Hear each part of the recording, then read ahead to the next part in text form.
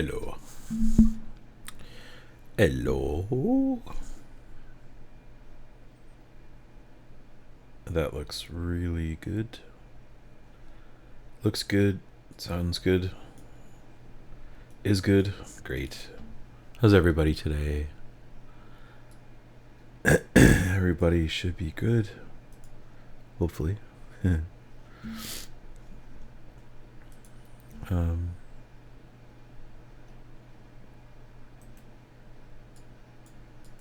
Manager's office. Okay. We're gonna work on some more grill stuff today. I just wanted to add something to my stream.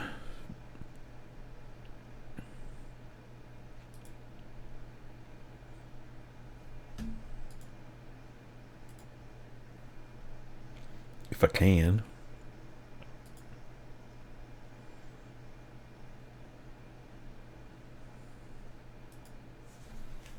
God.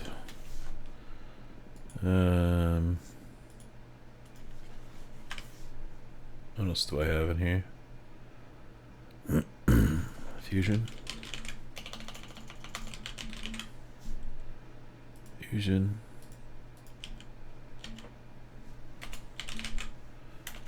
Oh. Fusion 360.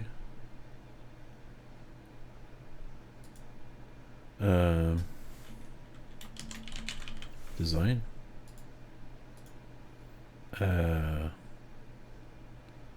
Done. I should add a panel. Can I just add one? I don't even know if that site's still up.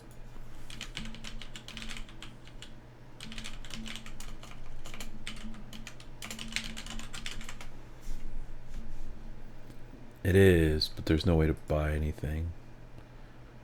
Yeah.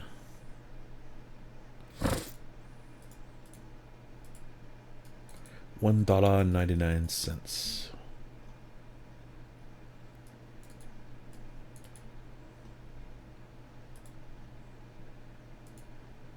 Did it actually show up without me going into it, or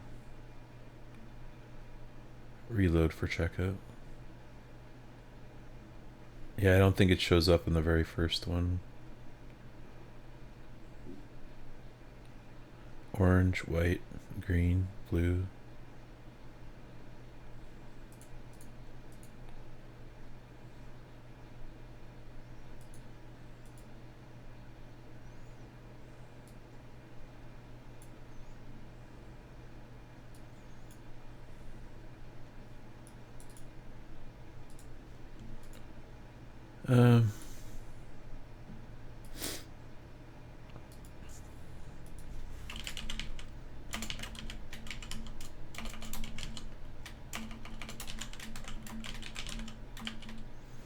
So free SDL files, links to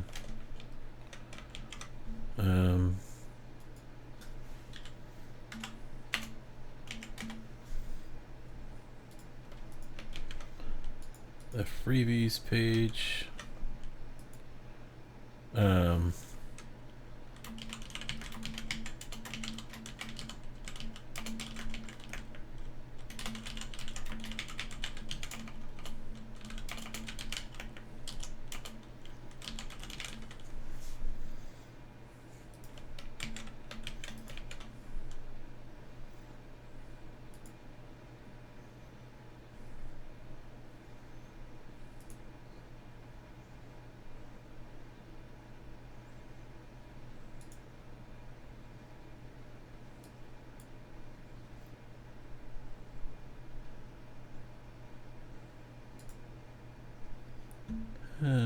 Do I have some images here I can use for this?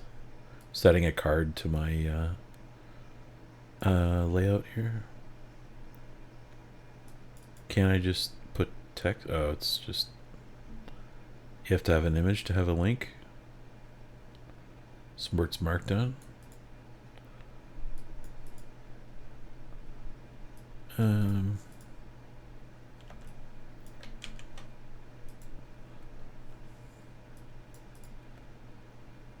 I forgot how to do a link in Markdown.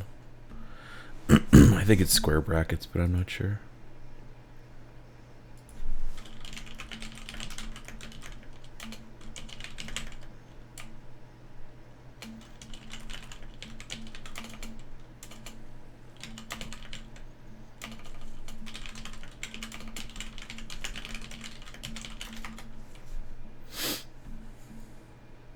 That's it.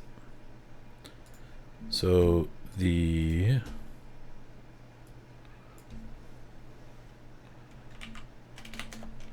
no, don't FreeCAD models.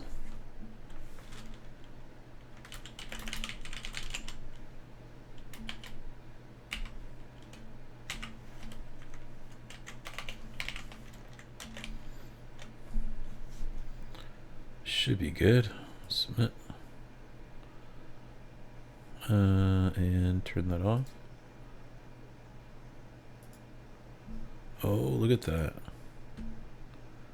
FreeCAD models.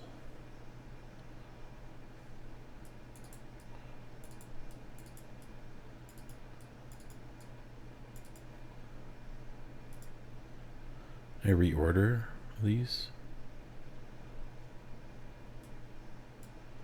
Oh, look at that. It's even intuitive.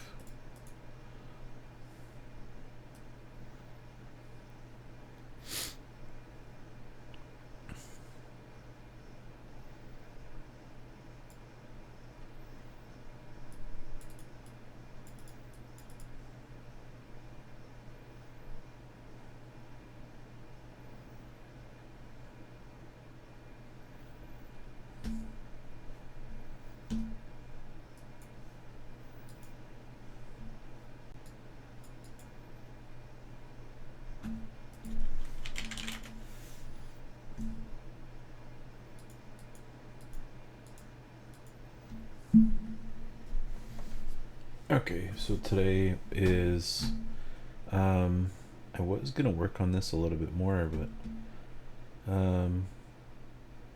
the grills are, I don't know, probably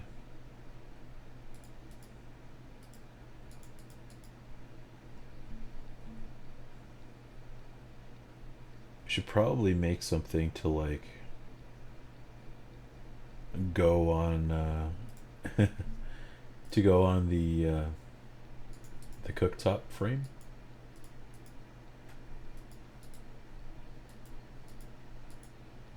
Right, so there's the box to do that. So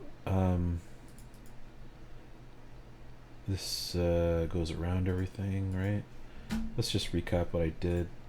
So here, sketches,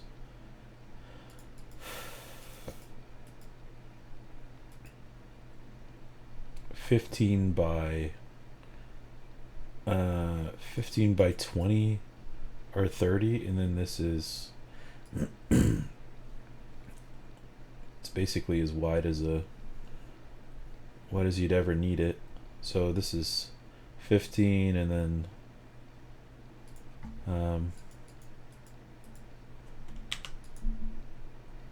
this one here, if we had to show dimensions, this is an inch wider, so 15, 16, 17. So if we make this 13, I don't know why I do this to myself, but you know. No, we don't know, Karsyz. Tell us. Okay.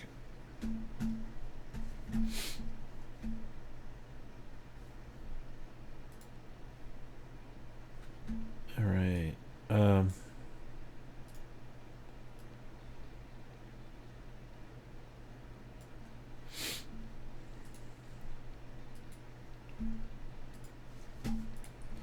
I got a scatterbrain today. So 13, 14, 15 by 30. So, and this is 2 inches larger too, so 28.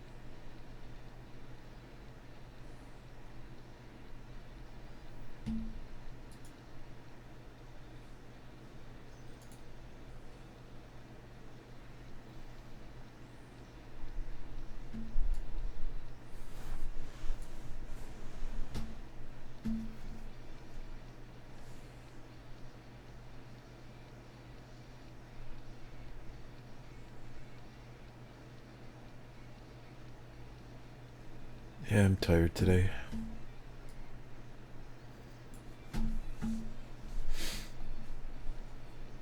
It's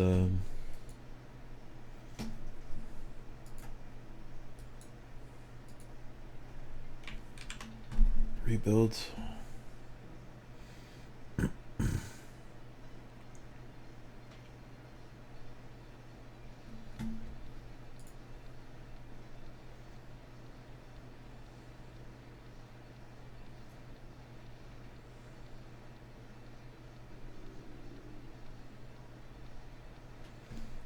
I knew that was gonna come back to bite me somehow.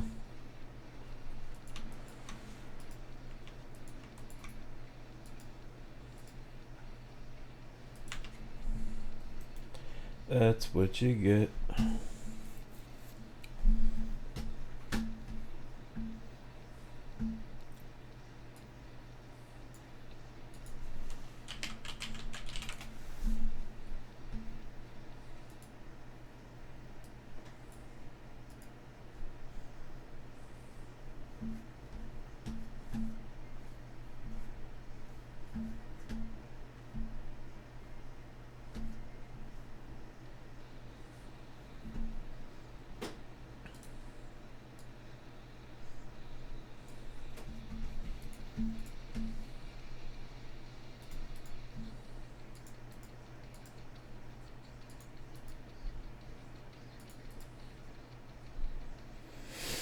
What was I doing here? Oh yeah. Unscrewing all my stuff.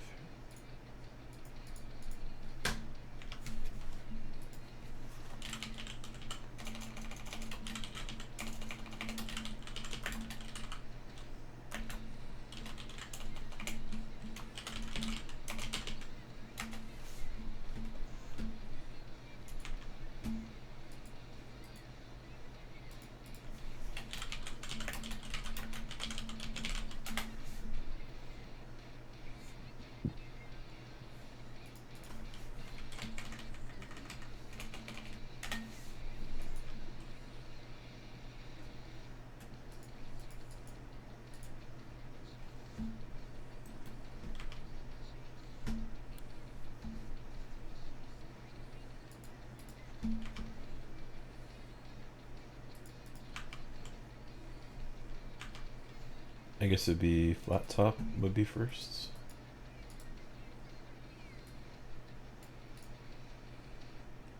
Whoa, too bright.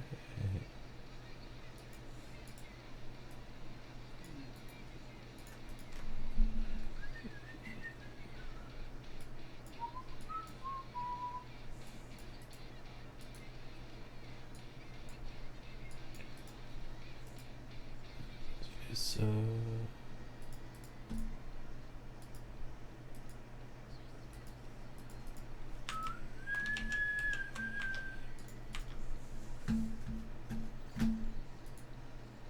I guess it's just why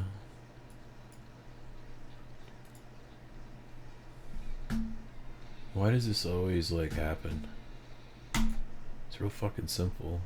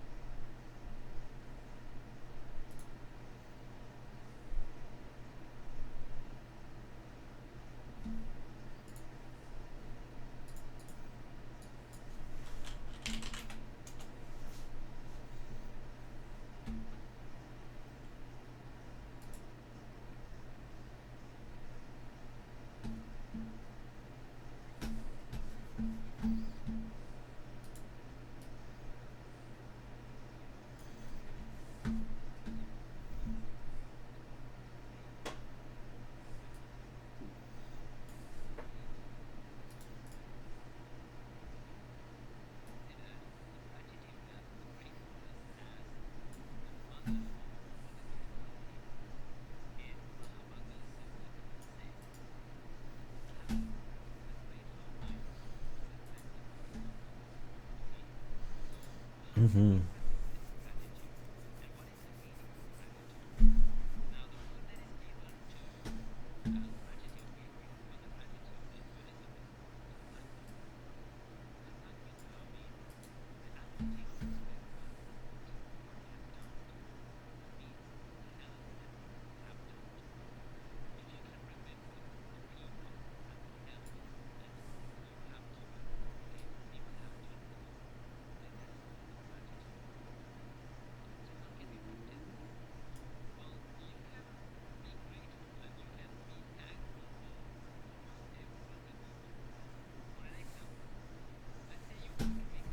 Pretty thankful for a computer and a CAD station right now.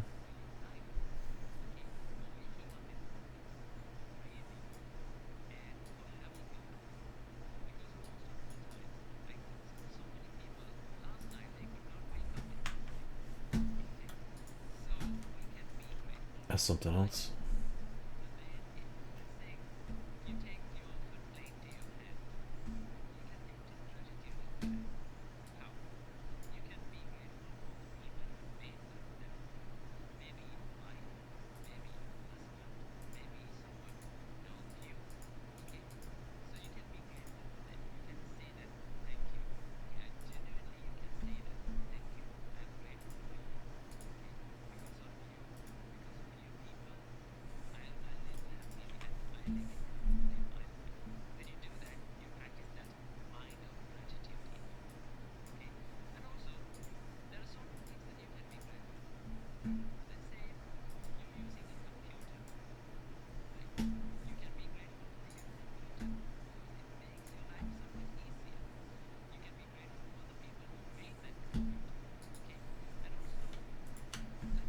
Okay.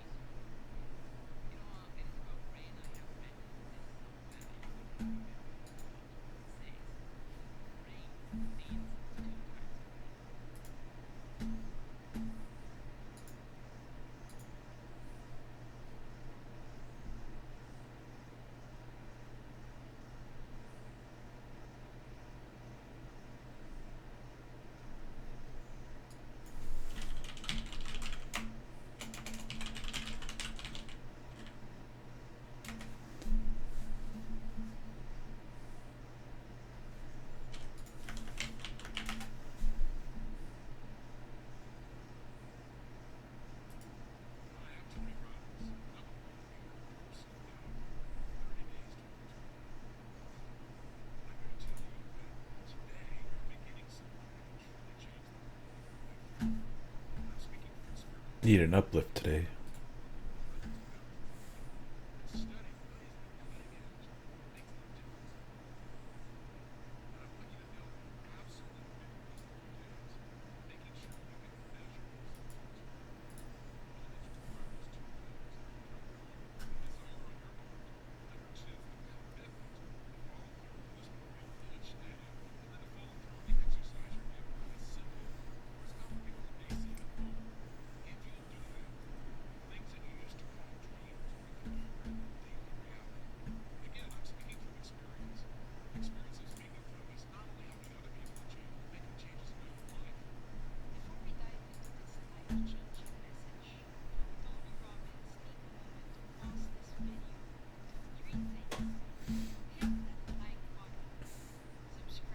Oh, you didn't.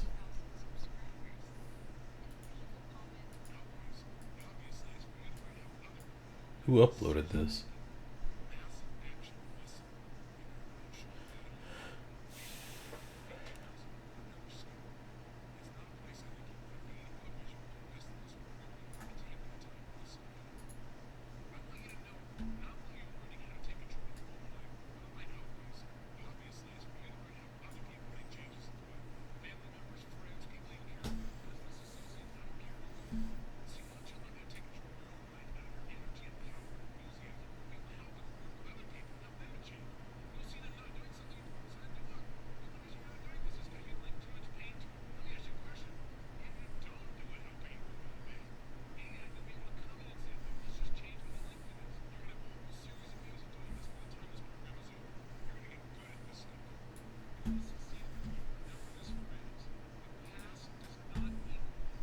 You've been saying that for a long time.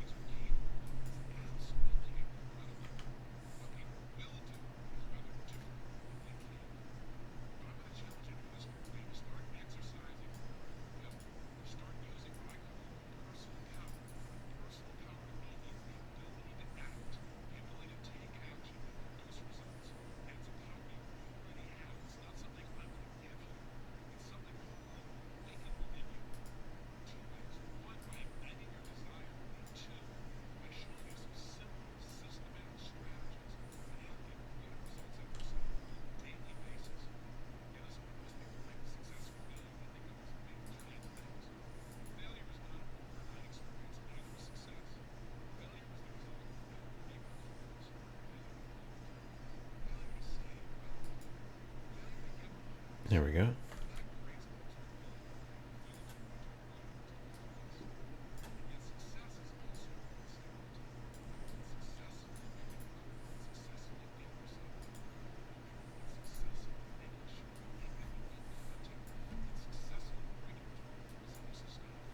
Shit.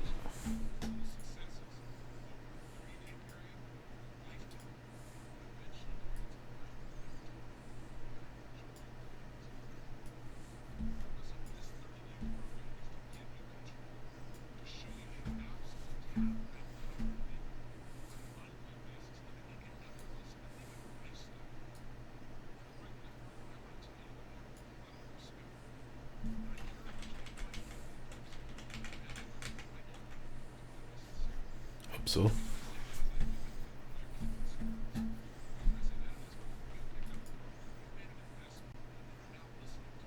I didn't make shit.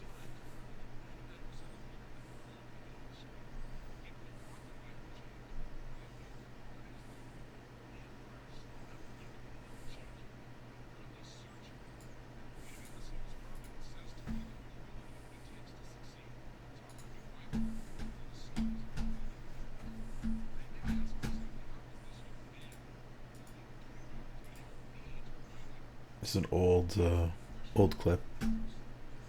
Pretty sure.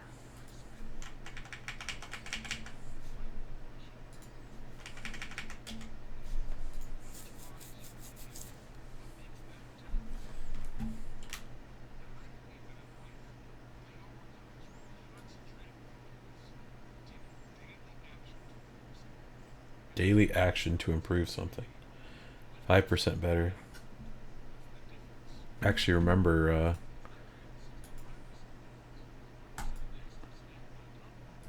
Is this not gonna work?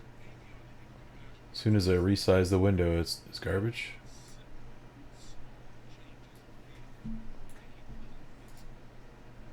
So strange. And you go to like the small player, it doesn't work. It didn't like change over.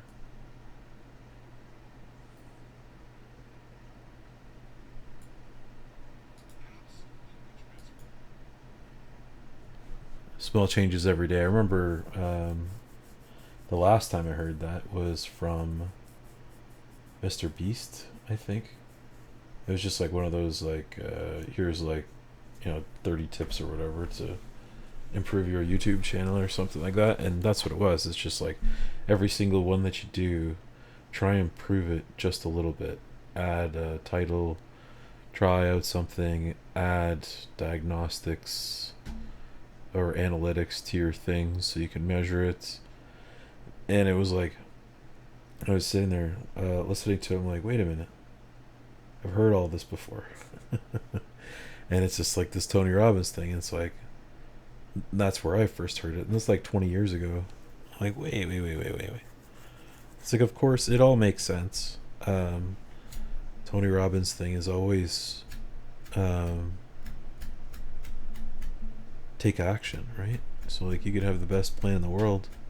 If you don't do anything, then well, you're never gonna get any of the success that you want, or you're never gonna change your situation if you don't actually do the change. You can't just do there and sit there and expect something different to happen if you don't change your behavior. Like that's worse than playing the lottery or getting struck by lightning. Like it's really nothing's gonna happen. So like I'm kind of in that situation too, but I have other reasons why, like reasons for my inaction. It's not just in my own head, and a lot of it is. So like I'll give you the example. This week I had to get some stuff done. I had to go and vote. I needed new license plates for my car because they're old and shitty. I'm going on a trip, and I wanted to make sure that all that looks correct, and it is correct, not just looks correct. It is correct. And just like get out of the house for a little bit because I don't really have any reason to go anywhere. All the conveniences of life, and there's other people that are just doing their thing anyways, so it's like my little addition is insignificant. So I take care of a lot of the things where I am, and I have no reason to leave. I socialize online, everything else now, which is, I was thinking about it last night, and I was like, well, that's kind of strange, but it's not, because the people that I'm hanging out with actually matter to me. So it doesn't feel that way, but on an external look, it's like, okay, well, maybe you're spending just too much time with yourself. Go and be around people, like, I don't know. I think I just find value in the smallest things, so it makes it okay for me, but I don't know if that's a justification or an excuse. Anyway, so getting off topic. So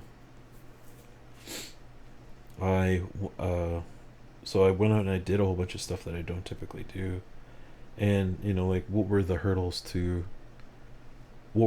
that I had to jump through that I normally wouldn't have to do. So I hadn't driven my car all winter, so all last week it took me like 4 days to took the battery out of my car, And then I had to charge it, and that took 4 days.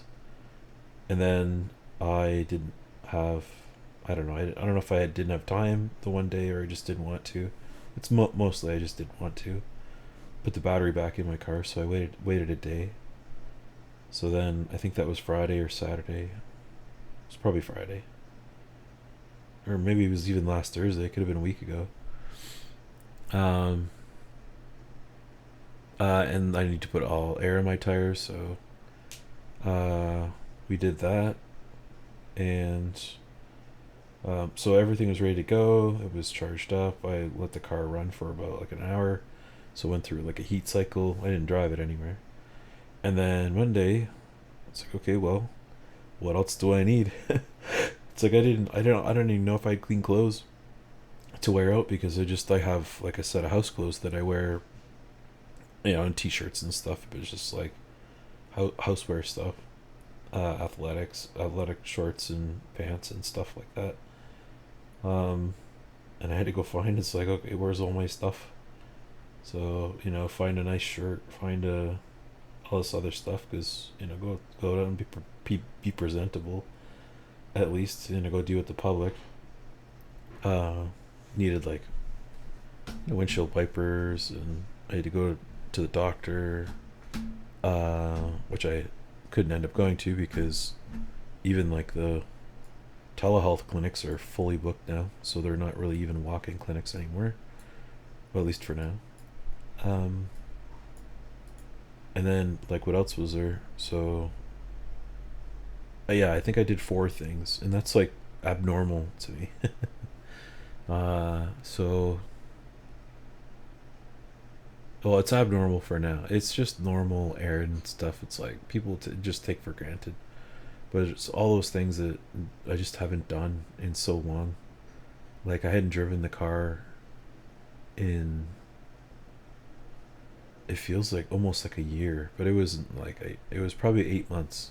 So I didn't drive it all winter, and it was just before that it was sitting.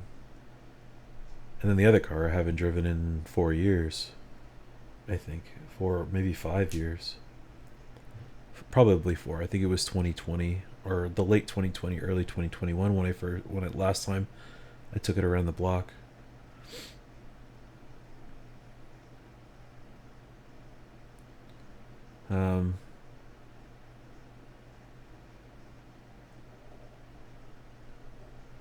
Yeah, so there's like a bunch of inaction stuff, so I kind of get that. So if you don't do anything, and I need to do all those things to get the results, right? And if you're a procrastinator like I am, it's just like well, it depends. I'm a procrastinator when things are not really that important. Sometimes when they are important as well, but not all the time. I'll just leave stuff right to the end, because I have so many other things that are more important in the moment. And they could be trivial things, like I don't know. I don't know. It doesn't really matter as far as that goes, but just like it's just avoiding the pain of dealing with whatever, or the uncomfortableness or the embarrassment of whatever else you have to deal with. So like, in order to go do my, and here's the motivation. I wanted to go out and vote, and I needed a place to go. Actually, I wasn't even going to go vote. And then I said to myself, it's like, listen, this is more important, particularly for this time. Do your due diligence. You know what I mean? Like, take responsibility for at least this one action, even though it takes a lot of effort compared to compared to the baseline. So I had to go through all those things, and it's like, okay, well, I'm gonna do all this other stuff while I'm out, because I'm gonna batch it all together and just get it all over with in one shot. So, prepare. I need a new wiper blades for the car. Need a new license plate. I probably should have went and like started detailing it and stuff too. Maybe I'll do that over the next week or two. There's other stuff I have to do now. Like, this is one of the things I'd rather talk, or I'd rather I don't know, live stream to nobody or very few people, or it seems that way now because there's no growth. So, and that's kind of discouraging, right? Because every day I just made a promise to myself, regardless of what happens on your day-to-day stuff, try and go out and design one thing or improve something or make something. Like, it's a part of the stuff. Eat your diet that's not full of garbage, that you can actually digest and feel good about. Try and get some sleep if you possibly can. And last night was really bad. Again, I just couldn't get enough sleep. So I think my face looks like it's improving and it's moving in the right direction. So I'm seeing results on the health scale, not necessarily in everything else, but I think I look better than I did, almost a month ago. So this is 3 weeks today that I've been trying to make these changes, and I know 3 weeks is not really that long in the grand scheme of things for anything to really happen, but there's tiny little changes that are moving forward, and I know that when you make changes to a system that doesn't want to change, there's always going to be some pain involved, and that's like a blanket statement for everything. You really can't generalize that. Any type of system that is or has like some sort of inertia to it, it wants to keep traveling in one direction. When you change something, there's always a negative feedback loop, and we call it negative because it's painful. We don't want to change. We want to keep going in that direction. That's why I said momentum. So this is a very small change. For me, I'm almost unwilling to go and work for people, like work like as an employee anymore, just because I've had so much bad luck in the past, and bad experiences, just like with the employer, with the coworker, with clients, some clients and stuff. So it's just like, how can I provide value to people? Because I still want to do that, even if it's not even money. Just like, how do I get the value, like value as a return, or money as a return? How do I get value back? How do I put value into people's projects and lives and understanding, in my own little way? And this is about the only way I know how to do that right now. There's no other way that's like significant, I guess, other than sharing the knowledge. And all of this knowledge is available already. So is there any significance to what I'm bringing into it? And that's kind of hard to like swallow. And it's that point there that I have to keep driving in, is that there's people that might not even be new to what I'm doing here, and they might be way more knowledgeable than I am, but I still have something to give them because it's me doing it. It's my flavor of it. I have my own little nuance of how I've done things and how I understand things, because I have a unique background, and I really do. Like, there's not many people that have had 3 or 4 careers in their life, and drafting and design being one of them, and then all the other stuff goes into that. And it might seem insignificant, or maybe it's just like, oh, all that's a part of like a university curriculum, or you could learn all this stuff in college, and it's like, I don't know, I guess you could. It seems pretty basic, like in a lot of aspects, and I still have tons to learn too, and that's why I like to chat with people and go on this set a forum and try and give back a little bit, try and have that conversation, record it down, let it exist, and go from there. Yeah, I'm tired today though. Like, it's getting to the point of exhaustion, and I didn't want to stream. I didn't even want to get out of bed today. I'm just not having it. Food's not tasting good, and I don't know. There's no incentive there. It's hard to keep going when there's no motivation. There's no dopamine hit to do that.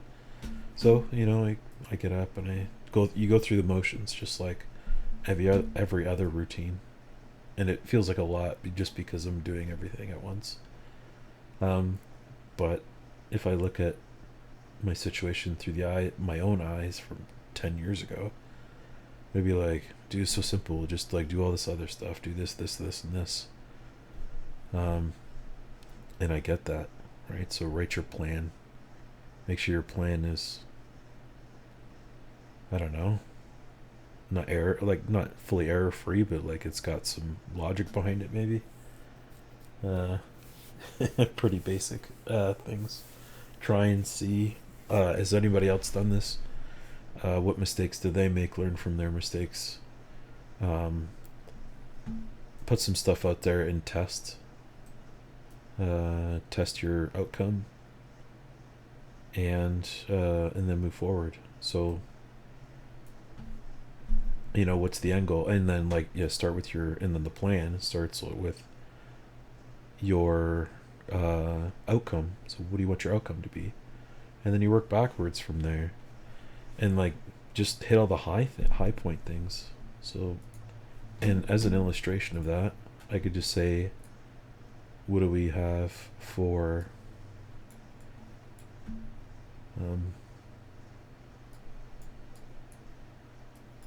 what do we have? So you start with the outcome, and I can't see nothing. So if you start with the outcome, say my eventual plan is to have a shop, maybe send, cut, send. It just small though. It doesn't have to be anything super crazy. I would absolutely love just to develop maybe 10 products and just make those for online orders, and then that's just it. That's the rest of my life. I'll never retire from that. I would always be involved. So my idea is a small shop. So the outcome is a small shop. Small, I mean no more than 10,000 square feet or something. It's probably too much. 4,000 I could probably get it done in. Small shop. I want to have a laser or water jet cutter. Maybe both. I don't know. Some sort of machining center. Or two. I want to be able to machine some parts. Equipment. CNC mill. Mills. I'll just call it mills. Okay, we'll just call it machine shop. Yeah. Machining. Tools and machining. So I can make whatever I want, essentially. 3D printing stuff. So that I have 3 printers already, so I have that. And then maybe a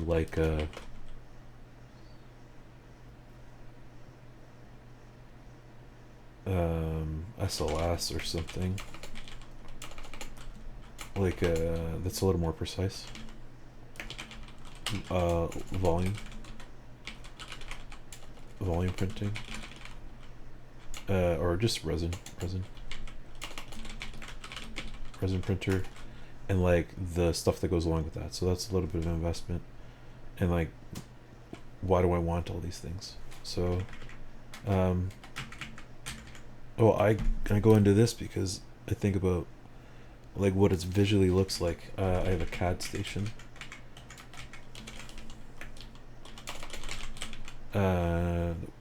CAD and streaming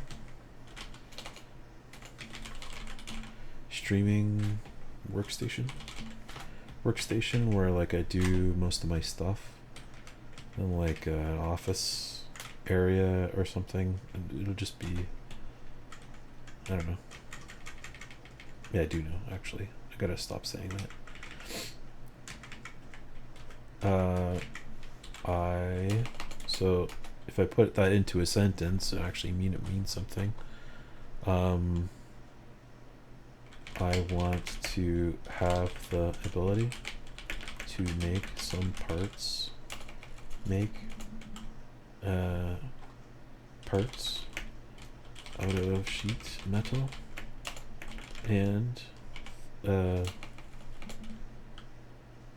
out of actually I just say parts, but it's mostly sheet metal.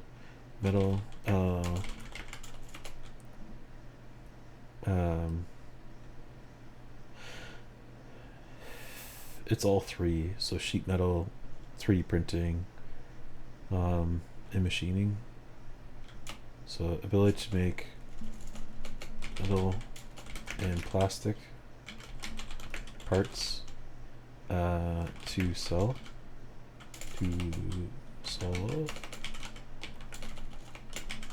problems and sell them online or in retail stores or whatever. Have the ability to make plastic parts to solve problems and sell them online or in retail stores. The next one I would really love to have would be, excuse me, nose is probably starting to run here. A part of this is I want a small pizza shop, bakery, cafe, because that's like the other thing. So I like making pizza, I like making bread, and I like making coffee, and which is unfortunate because I don't eat any of those on a regular basis anymore. And I don't drink coffee at all anymore, which is it makes me sad a little bit. I just like the whole song and the dance of everything. The routine I have now is, like I make a pound of beef and 4 eggs in the morning, and I have a bowl of yogurt and berries and nuts, and I eat that twice a day. The beef and the eggs I usually have half for breakfast and then half for dinner, and I have 2 bowls of yogurt and berries, and maybe like a chunk of meat or something. I had some ham left over from dinner last night that I ate, that I made for my folks, and I had that as like a midnight snack with some yogurt and some cheese, and it was literally at midnight too, which was a good chuckle for me. Anyways, my life has been food centered quite a lot, so these are the two. I would love these 2 things to happen, right? And I don't use the correct language to make that happen, nor do I really have the physical energy or the physical energy even to think about putting these things into action, even though I'm really trying to right now. Like, I shouldn't say even really trying. I'm trying to I'm taking action in ways that I know that I won't. It's even more shitty because I know that this will not be. For some reason, I just know it won't be successful, and when I have that mindset, if I know that it fails, I know that this is going to be a failure. Like, it will be. Like, if I think like that. And I don't think there's anybody that's ever thought that way that's had success. It's like, oh, I never thought it would actually have success. It's like, well, why did you even do it anyways? Like a time pacification. And that's like a real hurdle. That's a real hurdle for me. Because I'm really comfortable and I feel pretty safe where I'm at right now, even though I have other issues doing that. So, what comes with this? What does that actually look like? Like, there's people that are employed with this. I can't do all that myself, right? I can't. This just doesn't magically run, and then this just doesn't magically run. So, like, when you look at the step of that, and then like the other one, like I'm just listing off stuff that I want from that. So there is small shop, there's the CAD workstation, there's like 3D printing stuff, there's probably an injection press, there's like machining tools for that. There's probably a press brake, a CNC press brake, and maybe even a folding machine, sheet folder. I don't even know what to call that anymore. It's probably both of those. And the machining tools is like a CNC mill, probably a 3-axis, like a standard, I don't know, what do you even call them? Like a 3-axis and a 5-axis, something that does like curvature, or just multi-setups. Could be just like a like a rotary, like something for like higher precision, or not precision. In order to do these things, this is production. So make metal and plastic parts to solve problems and sell them online. So are these like, if I have 100 of these parts by the end of the year, are these the manufacturable parts that I'm talking about?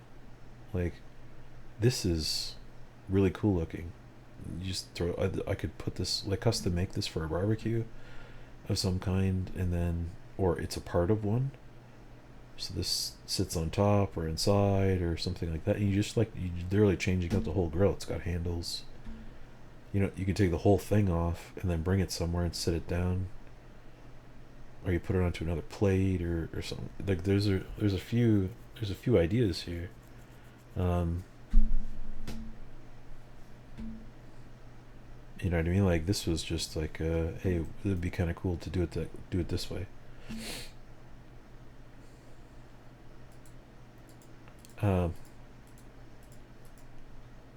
Yeah, and like it's just exploring these ideas. So taking action is very, very important. Like it took me a while just to get to the point where I was bored with what I was doing. It's like, okay, I need to start doing this stuff here. So I started working on the website. Like this is like, I'm 3 months in or something, and I'm doing a lot of stuff that just, I don't know, seems strange. It's not following the plan. I think I have like I did write a lot of this stuff down.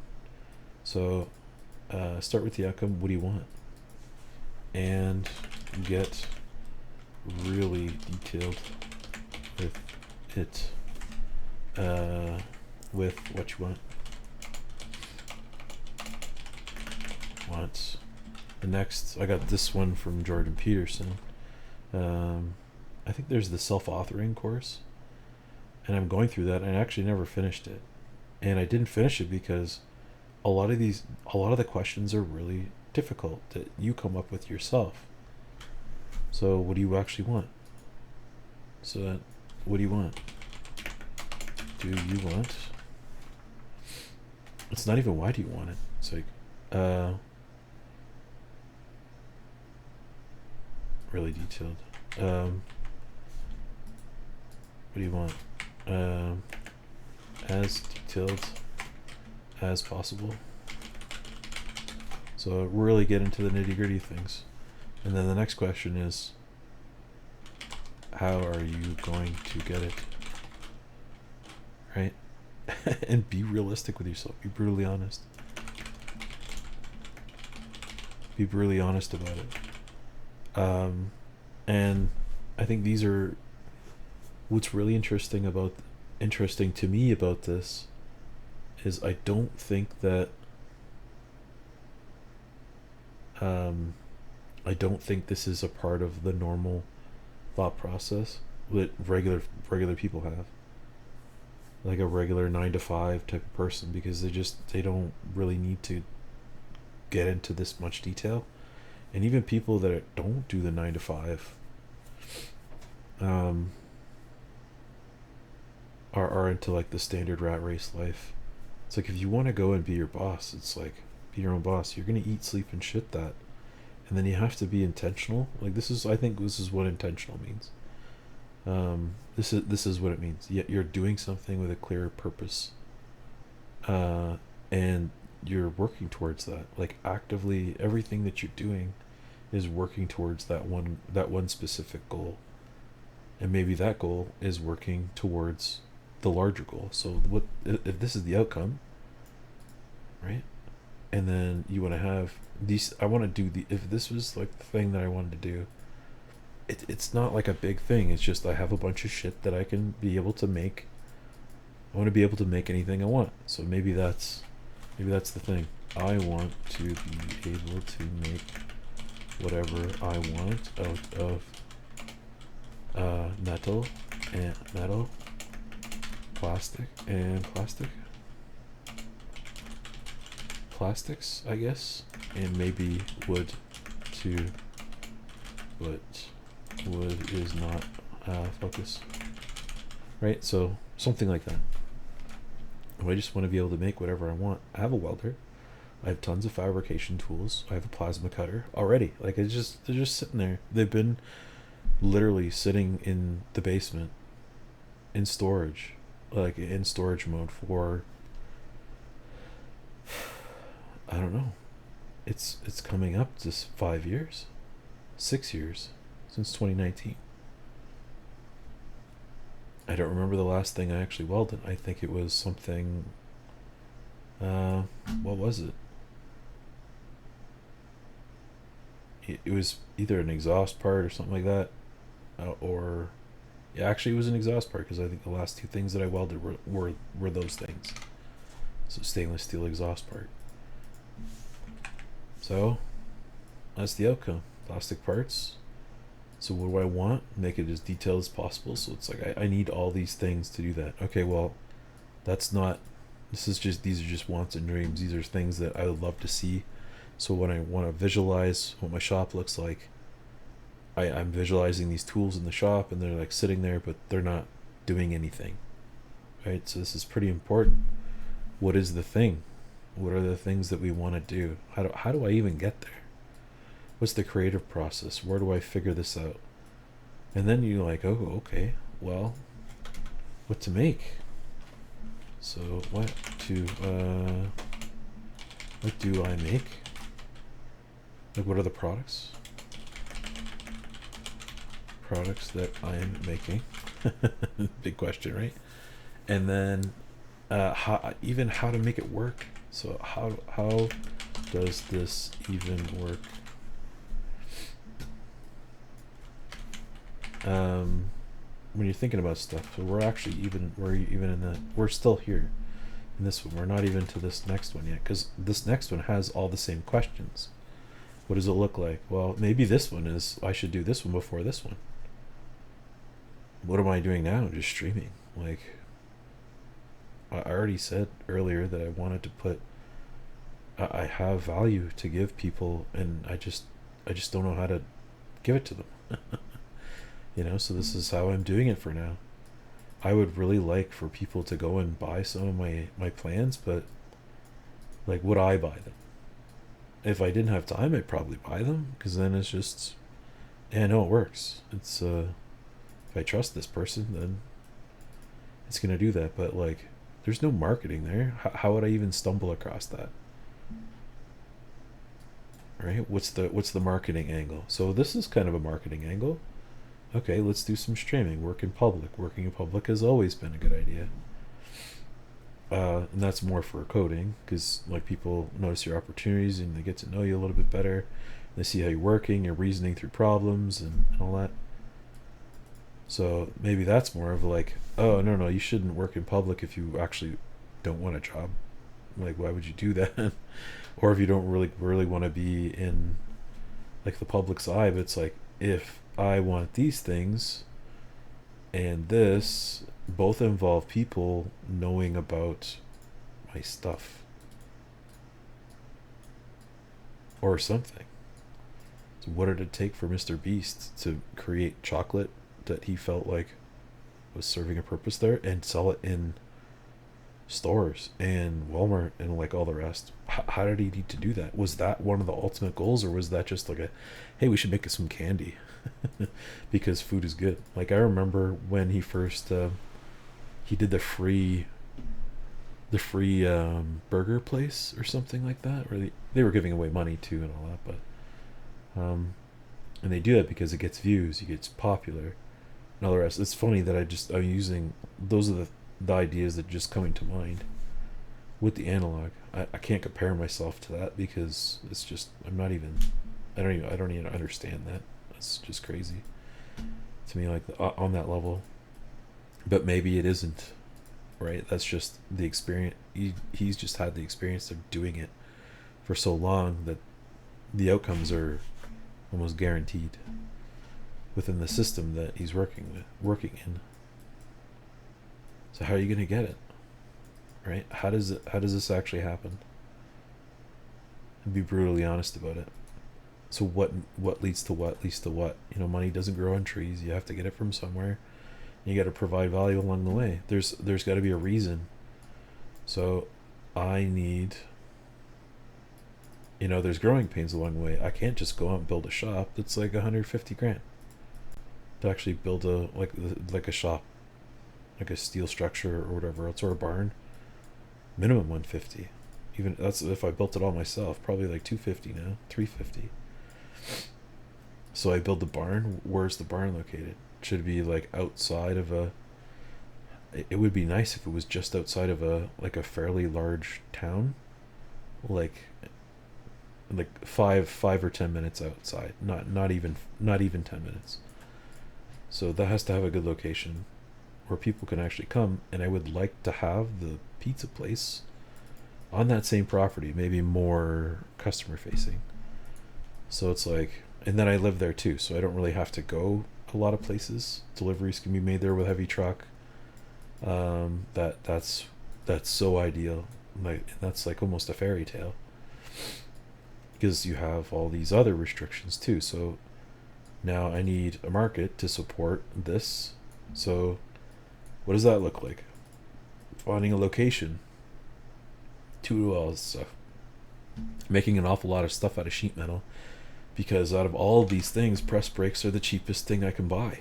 That was one of the reasons I really got interested in it, other than the fact that it's just fun to work with. You know, you fold this thing here and you make that, and like you know, like this is just a box with 3 ends, and then you know you put some fillets on. Oh, I can bend it a little bit more, and now I got handles. Like that's kind of like the thought process. I'm like, oh, you know what? I can change this into 3 more things. So I'll build a grill version, and then like and then one that does veggies. So there's the veggie version.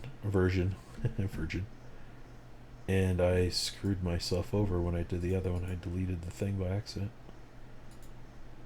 Grill top and flat top sheet. I don't really want to have to redo that, so I'm just going to go back in time.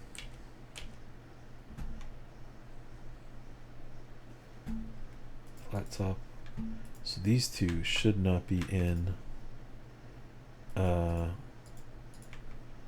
right, this should be here, but it's in the wrong thing.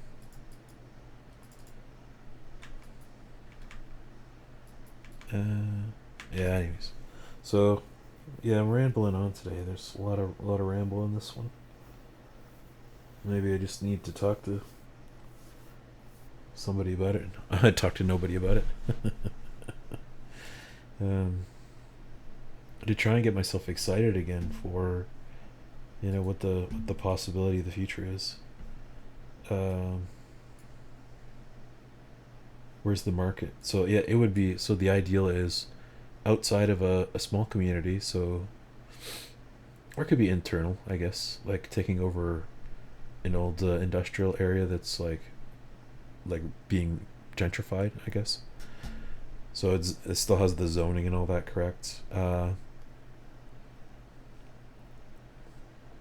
Yeah, I could have the shop. Even like the pizza place could be like a part of that building, if it's in a proper area, because you just have to have people. People have to be able to come to you. So needs to have parking lot. Needs to have like or access. All that has to be safe, and they're adhere to rules and whatnot. As far as that goes, things need to be inspected. Stuff needs to be made.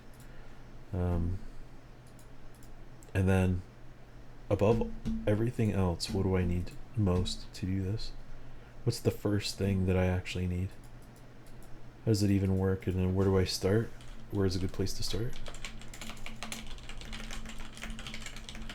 Start doing all of this. Start doing this. Start working towards this goal. Because this is a goal. Like, goal setting is important, and then every day there's gonna be new goals, new hurdles, new problems to solve, stuff like that. So I have the ability to join and cut things. I don't have a place to work, so I need a little shop. I need something in order to do like this sort of thing. I have cameras. I have a computer currently. Hopefully I'm like they're getting old and they're gonna need replacing soon, so it needs to have a value swap at some point so I can buy so many things. I can work with what I have, right? So I have a welder, I have a plasma cutter, but I have no like metal brake. I can't bend anything. So maybe I need to work towards either building one or buying one. And you have to start small. What's the product? I certainly can't do this because I don't have the machinery to bend this. This would be hydraulics or a very large mass.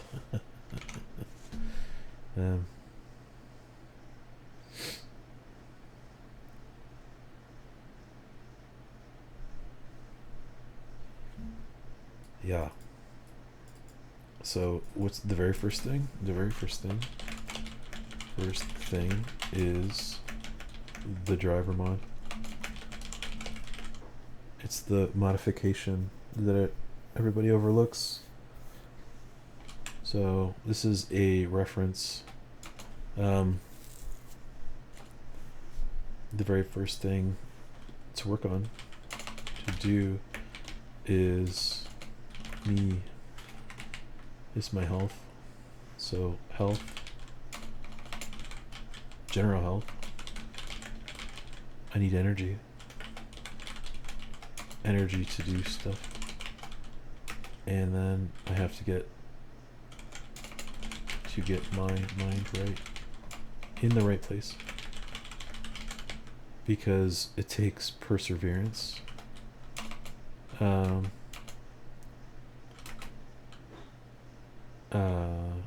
Perseverance, and perseverance struggle. Both create stress, and I have to have the ability to deal with the stress. Handle and deal with the stress. So if I cannot handle a lot of stress right now, or I'm getting better at it, but it's like I need to get to the point where shit doesn't bother me anymore. I need to get back to how I viewed things, and then I can just handling with the stress is so much easier, and that could just be mindfulness and meditation, both. So being able to handle the stress is working on the energy, right?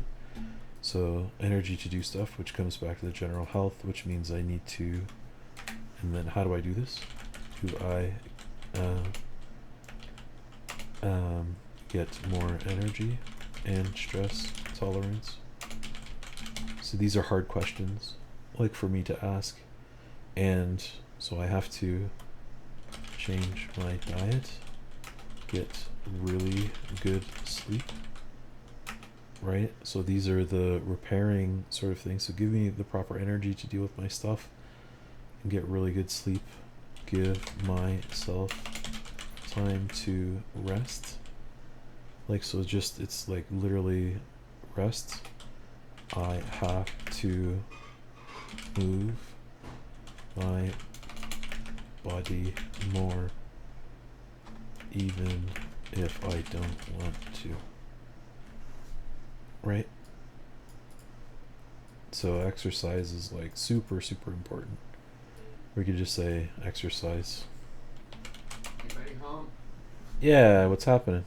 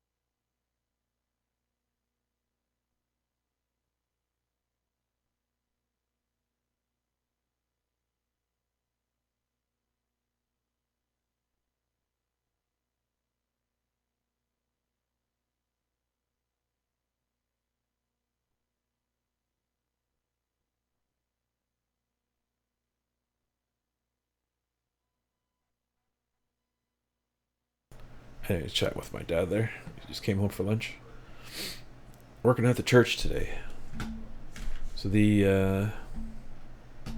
so yeah, these are so the very first thing to do is me. I have to work on, the very first thing to do is get myself into shape, right? So get myself is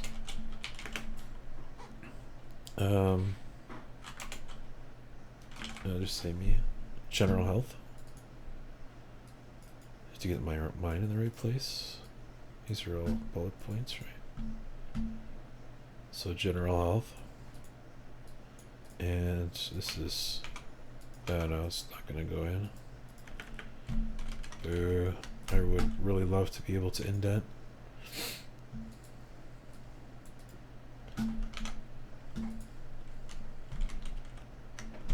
Yeah. So to get my general health back, which is the main thing that I'm working on right now, step one. If I can't do this, none of this is gonna happen. Plain and simple. That's the hard truth. So be brutally honest about it. That's brutal honesty. If I can't get this done, nothing else is gonna happen. None of this will happen. Ever. If I don't get the first thing done. Or it'll happen so slowly that it doesn't matter. Like it's like a house that you live in that you're renovating, and you work, 80 hours a week or something, so you only get to work on your house for a half hour. It's like, how much work can you get done in a half hour? Like, it'll take years to redo your stuff, and some people are fine with that. But that comes down to perseverance and the struggle of that, day in, day out. I should say perseverance and struggle. So causes stress, and I need the ability to handle and deal with stress. So if it's just something just pisses me off in the moment and I stop doing it and go do something else, then that's lost time, right? So that's what I mean. So I can deal with the stress in the moment. I can handle the stress in the moment, and then I have to deal with its after effects later. So now, and how do I deal with stress? Right? So handling the stress is just like your baseline. So I have to do all this stuff so I have the baseline so I can handle the stress. And then how do I deal with stress? How do I deal with the stress? I'll call it the stress. So how do I deal with the stress? And maybe this is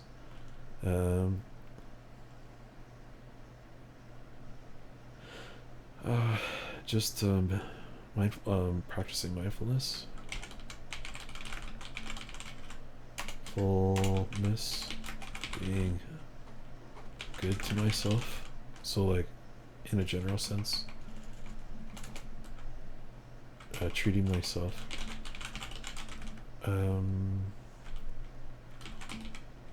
what was Jordan Peterson put it away? Treating myself like someone I'm responsible for is such a powerful thing there, right? So this is like giving myself grace, right, and forgiveness. Powerful things. So how do I handle with these stresses? So I'm not going to internalize them, and I'm going to say, whatever happened is that I have to deal with these things in order to do that. Maybe I can delegate those things away so I don't have to deal with them, or I can, deal with them head on. This is all like, flex the emotional muscle, I guess.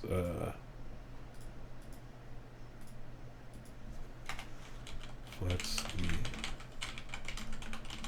muscle, and then to make that easier, you put what was that? 7 habits for highly successful people or something like that. Puts some, I forget how they word it, some goodness into the bank.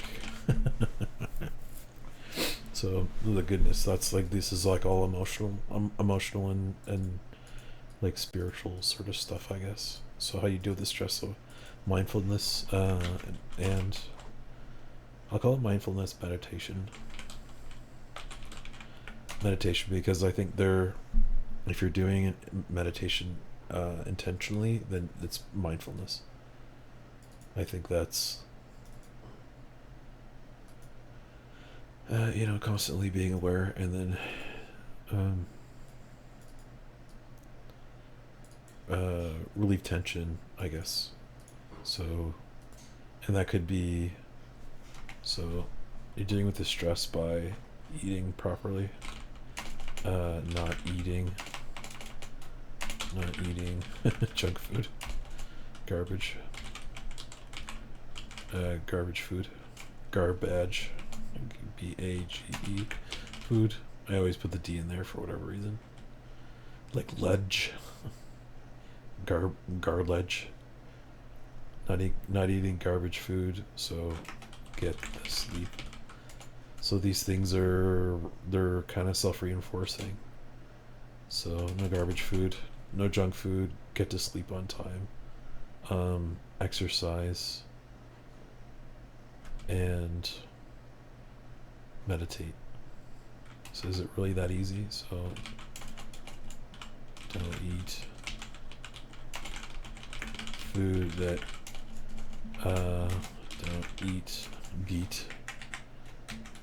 foods you can't digest, which is important for me because I have issues digesting some foods where they just tend to blow me up like a balloon. Don't eat garbage foods. Don't eat foods you can't digest. Get enough sleep.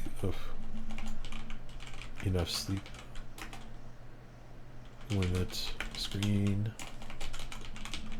phone time. So don't always have it in your hand.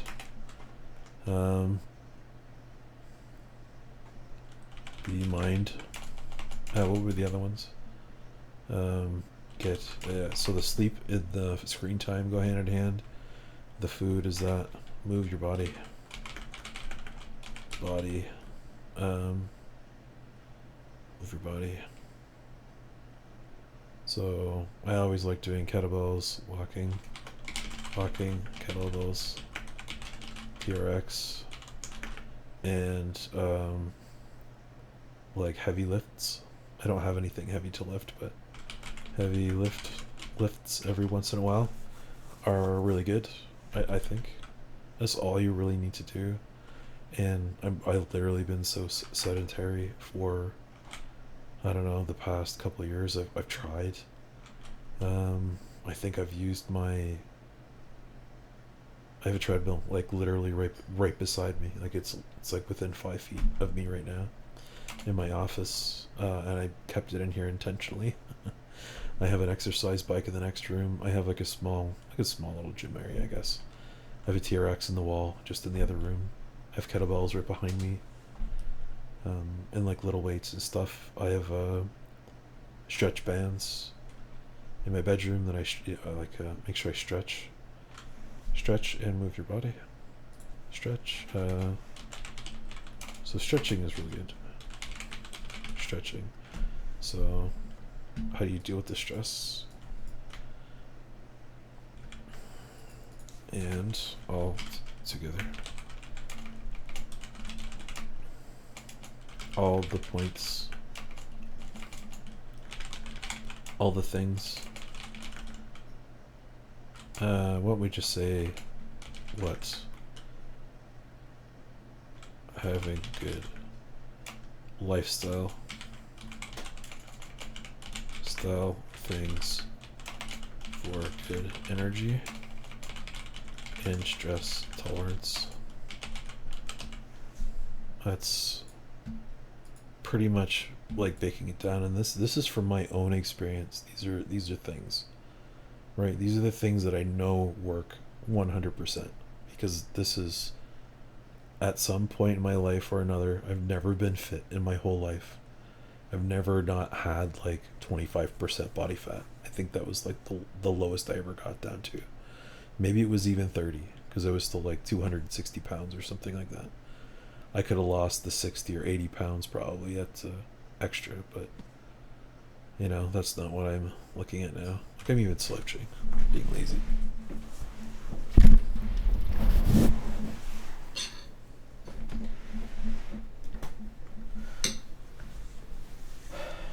Right, stretching. This releases. Let's throw this down here for now because I'm typing. Stretching. And then this is mobility. Stretching, training. Stabilizer muscles. Your stabilizer muscles by actually doing stuff.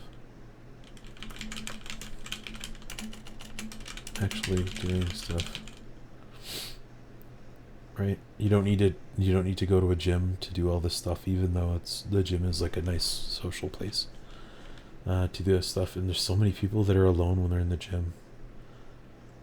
I don't know. I can't do it. I can't work out alone. It's so.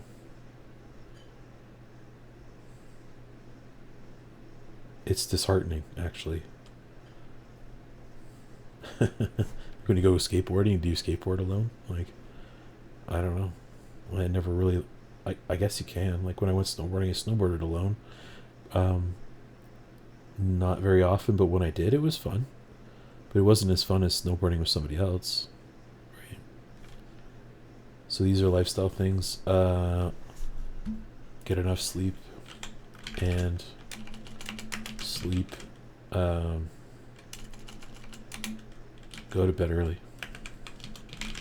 It's like if I want all the other things to happen, I need to have time. So if I go to bed at 10 o'clock, right, I can wake up at 6, and then I have from 6 till 10 o'clock again during the daylight. Go to bed earlier. Go to bed early. Wake up early. And this is the circadian rhythm. How do I spell that? Rhythm. Shit. I forgot how to spell rhythm. Rhythm. Yeah, that's right. Yeah. I could spells again. So this is like this is what I should be doing, and if this is the process. So if you're not, I was so lazy that I didn't want to go through. Let me reframe that. I didn't have enough stress tolerance to write this down before. So now that I'm thinking about this, maybe I actually do have enough time or enough stress tolerance. Time is not always just about the time. It really is, but it isn't at the same time. Time is the only thing that we have a finite amount of in our life. Everything else is pretty abundant, for the most part. Even if it's not a specific thing that you don't think you have abundance in, it's probably there in other ways. That's just a generalization. Doesn't really mean much.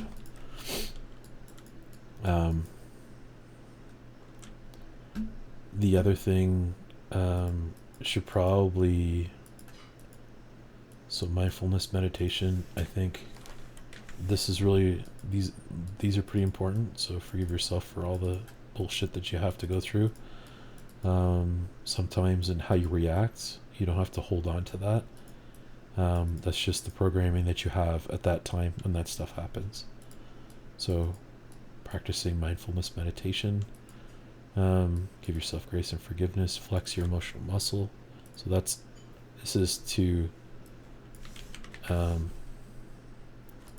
is more into the bank of others. So give back. So this is giving. Giving. Do something that's good. Give yourself grace. Why? Give yourself grace and forgiveness. And then even the stretching should be going into here. This is maybe a part of this. So we could do stretching and even Qigong. I think I spelled that wrong. Yeah. It's spelled both ways. I'll do it this way. Qigong. And it's all one word. Here we go. Qigong. This is... So, if I had to put these in order, can I do this in here? Yeah. How do I deal with the stress? So all of this.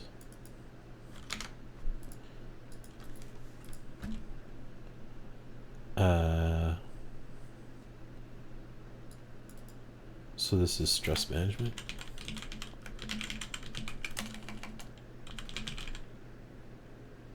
After the stressful events. Oh.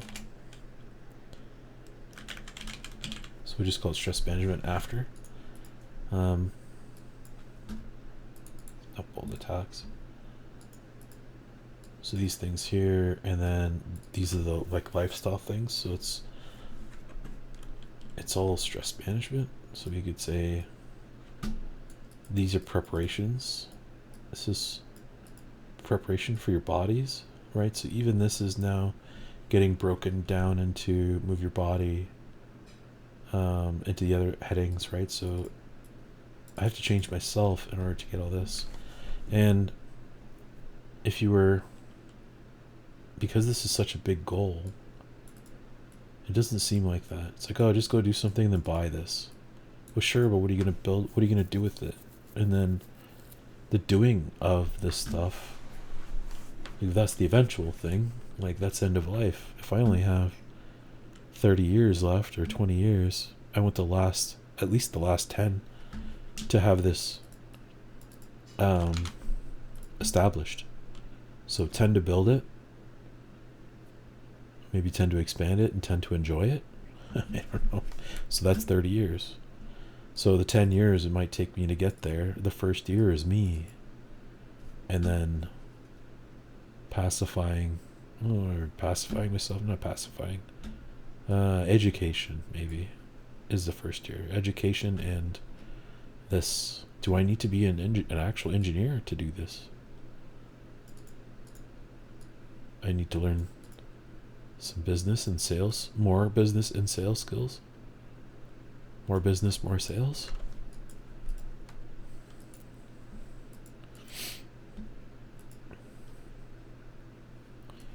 Where's a good place? What skills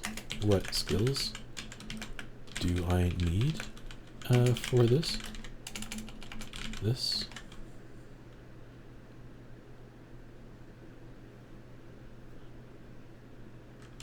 Right? Can I make something small now in a small shop, or in a like a shipping container? Like that's kind of the scale that I'm thinking of here.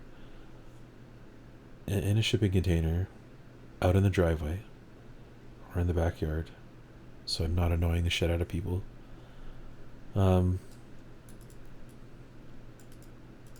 in like a trailer, like a race trailer or something like that I can pull with a truck eventually, or tractor even. So like a tractor trailer setup. So I can just go and park it on the side of the highway, do all my shit, and then bring it back home. I don't know. Could very well be just that.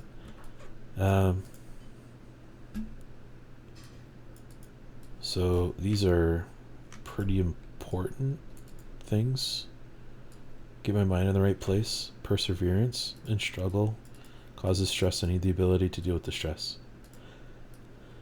So I'm doing the diet. I haven't gotten really good sleep in a few days, and that's because the diet has changed. My body hasn't caught up with the diet changes yet, and this is screwing with my sleep.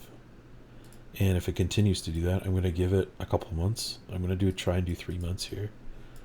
3 months of doing this sort of thing. You know, within reason. Like, I'm still going to eat a slice of pizza every couple weeks. Try and eat in a deficit every single day. And I guarantee that I'm doing that because I'm tracking everything. Tracking the calories.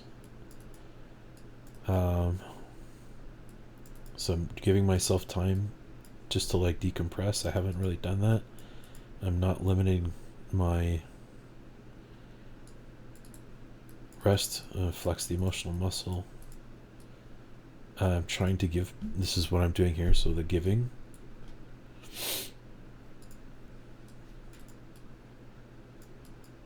I'm putting. This is what I'm doing the CAD work for. So I'm trying to put the goodness, trying to put some goodness into the bank of others, giving, and then you know, the lifestyle stuff. So stress management. You have to manage your stress. So this is how do I handle the stress. So I need to do all of this, and I haven't been doing the stretching. I haven't been doing my stretching. I haven't been doing qigong lately. I haven't been doing any mindfulness meditation. Right? I'm not doing any of that stuff.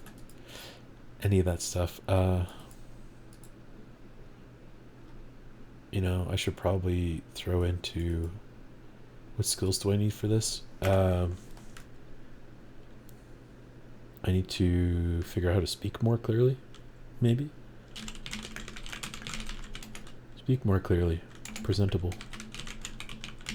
Presentable, convincing, powerful.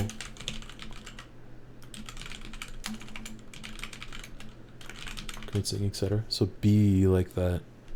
Be the person people that really want to listen to.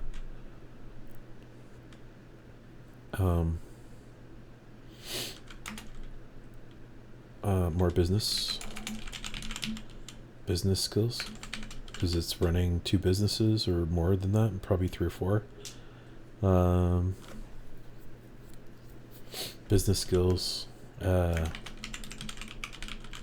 really want to dive deep into accounting this year. That was one of my goals, and I've been trying to do more language learning for a while. So I have programming skills, which is good. I have CAD skills that are good. So more business skills, engineering, mechanical engineering, and math skill. So I want to do both of these, or math and engineering. So, and I've taken steps towards this, and I'll show you proof of this.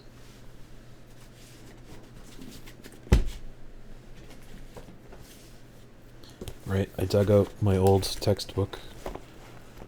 Yeah, shit. Try not to lose my spot here. Right. Hopefully that's not backwards, but it looks like it's backwards to me. Yeah. So I'm going through my old math book. This will get me to advanced algebra, I think. Or is it basic algebra? I forget. I don't think this goes into calculus.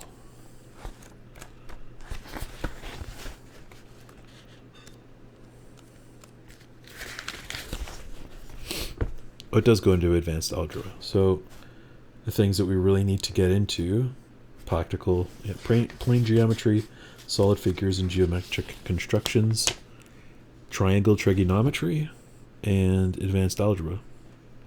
So this is like the foundations of equations and quadratic equation. The quadratic, basic algebra, pre-algebra, right? So like this is really going to go into all this stuff. I've spent 10 hours just on like getting used to doing math on addition and subtraction. The basics. There's tips in here that I did not read this. I took it for granted when I was actually in college because we just skimmed over it. It's like I was supposed to read this entire book when I was in college. The whole thing. I was supposed to read it. Like just no. Didn't do it. You didn't have to. Because I already learned it all. There's stuff in there that I read that I never really I intuitively or innately sort of knew what I was doing in practice, but I didn't know why. Right? So I never didn't put any thought into it. And when I read some of the stuff there, I was like, oh yeah, of course that makes sense, because like look at all these other things that are affected by doing this one particular thing. It's good to be able to add and subtract in your head quickly. You should be able to do this. That is like a basic skill. So 3 plus 5 plus 8 plus 15 plus 1, you should be able to do all that. I can't even do that yet. I can't do it fast. So it's like, what was the hiccup one? 6 plus 7 or 7 plus 6. I should know that's 13 because 6 plus 6 plus 1. Like it's 12, right? And then you get your multiples and your multiple times tables. Like there's good reasons for knowing that, and it's just the speed of connections of what you're doing.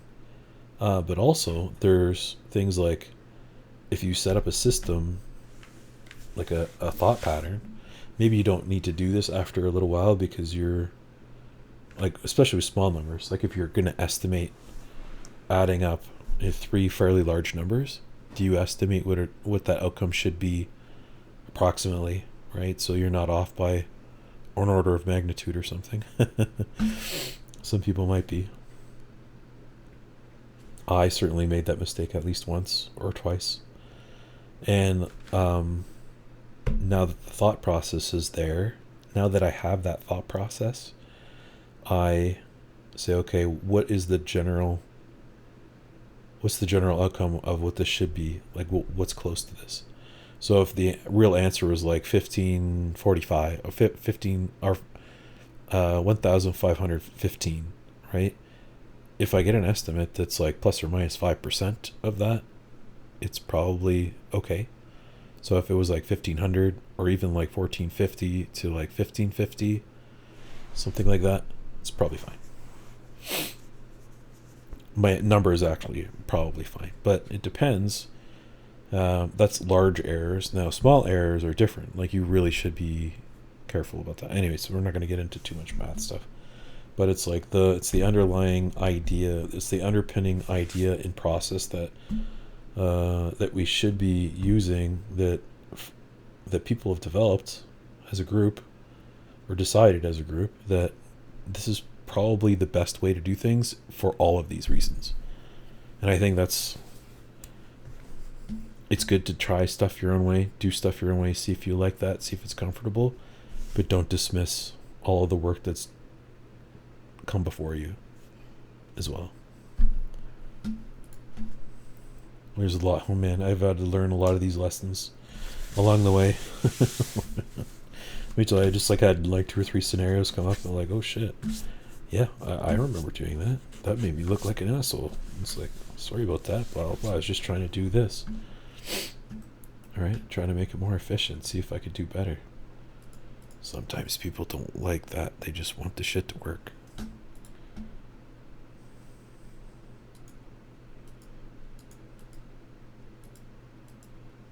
Yup. So let's finish up this thought here, and then we can move on, because I want to give back to you. I feel like I'm putting emotional, or I'm putting good into my own bank account today and not just yours. This is like, if I had, taking action is extremely important. That's what Tony Robbins here was talking about in his personal power. Day one, it's like giving yourself the go and do this. Like you have what it takes. Everybody's able to do whatever they want to do. It just takes maybe more steps. And if you're not getting the outcome that you want, go back and analyze your thing. What happened? What actually happened along the way? What made this do this? Okay. Was it your fault? Do you have control over it? Right? So there's a few other things that you can break those things down. It's like, okay, I didn't have control over that. How do I mitigate that risk then of this happening again? Or how do I get this other outcome from the thing that I can't control? Or does that actually matter? Can we live without it? Go back to first principles, right? Try and eliminate the part. Do we actually really need this? Or is this something that we really need to be concerned about? In the long run, will it just work for now? Does this and, right? So it's like you get into your problem solving and then you make those changes and then you have to take action again. You have to try again. So yesterday I didn't feel like it. Or was it yesterday? No, it was the day before. I wasn't having it. Yes, the day before. It took me all day to actually feel good. Not sure why that is. Something physically, maybe with me. I have hormone problems. I've always had them my whole life. So, yeah, it's just like there are some things about my body or my brain or the food I'm eating or the environment that I'm in or how I'm thinking about shit. Like, it just makes me stinking thinking. Gets me into a bad rut and then I can't get out of it. And I can't even go to sleep. Sometimes I wake up or I'll have a dream about all the bullshit. It's hard to get away from. So it's like, that's the stress management portion. It's like, now I have to sit somewhere quietly, not looking at a screen, not doing anything, close my eyes. There's no music, there's no nothing. Just listen to the ceiling fan, right? Deal with the thoughts that come in here. It's like, just be there, just exist, and really intentionally, just maybe just focus on your breathing or something.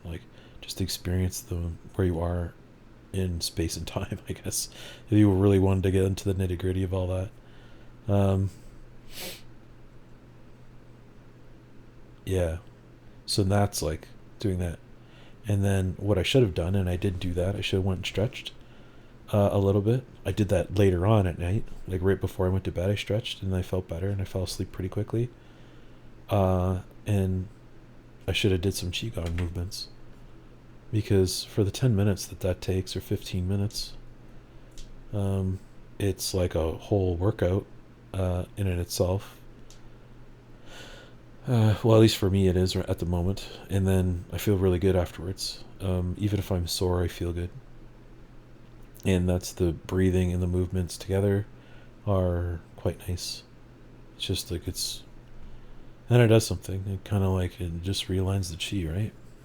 If you want to use those words. And then what was so treating yourself like something you're responsible for, it should be at the top. Can I move this? I cannot. I have to cut and paste it on here, unfortunately. So treating myself like somebody I'm responsible for. You really have to do that. Practicing mindfulness. Forgiving myself. Giving myself grace and forgiveness. So the past is the past. You can't change it. The future hasn't happened yet. We only have the present. So being present, right, is maybe one of the most important things. So it's be here and now. Don't borrow trouble. Well, we can just say don't borrow trouble. This is all the don't eat garbage food. Did I even write that down? Just move your body.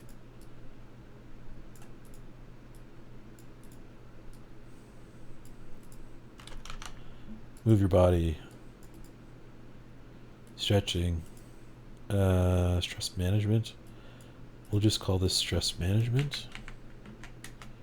Train your body, or just move your body. That's fine. Move your body. B-O-D-Y, Bodhi.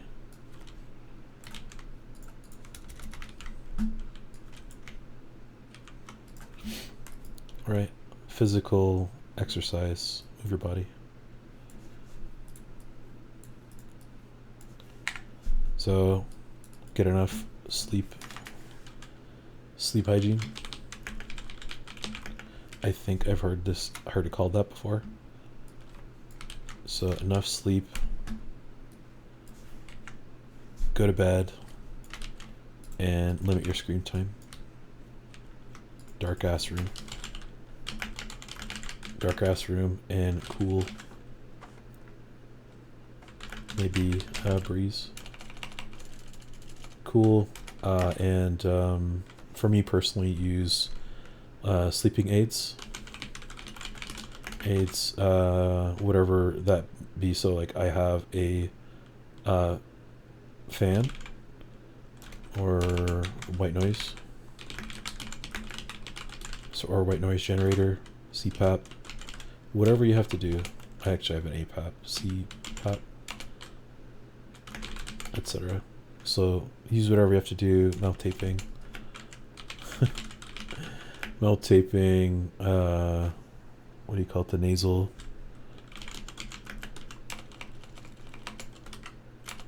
Whatever you have to do, sleeping aids. Cool temperature. Cool temperature, warm covers. Covers when needed. Most of the night I sleep without covers. Bearskin, without covers. And then towards the morning I usually wake up and put on yeah, because I don't go to bed at the right time. So go to bed early. 10 p.m. Wake up early.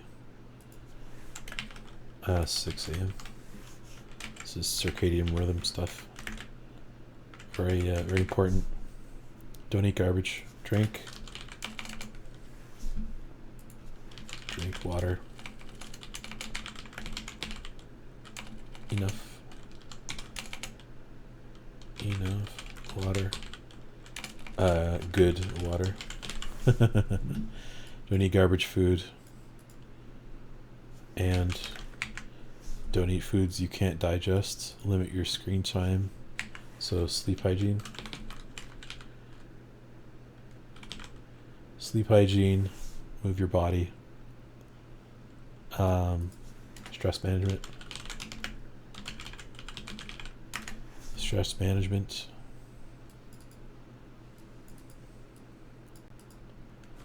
And this is pretty strange, right? So change your diet, sleep, time to rest, emotional muscle.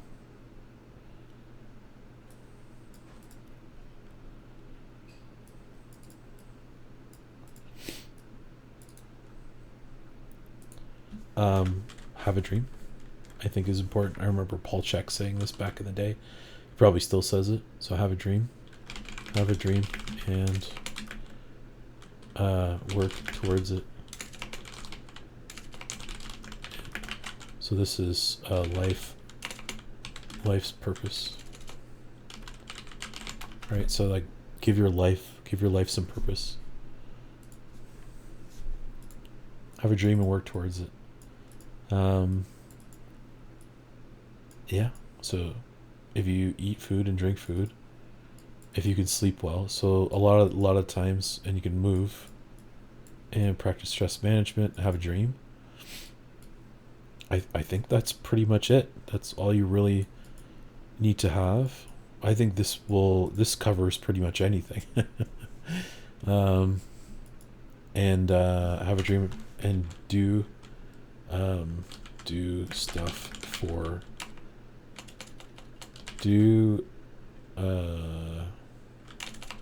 live your life for others as well as yourself,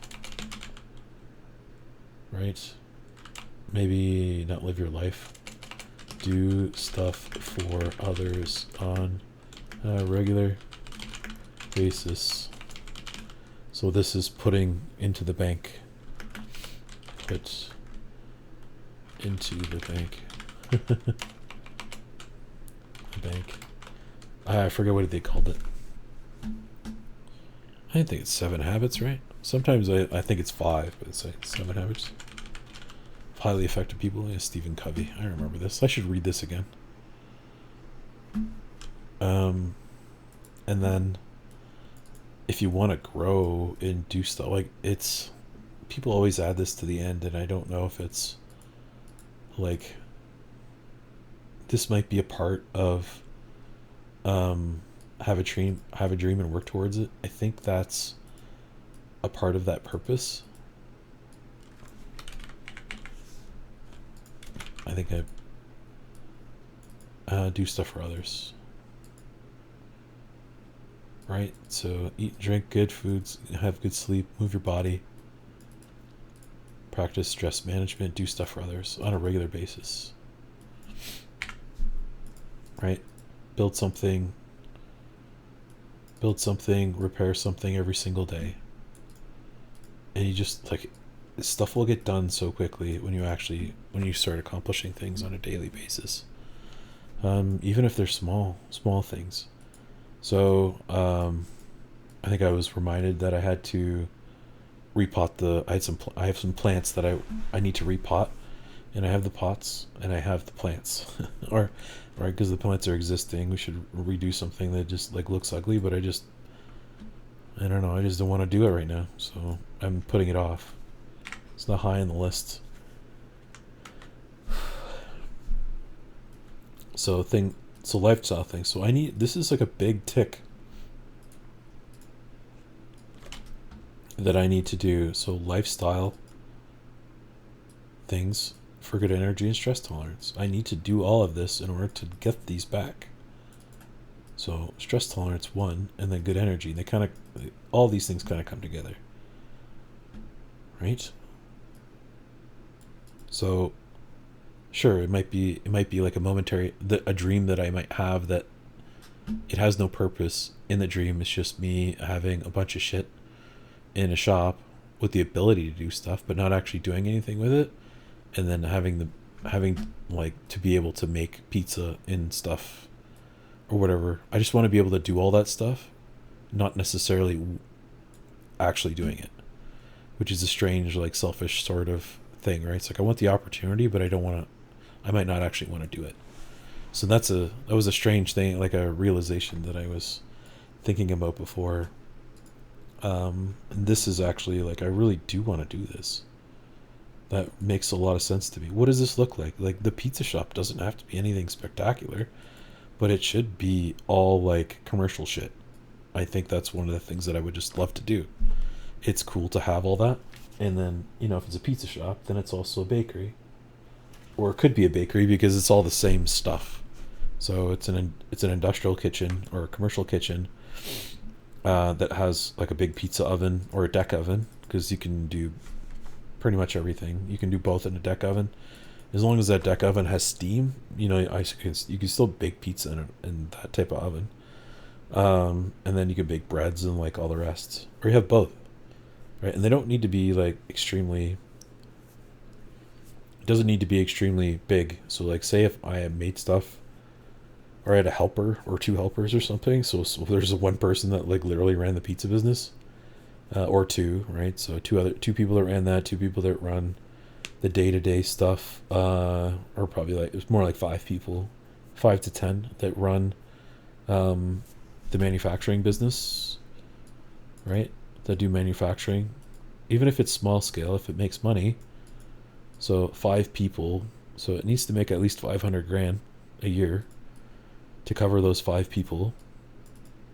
Is that I want to pay people for shit, like, I want them to make a good life, and I get everything in return. The opportunity, if I pay myself, so it has to make at least 600,000 in revenue, no, it's probably more than that. Probably like 7 a million would probably be better, but it's more, realistically a million would be better for manufacturing sales a year. And then for the pizza is probably could be around that too. It doesn't have to be though, like 200. So like I was saying, there's two people there, so 200,000, and then I don't need to pay myself for that one. I just want, if I want to go make pizza for 2 hours on a Friday night, then that's what I'll do. So you just hop in there, sling some pizzas for, a couple hours, or until my fingers hurt, or something else, right? But if I'm doing this, maybe I won't have that, stress tolerance and the energy. I'll have good energy, so then I can have a slice of pizza, and I can make some. So, make 20 or 30 pizzas, and then just like go home, or hang out with the people and do that. It would be fun to be like a mini celebrity in whatever community like I start this in, and that's kind of like how it is. It's like, oh, you do interesting things here. You got a lot of stuff. If you have all these things, people are going to want to have stuff made by you, like a job, almost like a job shop. But if they're busy doing production work, then there's room to grow another portion of the business. So it's like, okay, if this is being paid for and there's investment there, investable opportunity, like I don't need to have all the stuff there. Like there's fringe benefits for everything. They come in with this stuff, so it's like eventually what would be another side dream like for this? So I grow my own tomatoes and garlic and basil and all this, like all the ingredients. If it's slightly rural, like a rural location, maybe I can have an entire field of wheat to grow the flour. Like, is it in the right location to do that? Or like potatoes for fries or something. And then I get to like do all that stuff. So there's another avenue or a person to hire and to have fun with. Now it's self-sustaining. It's like, yeah, I grow all my own wheat. It's up in the back. I had just have somebody, harvest it with a combine or something. But I could walk out into the field or rent the field even. Rent it, plant it, harvest it. And then I have all my own flour. I don't know. That just sounds cool. It sounds neat. Or I can plant a bunch of different things. So like it's harvested all together and it's put into like a giant thing. Gone through, mixed all together. I don't know. That's just, there's so much other stuff there. So now that I've gone through this exercise and I know that I should be doing these things, and I have the knowledge. So if I have the knowledge that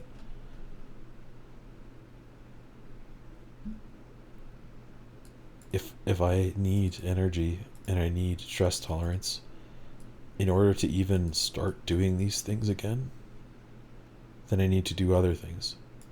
So going for a walk every day, even 5 minutes of like strength training, or do like 15 minutes, 3 sets of 10 or something. Like, how long is that going to take? So it's like a minute on, minute off for 3 sets. So 6, 6, 12, 18 minutes. So it's 20 minutes to do a workout. I could probably get it done in, 20 minutes. Because if it's 5, like a set of 5. So I remember it's like 20 minutes of cardio, days off. Or the walking, 20-minute walk. But it was more like walking and then sprinting and then walking and then sprinting and then walking and then sprinting. So it was still training. Like what I did before. And then lifting days were lifting, like actual lifting. So I think there was 5 to 6 different movements and 3 sets of each. And I think there was 4 sets on some of them, depending on the goals that we were working with. And it took 3 months in order to get to that point. So there was like, some of them were just like stair stepping, and then like higher stair stepping. So getting my knees stronger, all that stuff. I have to go through all that again. Right? So how do I get more energy and stress tolerance? I have to change my diet. I have to start sleeping. I have to start going to bed early. Which means I have to be tired at 10. Which means I might have to stay up for like an all-nighter. I don't want to do that. It takes me a couple days to recover from those. So getting up early with less sleep and then being tired is probably the best idea. So I could go to bed. Go to bed early.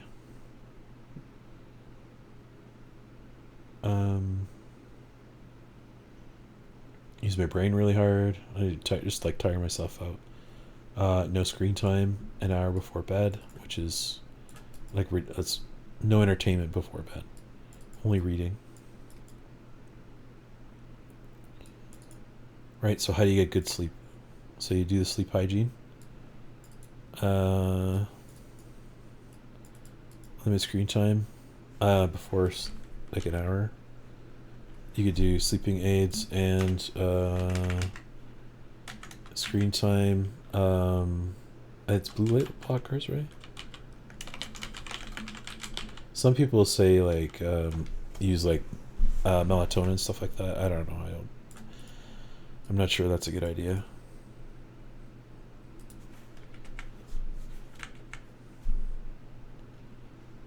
Right. So this is handling the stress. Is all this stuff down here. So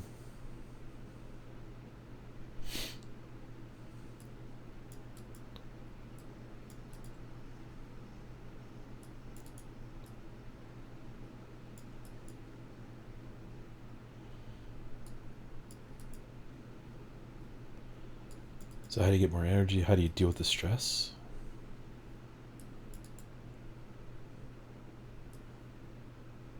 So stress management maybe is just this one. So not how do I deal with the stress?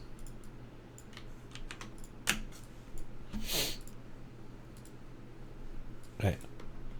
That was not the right one I wanted to do. Stress management.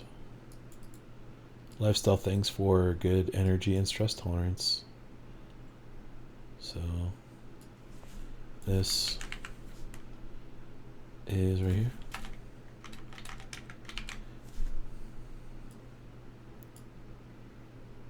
Lifestyle changes. Short answer.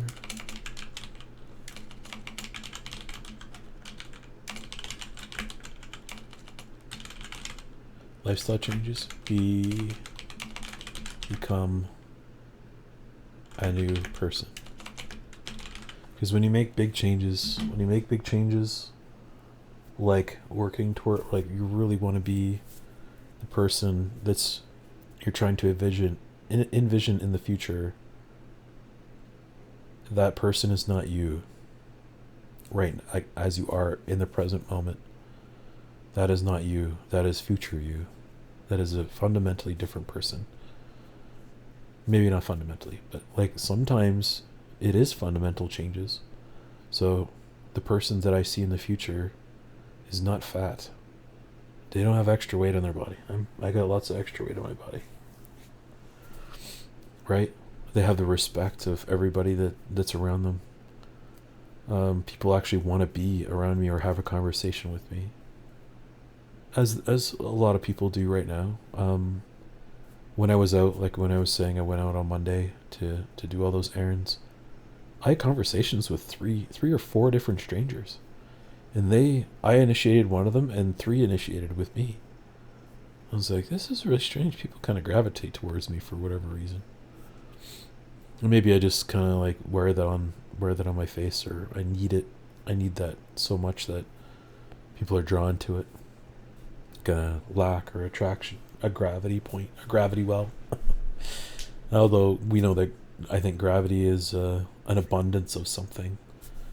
So maybe they know that's like I've had so much of that type of interaction that, they're attracted to that.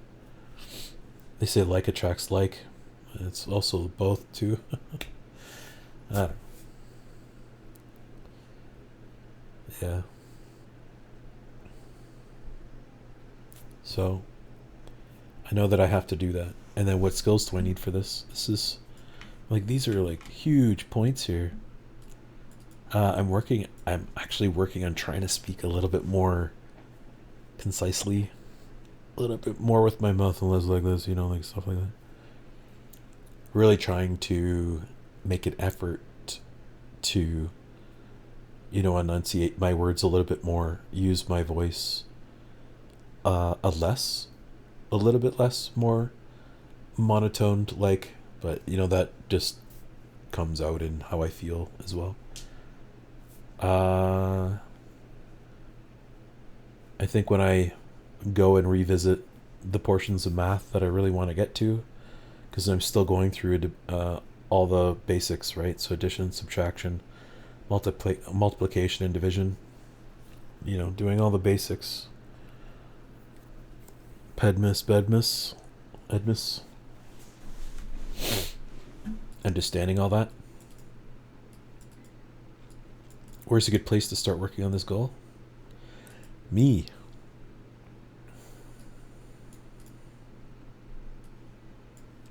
How do I get more energy and stress tolerance?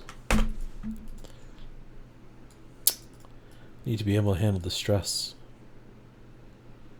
So that's me. So what's the next thing that I should do?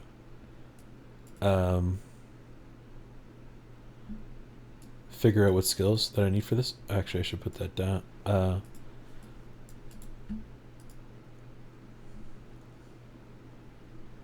Speaking more clearly, being more presentable, having a powerful voice is learning how to use the voice, and convincing is convincing, but it's also my mannerisms, like not being dopey about things, being sure about what I'm talking about. So that's confidence, having confidence in myself to know that what I'm talking about is mostly correct or is correct.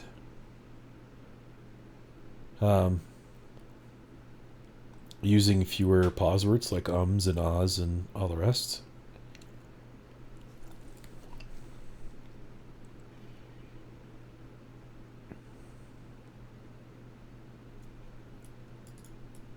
Wow, it's a lot of stuff to work on.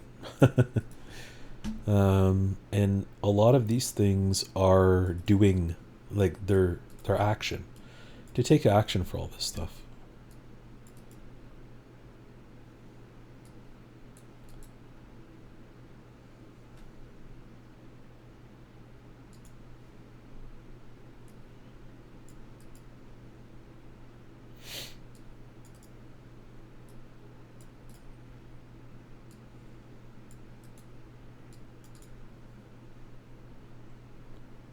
Do stuff for others, put some goodness into the world. Flex the emotional muscle. It's like, that's putting in the work, essentially. You gotta put in the work. Give yourself a grace. What's this here? And get really good sleep.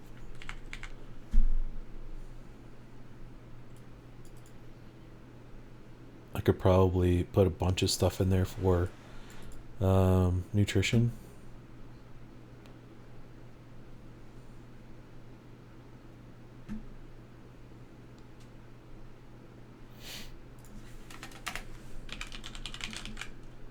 Let's do that really quick. Nutrition.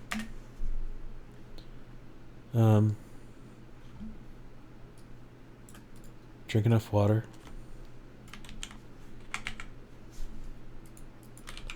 So drink enough water.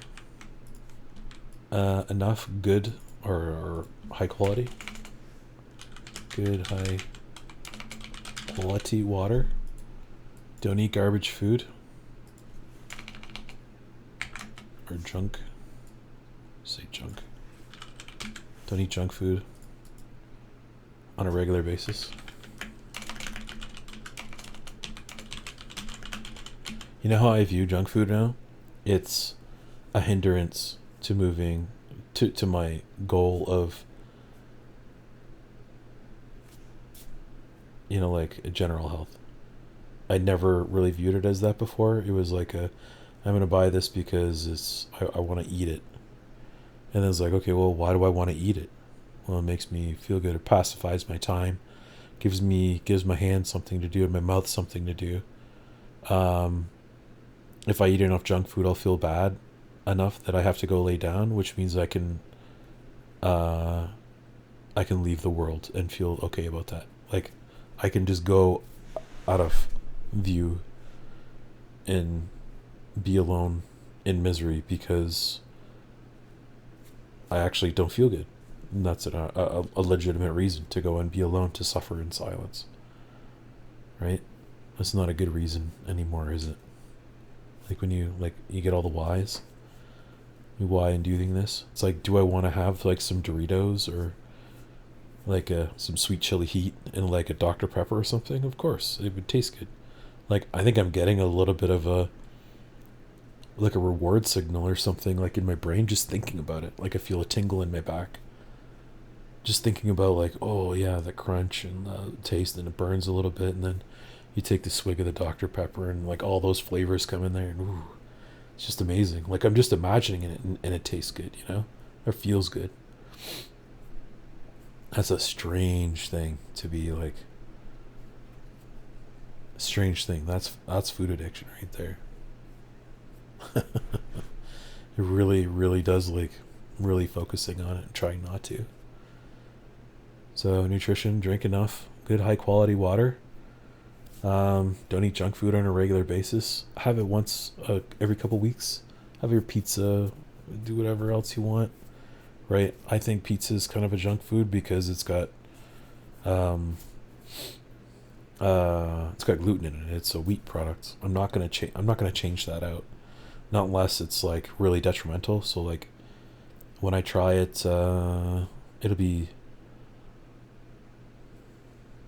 next. It would be next weekend.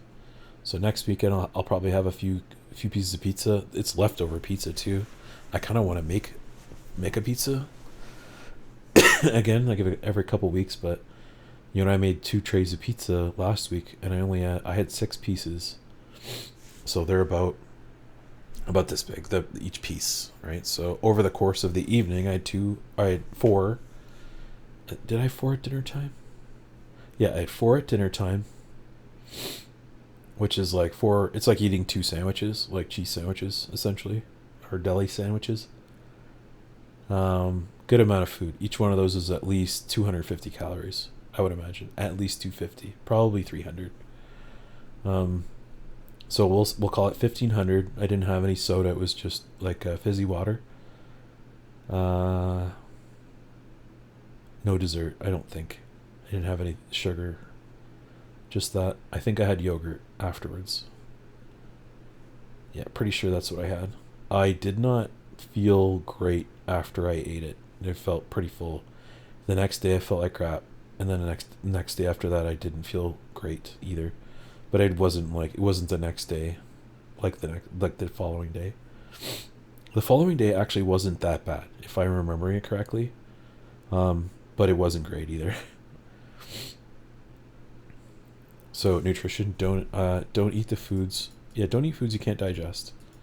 That's a pretty one. So don't eat any of that stuff. So if you're not good with like vegetables and FODMAPs and like nightshades and like all that shit, like if it hurts you, don't eat it, like, or at least don't eat it for the time being. You try and introduce your foods every once in a while, see if it still hurts you. If you're lactose intolerant, stop drinking milk. Right? Junk food is everything that basically comes in a box, or that has a nutrition label on it. Try any whole food. Eat whole foods. Eat single item whole food based meals.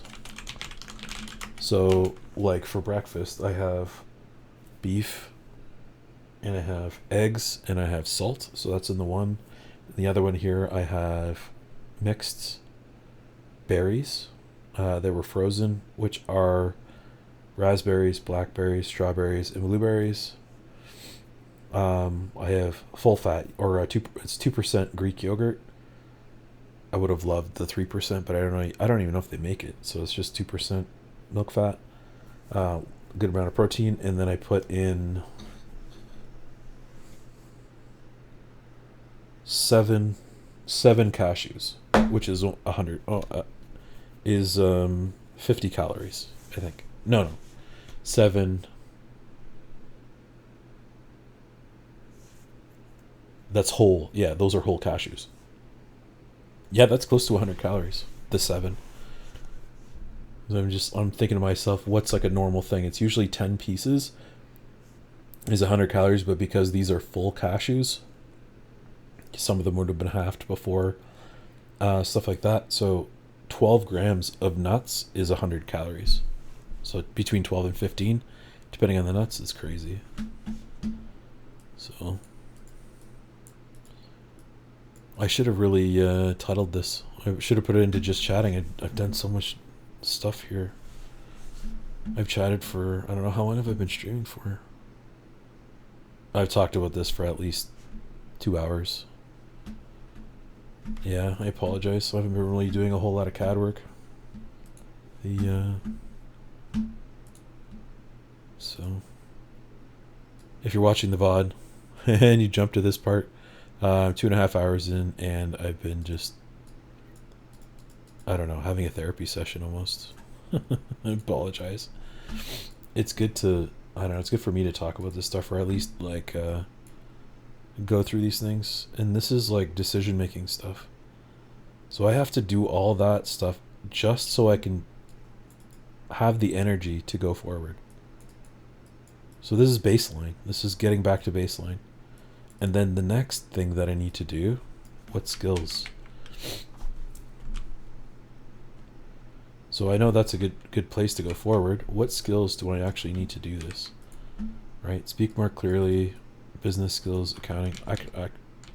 Let's leave this at the top because it's good. Where's a good place to start?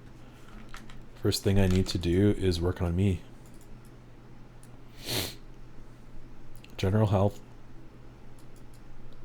So I have the energy to do stuff. I have to get my mind in the right place so I can have clear thoughts and not make bad decisions. I need to be able to have perseverance and struggle. I need to be able to persevere and struggle through whatever I'm working on, because they generally have to be done. Whatever points that I'm working at, this causes stress, and I need to have the ability to handle and deal with stress. The ability to handle the stress in the moment, ability to handle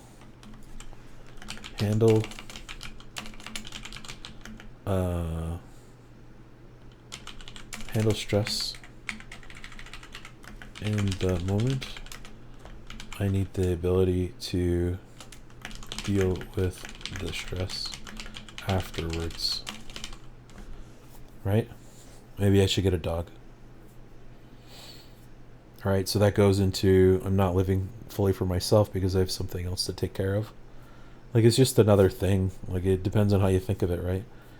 But if it's like another living thing that actually gives a crap about you, you know, for their own reasons, it doesn't even have to be sentient the way we're sentient.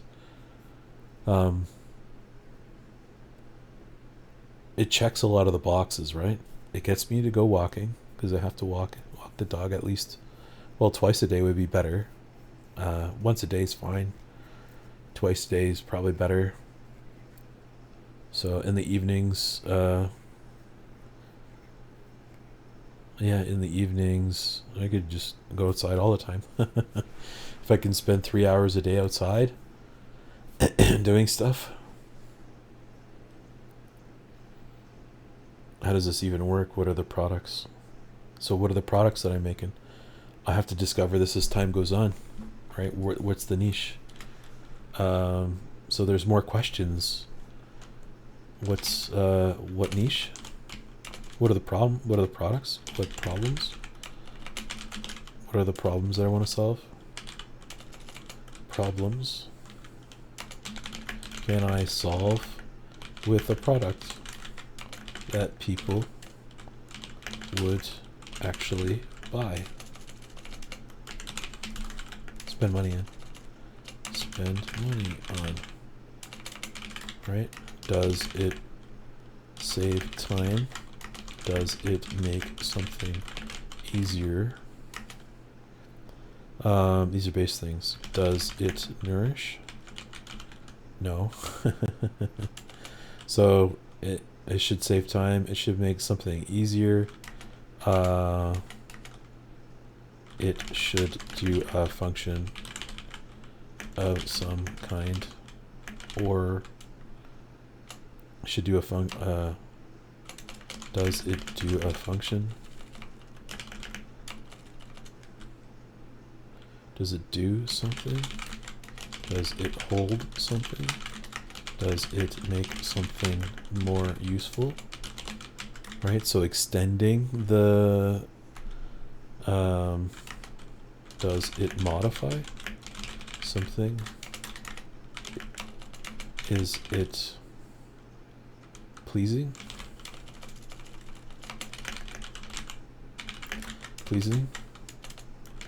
Or does it just look nice? So artwork, right? So there's like a bunch of, how does this even work?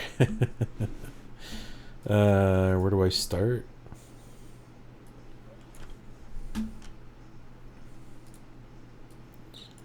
It should be, how does this even work? UI.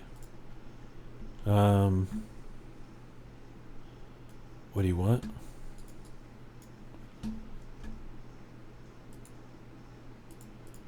UI. How are you going to get it? What do you want?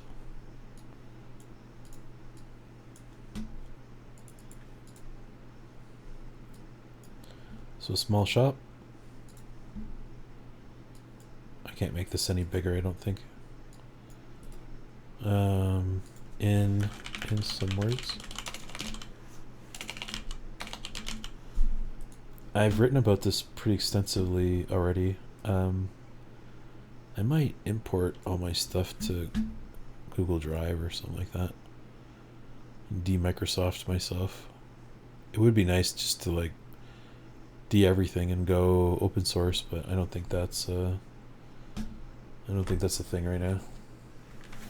So usually I would drink the juices out of this, but this Greek yogurt is so thick. It's so thick that I think the water will be nice, thinner, a thinner agent.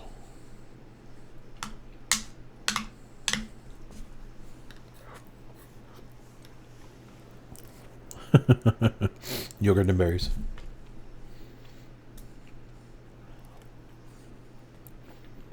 Oh, holy moly. This stuff's real sour. Got this all in my beard. My moustache.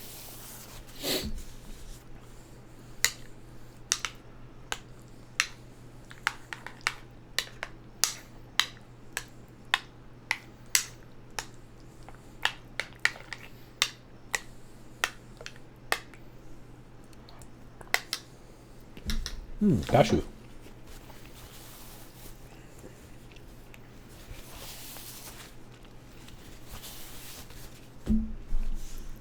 Oh. Oh. Some stuff on there.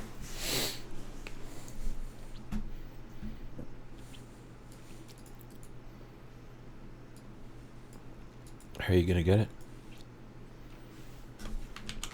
This needs to be down here.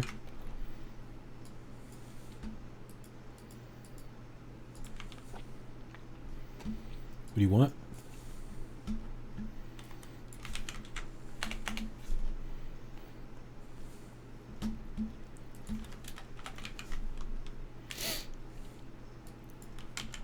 A small pizza shop, bakery, cafe. So that's like 250 grand worth of investment, maybe. I could probably do it for cheaper. I'll say pizza oven. I don't know, just call it a number, 20,000. Espresso machine, 20 to 25,000. All the accoutrement to set all that stuff up, so like plates, cups, saucers, like cleaning equipment, stuff like that, another 5 grand. Mixer, 20,000. Or like at least 5 or 10,000 anyways.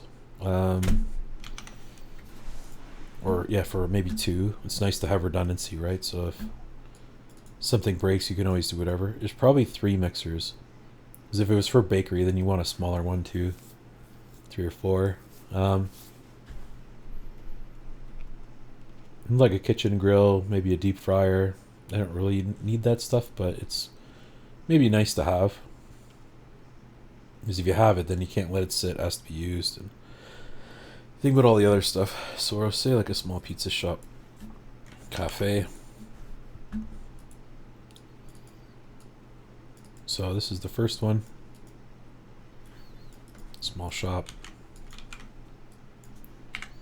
Tools. B. Small shop. Outcome in my own words.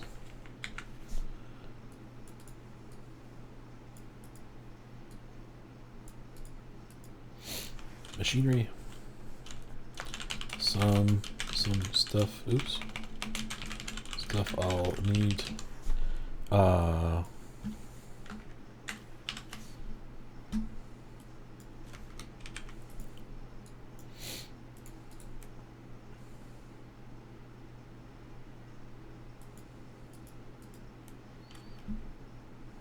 How are you gonna go? How are you going to get it? How are you going to get it? Be brutally honest about it. How does it even work? How does this even work? How does, let's get this more precise.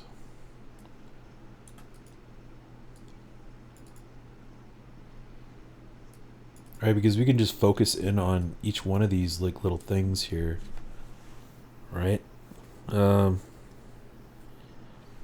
Each one of these like little things.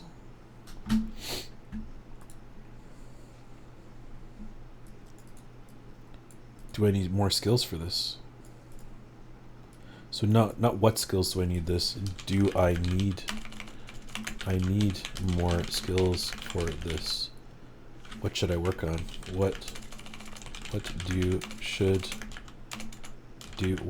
I need to work on? Right?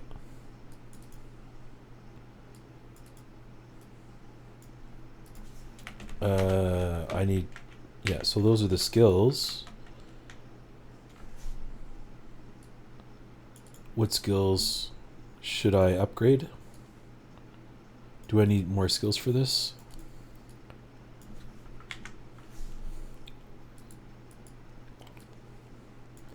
Is there stuff that I can work on right now?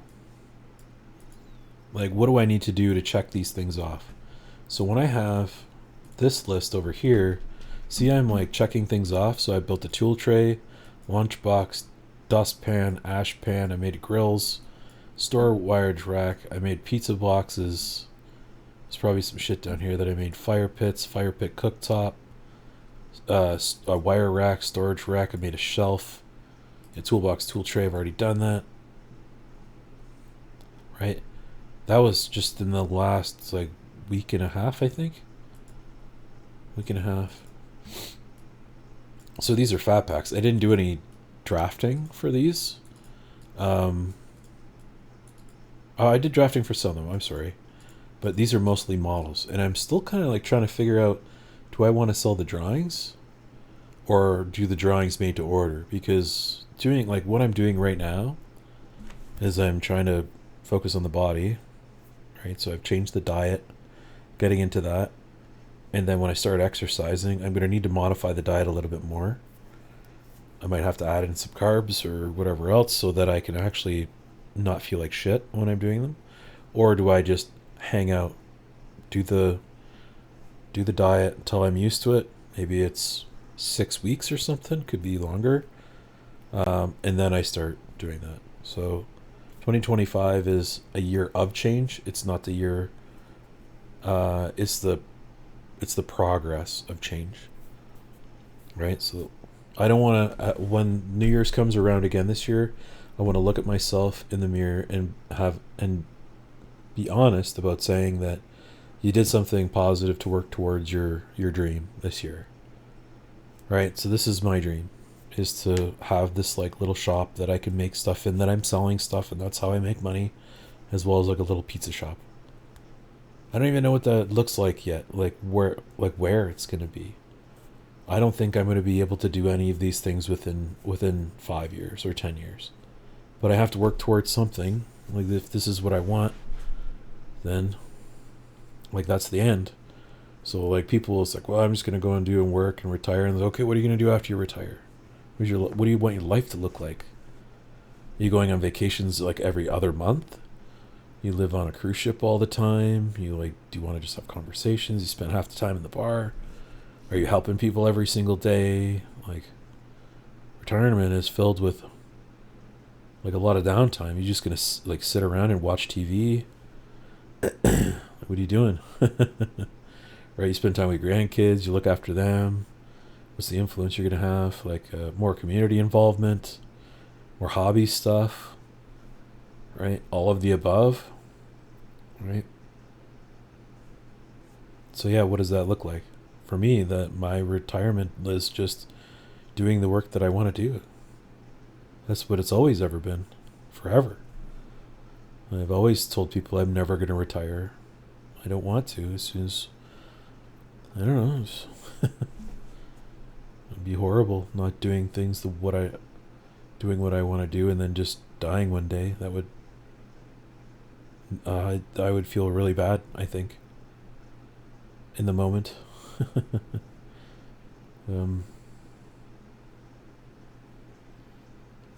Yeah. Where's a good place to start with this? Right?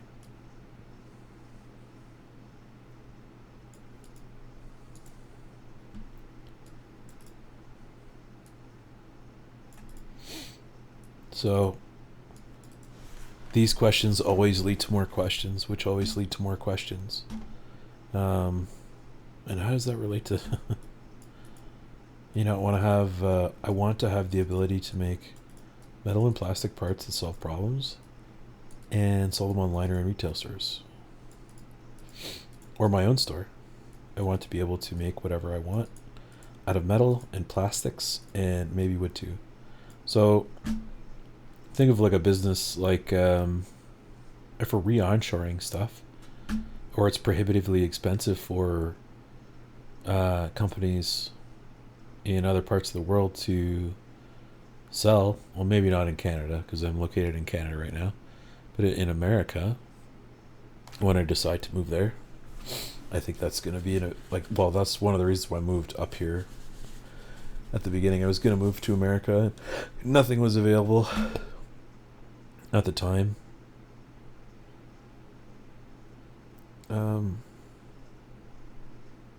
Yeah, I would have been house poor. Lonely and house poor. So, more house poor though. I want to have the ability to make, and then job shop. Make whatever you want out of metal and plastics, maybe wood too, but that wouldn't be a focus. So it's like that's the general idea. We can work on that a little bit more, saying that I want to be able to solve. Let's make that a little bit more. I would like the I want to be ready and have the resources to solve a problem by creating a product or performing a service for others. I think that's pretty like, I want to be able to have the resources to solve a problem by creating a product or performing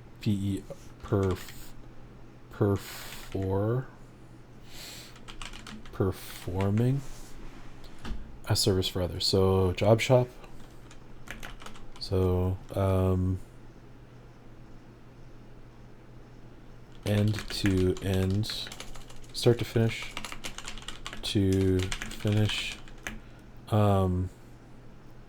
product development and job shop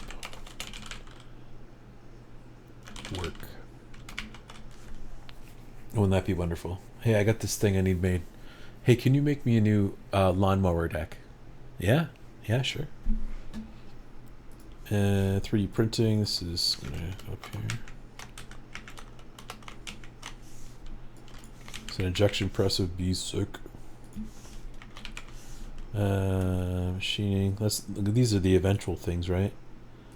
Sheet folder, sheet metal press, machining, tools and machinery, 3D printing, 3D scanning.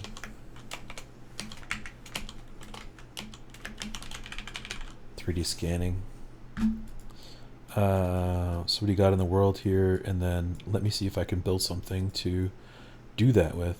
Wouldn't that be cool? That would be really cool for me.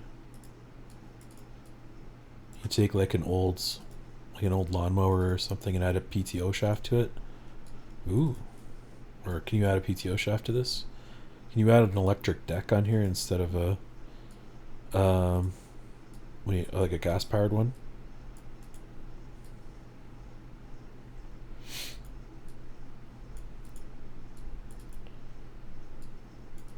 So yeah, picture that. 10 horse motor with an alternator. Electric drive. Battery and capacitor bank. Or something like that. Is that even possible?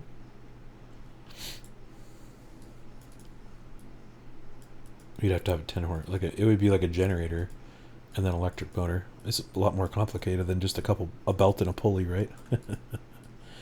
Although maybe it's just it would be a better experience. You put a Tesla coil on top of it and like a big thing on the barn, and then you'll have like wireless electricity. Wouldn't that be strange? How does this even work? See, this is a wrong idea. Pizza shop bakery. How do we get it done? So this is a big main thing here.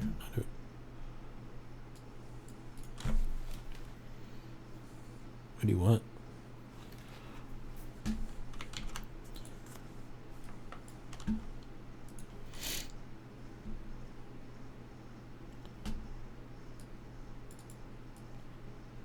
How does this even work? What are some other questions that need to be answered?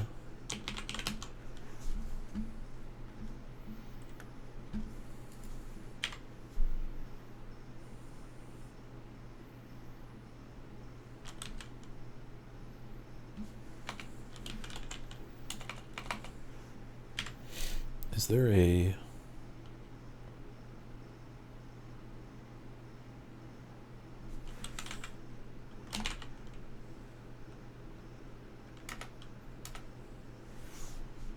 So clear the chat there. I can refresh this one and I'll just restart that. I don't feel like looking at it no more.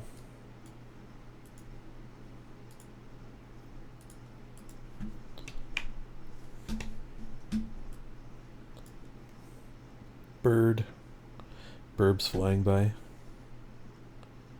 Burbs flying by. Burbs flying by. And a lot of the times I'll make lists like this just because I like thinking about the machinery. I like watching like laser cutters work and stuff like that. I like watching laser cutters cut out the stuff that I've designed even better. Maybe I can make my pizza shop stuff instead of buying it all. Just imagine that. I bet you I could. That would be fantastic. Fantastic. Wouldn't it? I think it would be pretty cool. Anyways, let's get back to this here. I was trying to unscrew everything that I did here. I think I'm just gonna leave this, even though it's not perfect. So just update that flat pattern and turn the joints off. In the wood and the handles and stuff. Let's take a look at the grill top here. It doesn't like what I've done here.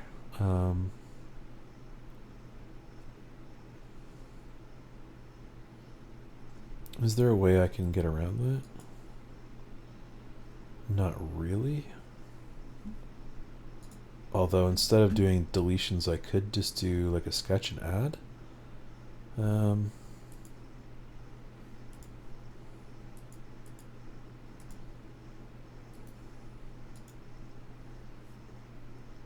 Cancel. Edit feature, which is, it's these little guys here. Adding that to it, but I'm adding those individual pieces here. And then I put fillets on everything. I'll just leave it. It's working from cached stuff, but or I think that's what it is. Let's review the warning. Reference, face reference is lost using cached. One face missing. So edit feature. This, okay.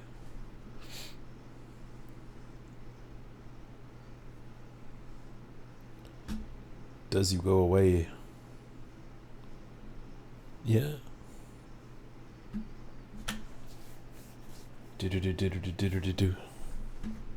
I'm gonna turn on some more music now that I've had my Tony Robbins session here. You just got me thinking about it. It's like, hey, I have all these. I have all my own stuff that I can do here.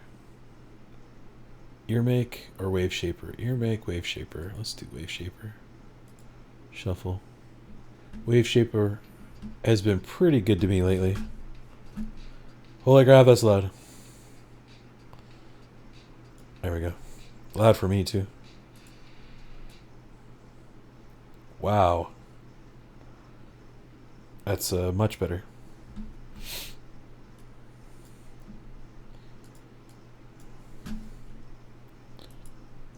Wave shaper. Do I have oh, I could put this back to this and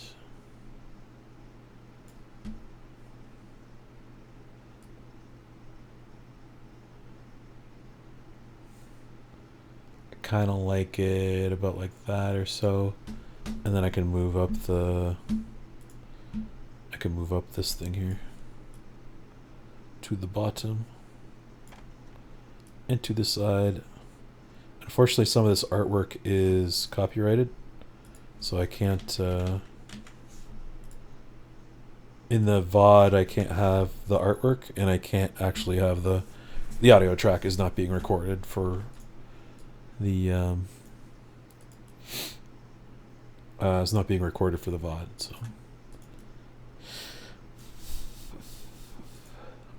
so no artwork, just the words. Just wanted to throw that up there so you guys can get your stuff. This is still broken. Like I was saying, this isn't the best way to do this as far as the continuity is concerned. And even like, what are these things here? What did I get rid of?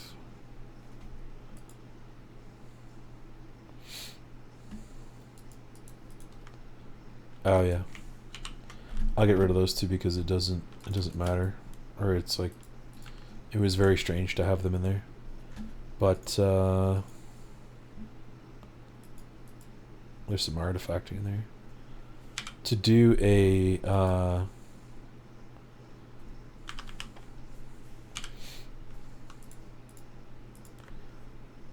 so this is like that line there. How can I like take this out without using using like a delete sort of idea?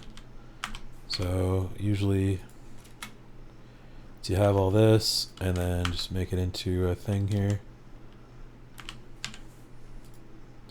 And I guess you could,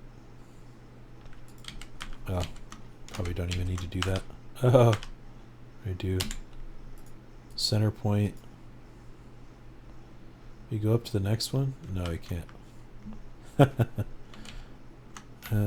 Why? I'll just go like this, that's fine. Have the one. Right. So because these are referenced, you don't have to delete them.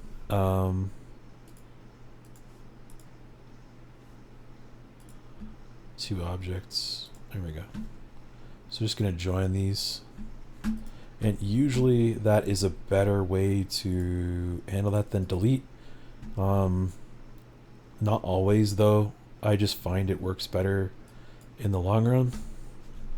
It's I've had less errors happen with it as time goes on. That's just my how I think about it. So yeah, so there's that. Save this. So errors in one or more of the flat patterns, we just update that. That's gonna go forward. So grill top, go back to the main. See where we are for all the rest of this stuff. It's the veggie top. That looks good. And flat top also looks good. Less stuff here. I don't know what that is. It's just kind of chilling out. Hanging out there for whatever reason. So I can move these around. I forgot the reason why I wanted to do this. Oh, it was crap. Actually forget here.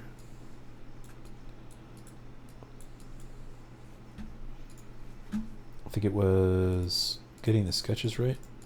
Actually forgot what I was doing. Oh yeah. I'm gonna build a like a thing that goes on top of this that holds this piece.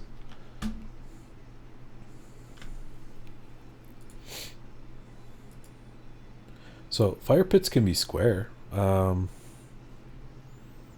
They can be round if you want. I'm just going to use the one that's here.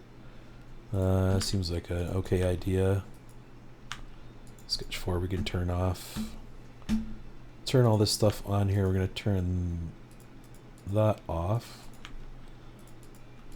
We're going to use that as the top. Turn off that sketch. And then yeah. I'm going to move all this stuff over here, so it's going to recompute everything. Every time I do that, it's going to be a giant pain. Excuse me.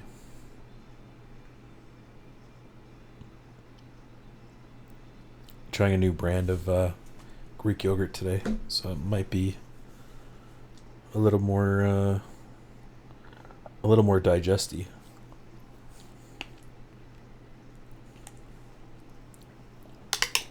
Oh man, it's so like proteiny. If that makes sense.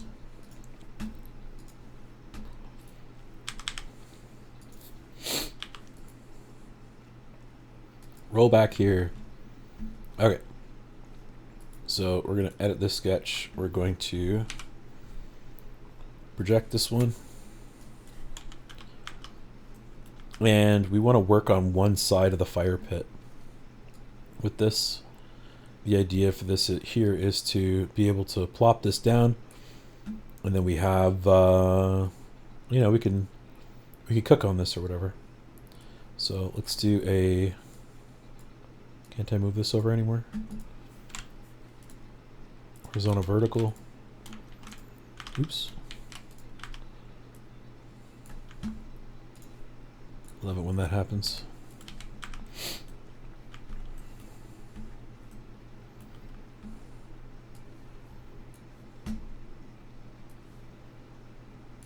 Throw this in a position. We'll do symmetry if we can.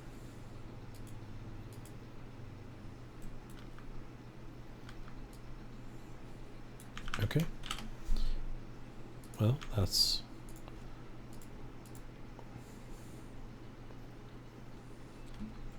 There's no constraints on here, is there?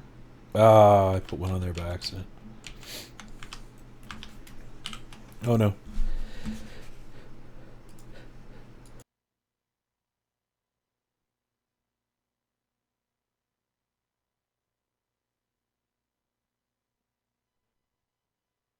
Man, oh man, good thing I muted you all for that one. I think I have a compressor or a noise gate on here or something. A noise gate, and I always get that wrong. Difference between a noise gate. What is a noise gate? What is an audio compressor? Range of signals, dynamic range. Lowers the volume of loud sounds and boosts quieter ones. Oh, okay. Yeah, that's what I meant. Yeah, so I thought I had a compressor on here. Properties. No, filters. My noise gate is off and my compressor is off, but my gain and my limiter are on. So I do have a limiter. So it brings up my volume to an acceptable level and then clamps that at like -5, I think. Woo! Yeah. Or is it 4? Looks like it's just above 5. And they're pretty much there all the time. So we're gonna P on that, and then we're gonna P on this one. There we go. That just sounds awful. And I'm gonna bring this in I'm gonna bring this in a little bit so that it's within the size of this. Let's try 24. It's 22. And then it's 22 is still pretty big, and then we'll do 10, which will make the griddle 12. And that's still pretty big, like for the size of this. So 22 by whatever. Actually, we could do it right here, like right in the middle. But there's fire over this, so I kind of want it off to the one side a little bit. But I didn't like want it off fully. But I'm just making like a ring to like stand into this. This is technically the thing that this other thing sits on. So 22, it's 24 inches by something else. So like this is the hole that it sits in, or sits on top of. Yeah. So the outside of this is even larger. So it's an inch all the way around. Maybe I should do that actually. Let's see here. 1. And I'll just, yeah. So if I put this thing on there, that's pretty big. So let's try 18. 22, 10 by 22. And if I want like a full range grill, so it's not gonna have the sides, it's only gonna have it in here. In which case, like having it wider would be better. So, but if it was like that, and everything is coming up from the middle, and then these are blocked off, like it has like a blocking ring or something.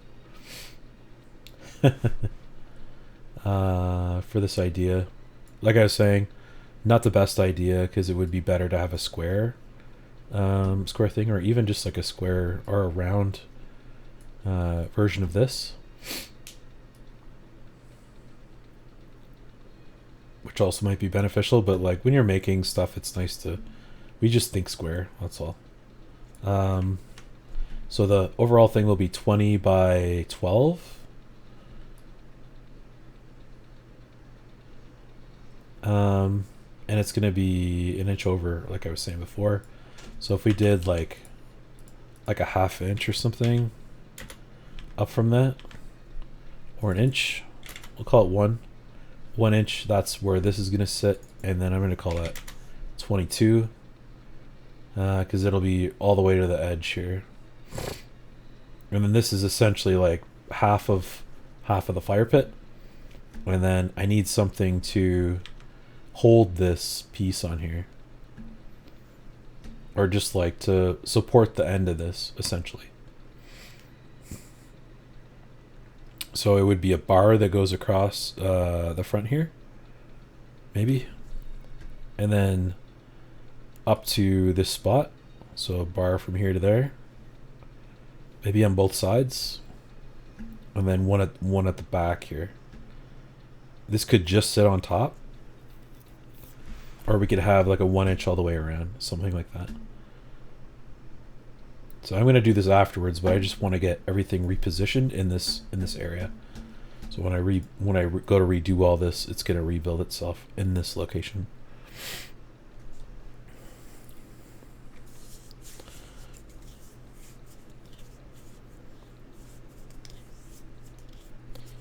I promise I'm going to do some sort of exercise today.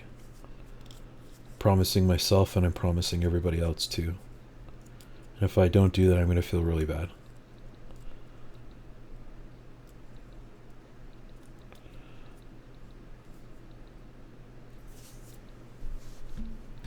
All right. So we got a bunch of stuff going on here. Usually, we got the grill, we got that. This area is sitting up here for whatever reason.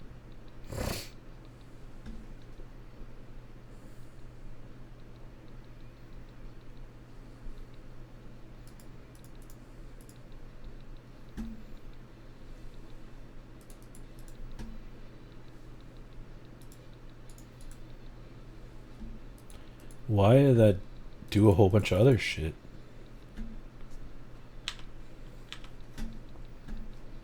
Grill top. Look at all that.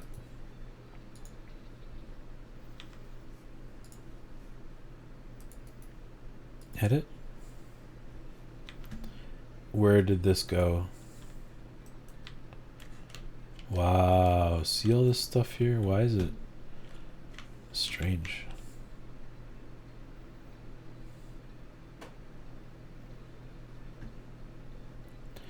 See what happens when you don't follow your own rules, the guidelines of doing things correctly, because they have consequences.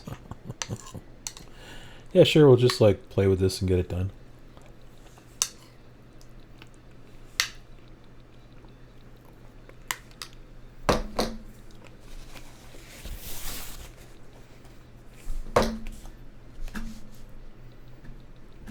So, one Control B and look what happened. Everything went back together. I'm going to save this and reload the program too. Or reload the cooktop here.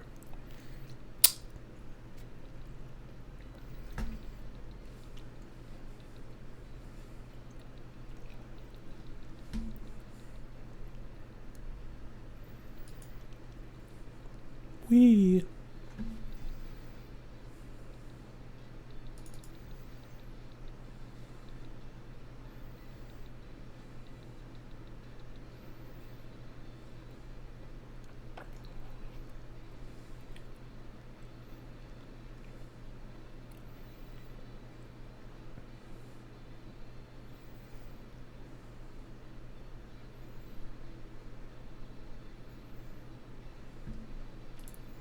So the cooktop here, the fire pit cooktop, looks like everything showed up okay. So we can turn off most of that stuff here. Sketch 10. Yeah, that seems all good. We'll turn on the flat top, and we're going to turn on the base for this here. So we'll just do fire ring, fire pit ring, standard.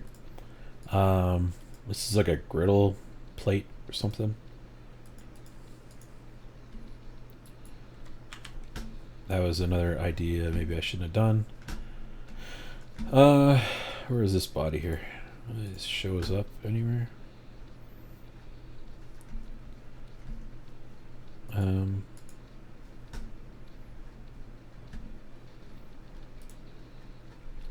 Oh.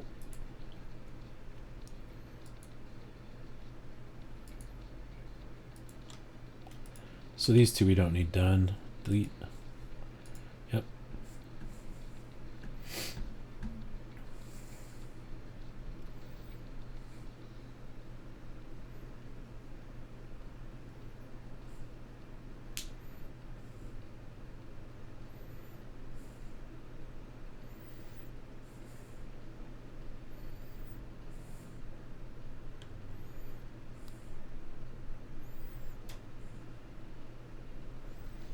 Alright.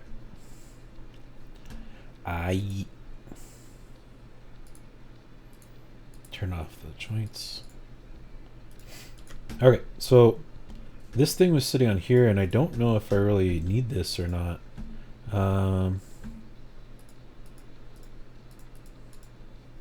So this would sit on top of there, the box, and the box is like kind of like a part of that. And one of the reasons why I wanted to do this was it just brings this up off the ground a little bit higher. It's only 14 inches on the ground, like off the ground. Like it's lower than a toilet, you know, like or a really low toilet. It's very low. So even sitting on here, and I changed this. This was is it 24 by 12? Yeah. So the idea behind this was it creates a just like a place to put the fire stuff. If you put this right down on top of it, then you don't gotta move it. So there's the idea there. So if I just create a situation where I can, I should be able to move this, right? Flat top. Yep. And you could just sit this right on top of the ring. So if your ring is smaller, and that's probably okay. For the most cooking, you're gonna get a little heat from here. If you just move it to here, right? That would probably work for the most part, like for most people. And if I was to overalls, so this is 24. If I make this 24, it'll make that 26 and hang over an inch more on each side. This is 10, that's 12.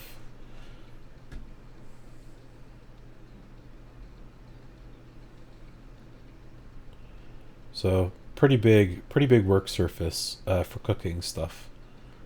So big that it's like self-supporting, and there's two handles on here, so that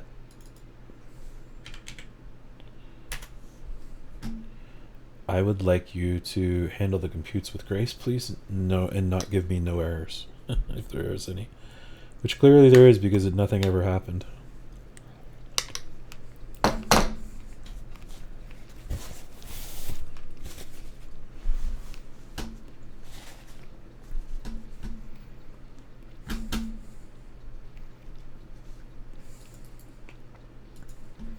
I want you to break the model, please.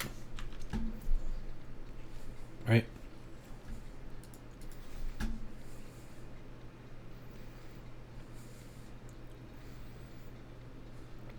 So hot would be in the back and in the center, like almost every other grill I've ever used.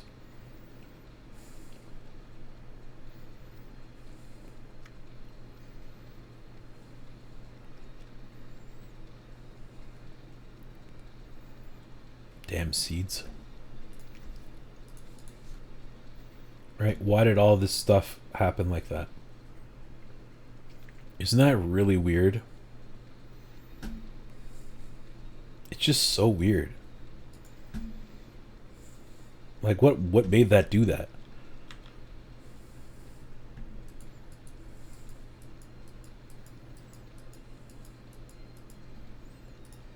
Like there's no draft in here.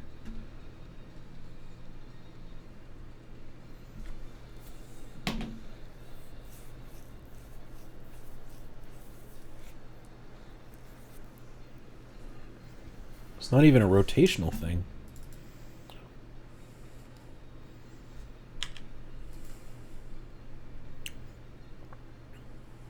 Roll back.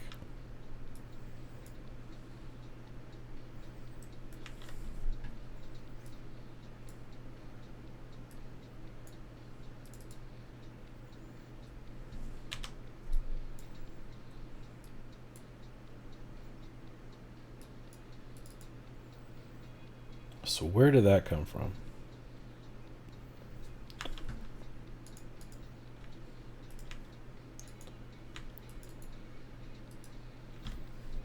And why was this out like that? Because this got screwed up.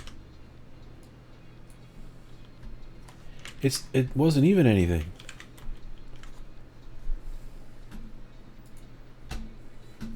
You know, if this happens like 15, 16 more times, I'm gonna get mad.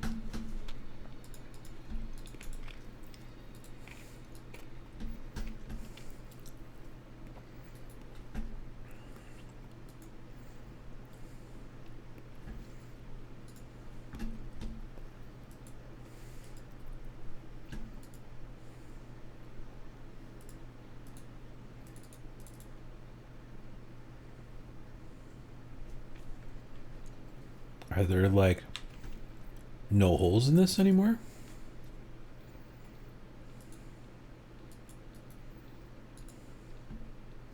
Okay, there's that one. Where are the holes?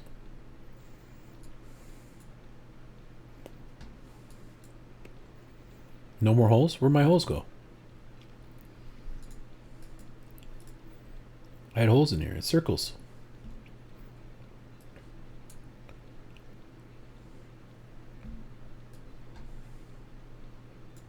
That makes no sense whatsoever.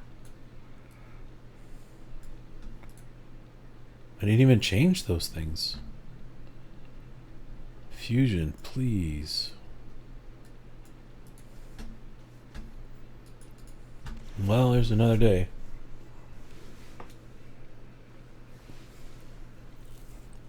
Beef.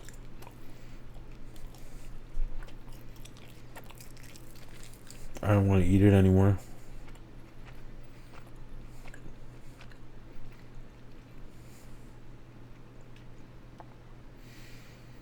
That means it's working, though. You're healing and growing.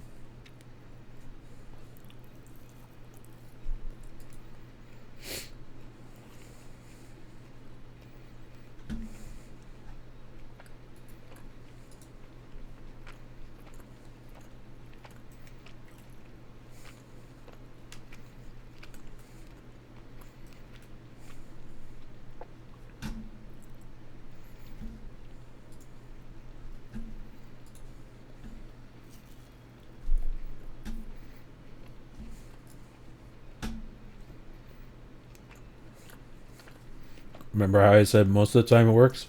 This is the one of the times where it doesn't.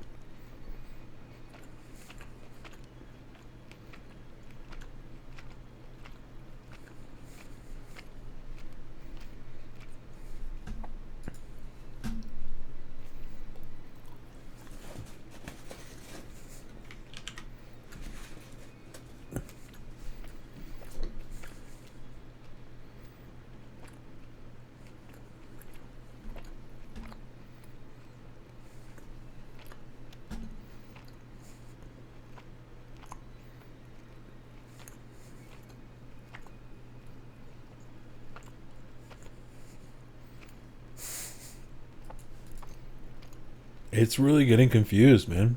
It's having a really hard time. See, and why is all this here now? Right? Why is all that extra shit here? Watch this. That shouldn't be happening.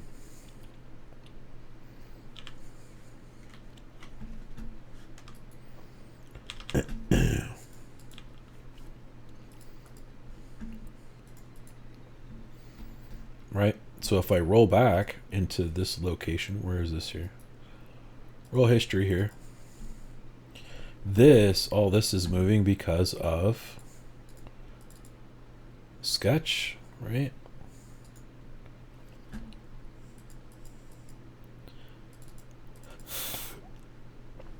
Why didn't all of that delete?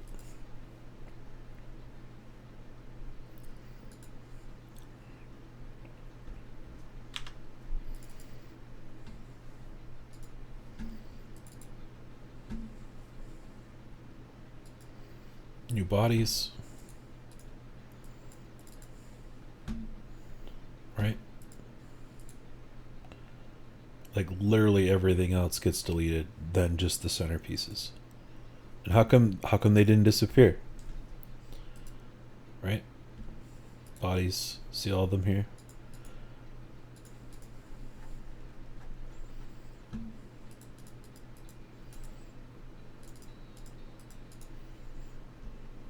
All these should be deleted. And that's based on like the length of everything, right? Because I shortened everything up here. So 31, 30.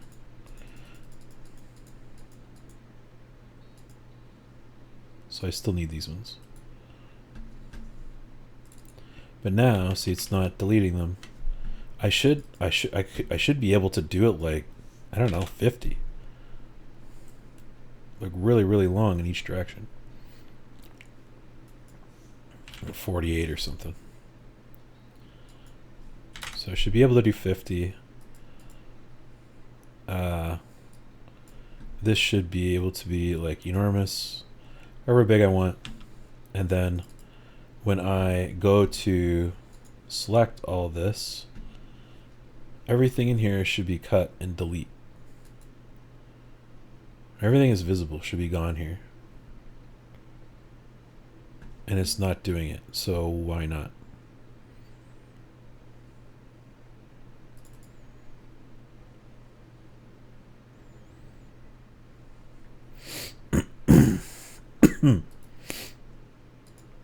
Like, this is actually a sufficient way to do this.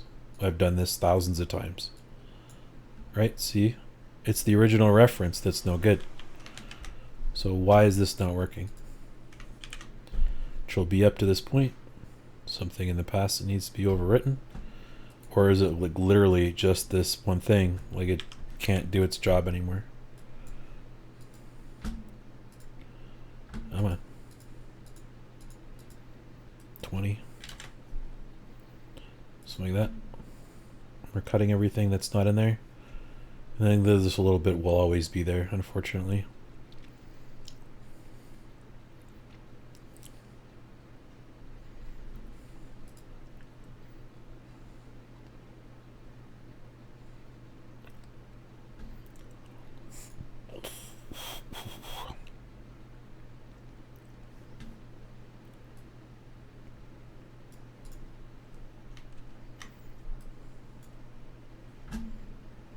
And now that I've done that, now that I've done this, it's extremely difficult to, so 1, 2,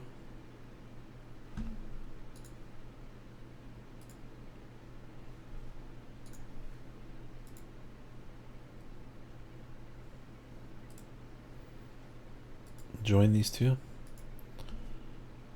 Right.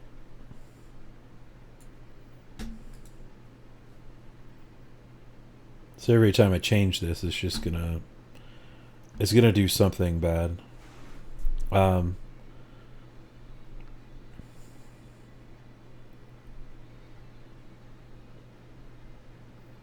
So the better idea of doing this would be to have these as cutting things instead of the other way around. So let's go back and redo that.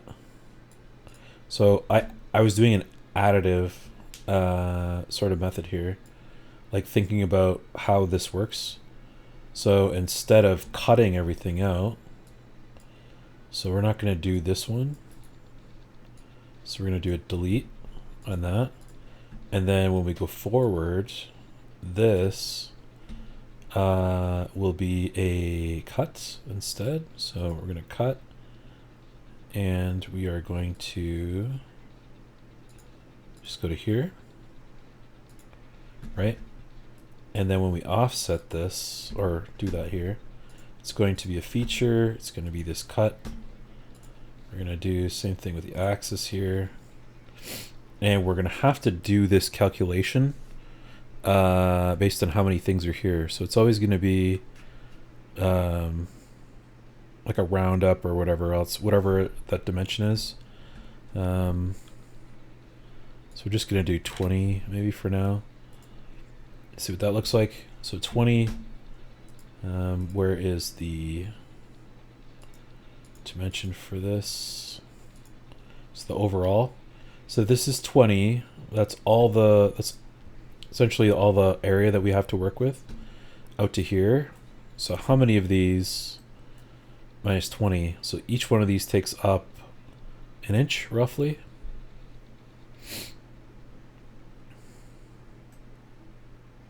Inch in each way, something like that. It should be 21 for this, I would imagine. 21, because it's a center idea and it's symmetrical, which that looks better. So here and here are equal. And should we have more of these, right? So it should be maybe the top and the bottom. So is there one more? And then one less of these. So it's kind of interesting, like when you look at not this one but the next one, right? And how many of these do we want? So this should be one more on this side here, and hopefully it's on the other. So 22 it is, right? So it should just be like this divided by 2. But it's like I forgot how to do that here. In Fusion, want to get a quantity from a dimension. I think I have to divide by like 1 millimeter or something. Dimension. How like 24 inches divided by 2 is equal to 12 pieces.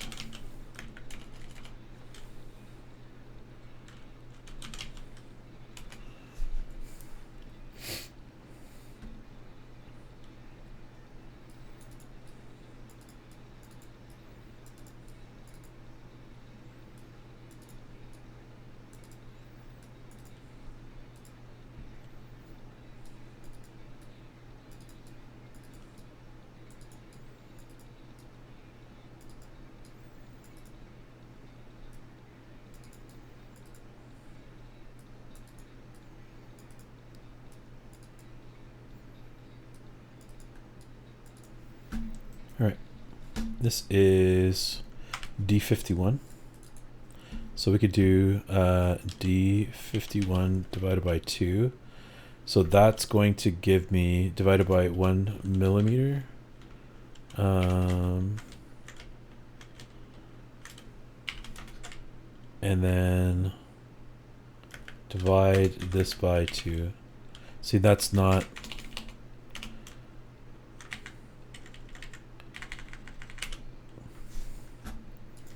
I want it to be unitless, or a quantity that I can use in the pattern feature.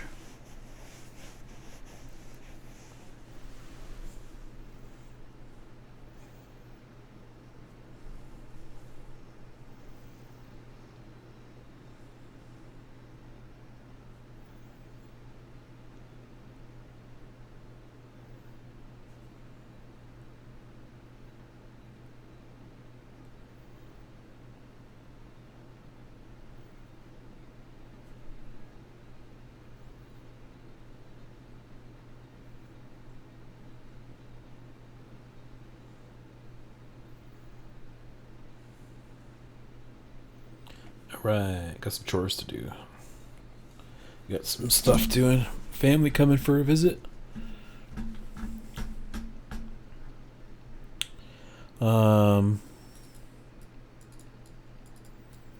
Has to be unitless parameter. Boo. How does the conversion happen?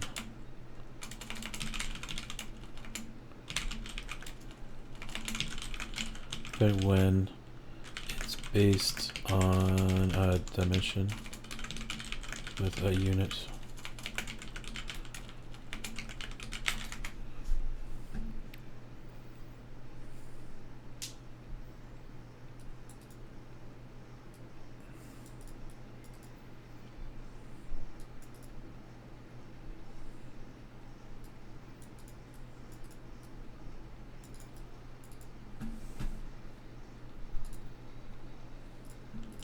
So we did, it says to actually do this in here. I don't think it's going to work.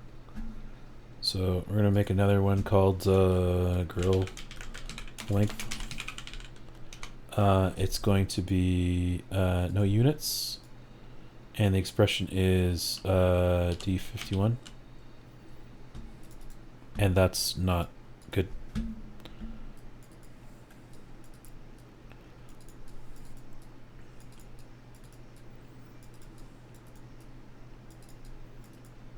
Oh, I get it. Divided by 1 inch. Gotcha.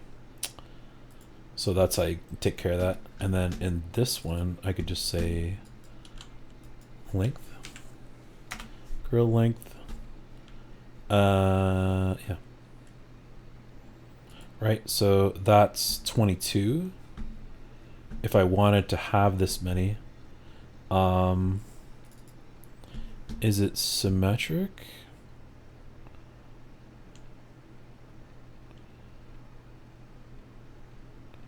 Grill length -1, -2. I think I actually wanted it like that, didn't I? 22. This is over a little bit too far, but where it'd always be -2.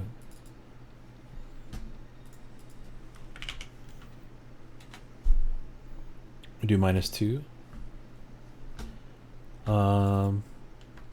And then for the bottom one, oops. Nope. We're gonna do 2 objects. That's gonna be a cut. We're gonna do the same thing again. Pattern, feature, cut. Axes is gonna be like that way. I don't know why it's backwards now, but symmetric. And I think this is gonna be -1. So do 1 and then 22 again. 1 inch. 22. That's not right. Oh, spacing. 1 inch. Right. So it's 1 less than the one side, and it eliminates the 2 versions of that. I suppose I could have done the 2. And that might have screwed something up here. I'm going to go back 1 just to see if we could have done that. Objects. Yeah, I think I wanted another one. Yeah, it's on the wrong side. That's why I had to do it that way. Okay. It's the little bit that's left over here in each corner that I didn't want. So, cool. And then if I went to like 30 or something for shitties and gigglies, these should be 15. Oh, I didn't do the bottom one yet. So this one is grill length. -2. There we go. All the time. 15. Yeah, sweet. So that's how you get something to be parametric. Or not just parametric, but also dynamic. Dynamic, I think, would be the more correct word. So should I have another thing up here and down here? I don't know. I don't think so.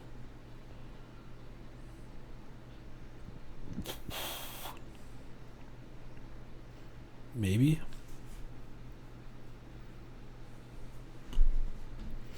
What does -1 do?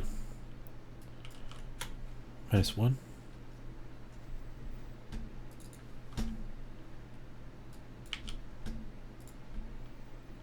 It seems to work out. Screw it, we'll leave it like that. That's a little bit better. So 24. Let's make that whole thing 26. Right, and then we can just plop that down there. Okay, so that problem solved. Update. Flat pattern. Go to the end. I should be able to do less catastrophes here. I have the 7 habits of highly effective people here somewhere. I think maybe I gave it away. Shit, I think I gave it away. I lent that book out a lot of times to people, so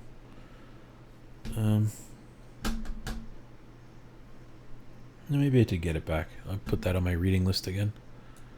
It's good to like restudy these things. Should do a lot more reading. Oh my goodness, what happened here?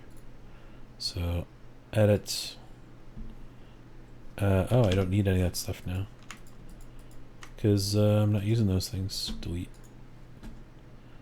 What is this thing?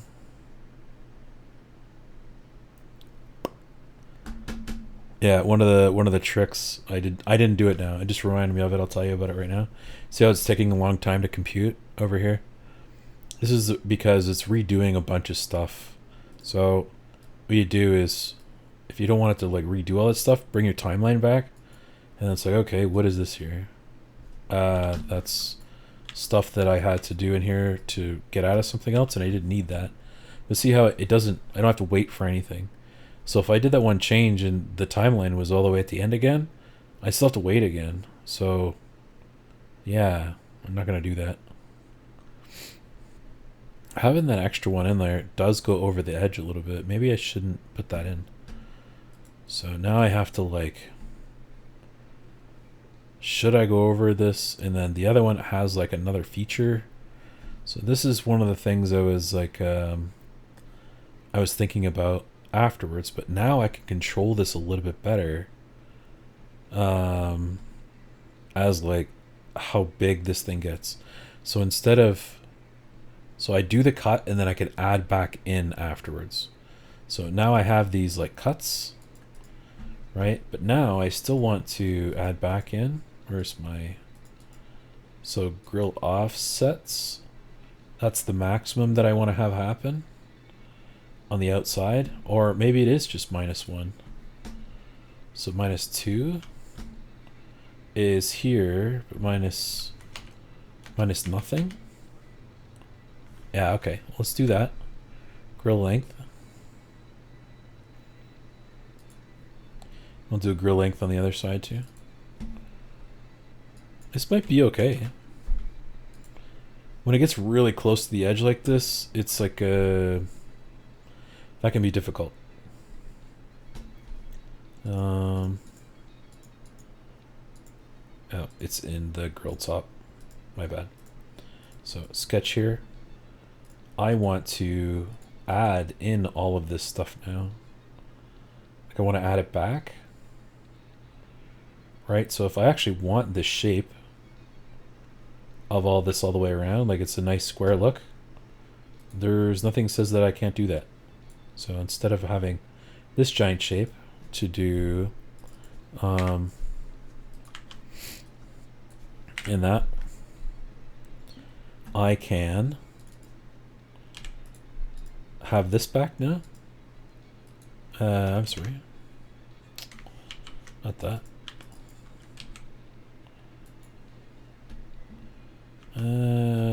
Why is that like that?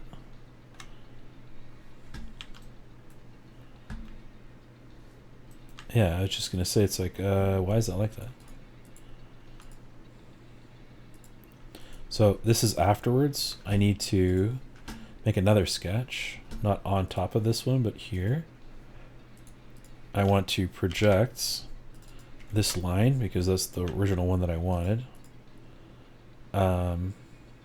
Right, so this one has all the other stuff, but that's the extent of what I wanted. And now, oops, projecting that line and this one and that one and this one, right? Is this a solid line? Let me turn off the bodies. This is not closed. It's not closed somewhere. So another cool trick. Where do you find where it's not closed? Oh, it's both not closed. So see how both sides of this is not good? So there's something up with the corners. So you can choose a corner. No, it's definitely that corner. Where's the other one done? Okay, that one's crappy. Is this one crappy? Yeah, that one is also crappy. So you see if I did two, it locks this one and this one here is good, but this one's over here is no good. So all these corners are crappy. So generally what I do when that happens is I just do a small offset because that's all I'm really looking for. Or it could just be like just one thing in the corner. Right? So we know that I know that that's not touching for whatever reason. So I could add to it, but I don't really want to do that. And it's because there is something wrong with the corner. Well, what I can do is like 0.875. Probably never going to have anything else that's like that. But this also gives me exactly what I want, and it's locked in. All I'm doing is creating something that I can extrude down. And this adds material back into the original. So this is kind of like, it's like an overbuild and cut, but it's in reverse. So it's like an overcut and rebuild, you know, like the other way around. So I'm going to add all this area back into it. It's going to leave me with the sliver there and a little half of that and a sliver here and a sliver here and a sliver like a so. We're going to see what that looks like. If we like it, we'll keep it. And if we don't like it, well, we can change what we're doing. So distance to here, this is going to be a join and two objects on the bottom. Just like that. All right. So now we have a few things to consider. Is that what we want everything to look like? It still looks, it looks nice, like all the way around. Let's see what it looks like if we -2. Right? If it's even affected, -1. So -1 would take this off, and it would take this side off. But we don't have any flat here. We don't have any flat on the other side. So let's try the -1. -1.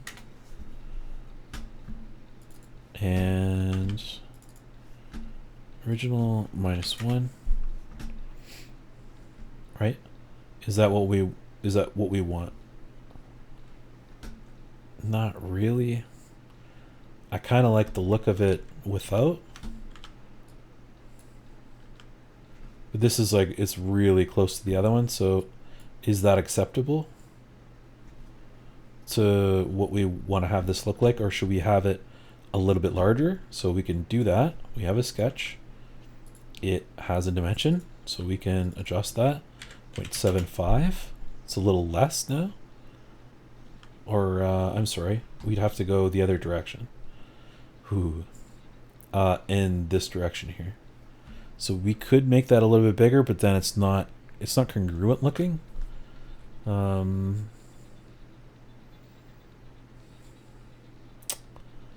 Let's see here.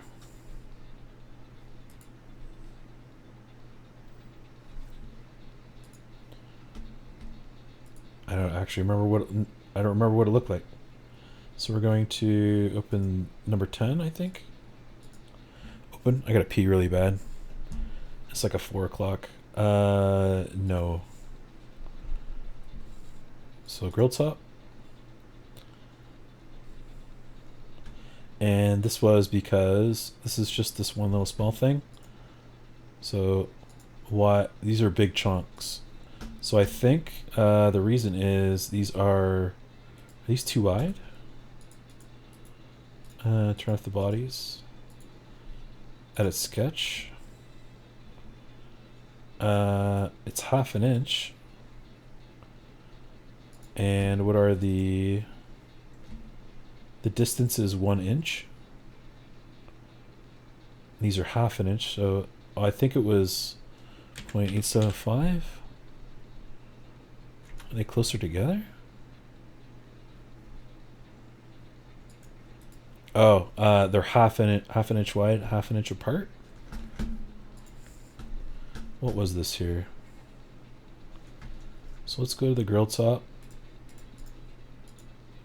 They look skinnier to me, so turn the body off. Show dimension. So they're 1/2 inch wide. Oh, it's because they're thinner, maybe. Yeah, this is still big, right? And I shrunk it down a lot. So this is down here somewhere. See when I like look at this. Oops. Don't move around. Yeah, so it's just because this is like quite a bit different.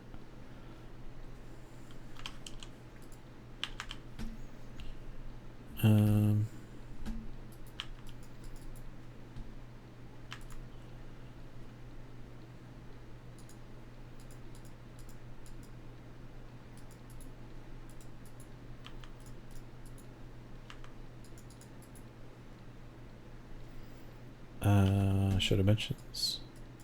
It's 28. 28 by 15. So 30 by 15, and this is like tiny. Pretty sure.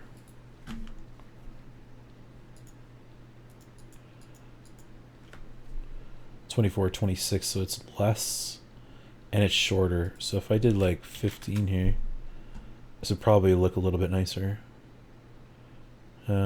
It shouldn't make it any like thicker. It does make it thinner. Or these are more pronounced here because they're more squiggle. Okay, we just change that a little bit then. No big deal. This should have its show dimension. We'll do this 4. See if that's a little bit nicer. Is that nicer looking for our bodies? This could also be grill length. I'm going to grill length on that one and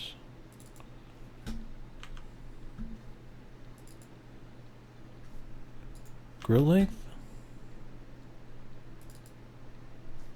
Oh, it's 1. Yeah.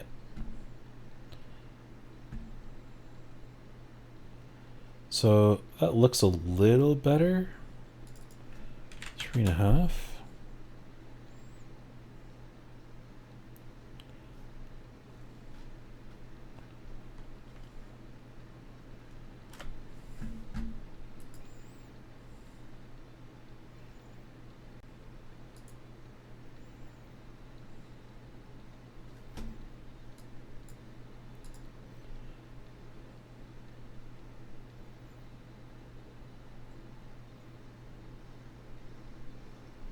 And then before I had this like little tiny thing out there, so pretty sure that's what it looked like before. Do we have the bodies?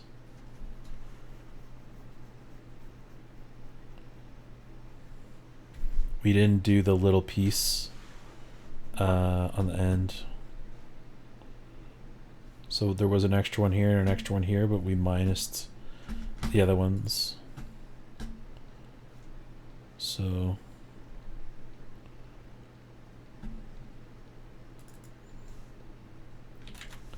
3.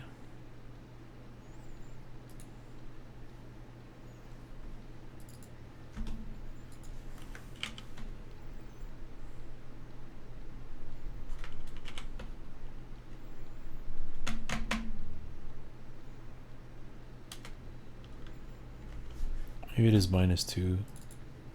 And we can adjust the curvature to -2. So 4, 5, 6. Right, so the more I do that, the closer like this sort of gets to each other.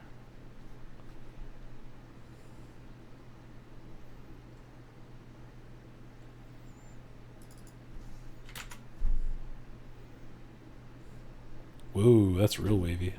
Starting to get funky. Ah, it's like messing with my eyeballs.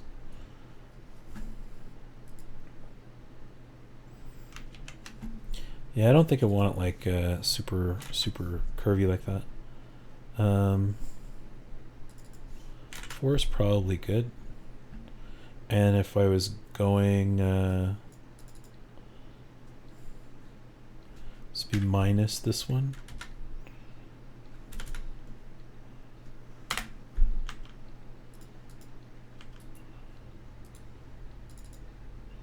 Minus. How come I can't do that?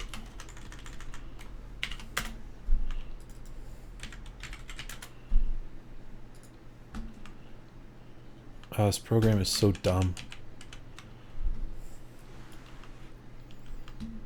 Like nothing's changed.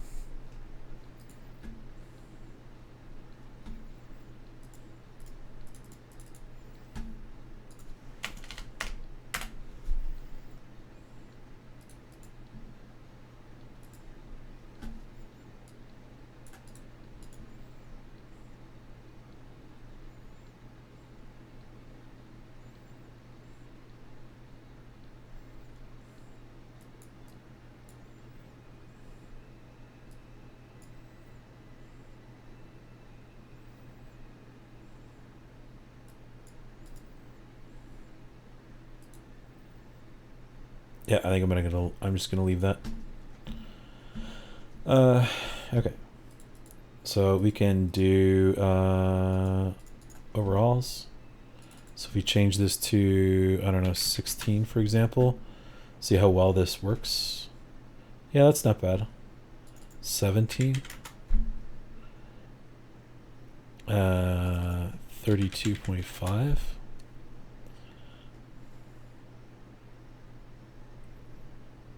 Ooh, so there's extra stuff here that we're getting into. But like for 26 or whatever it is, I think it's 24. It should work fine. 24, 28.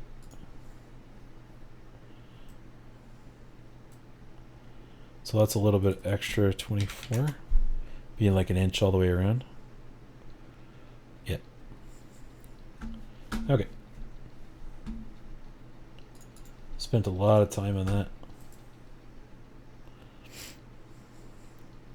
Hairs in the flat patterns. Yeah, I've been dicking around with all that.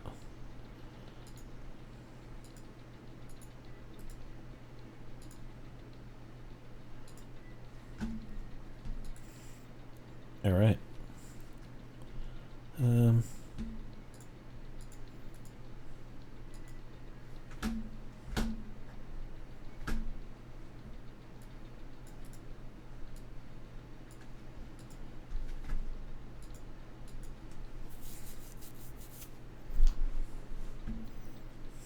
I got a little bit accomplished today. Worked on my plane a little bit more.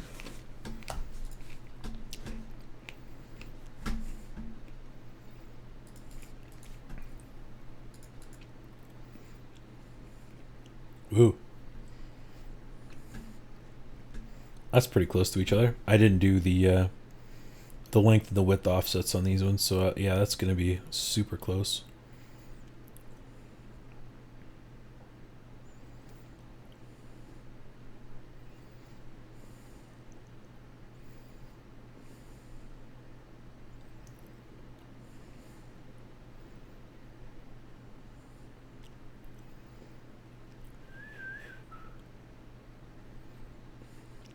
That's like a cool background. That's like the gradient and everything. Isn't that wild?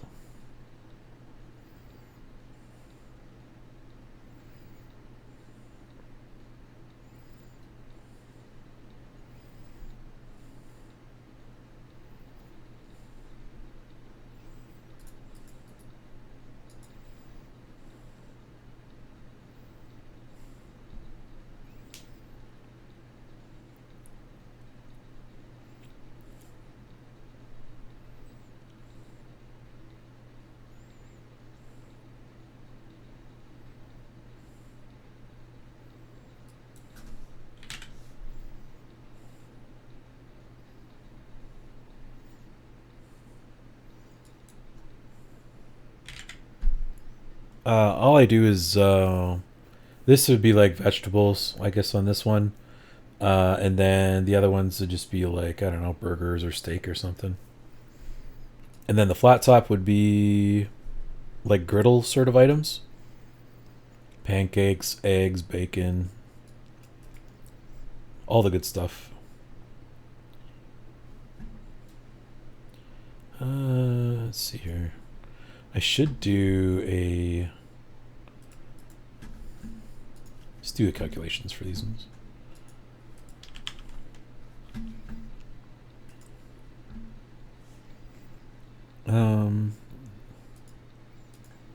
Let's see. Edits. So do I have two things? Oh, I do. 950 by 23. So 131, 132, right?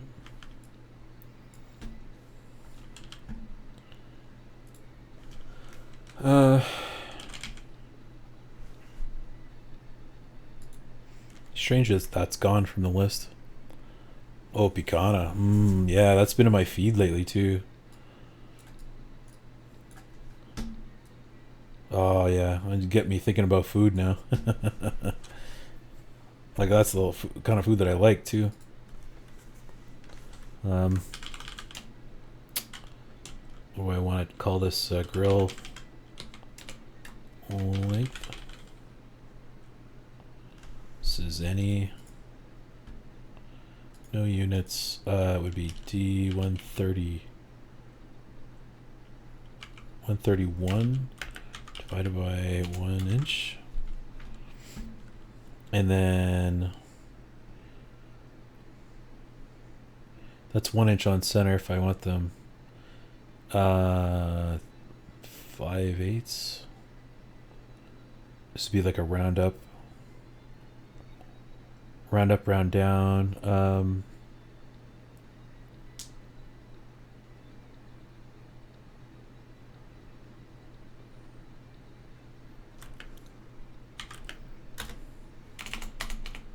I'll do by 1 inch right now. Can't I do this? No units? Sure, I know. Volume. Oh. Veggie. I already have grill length. Grill width.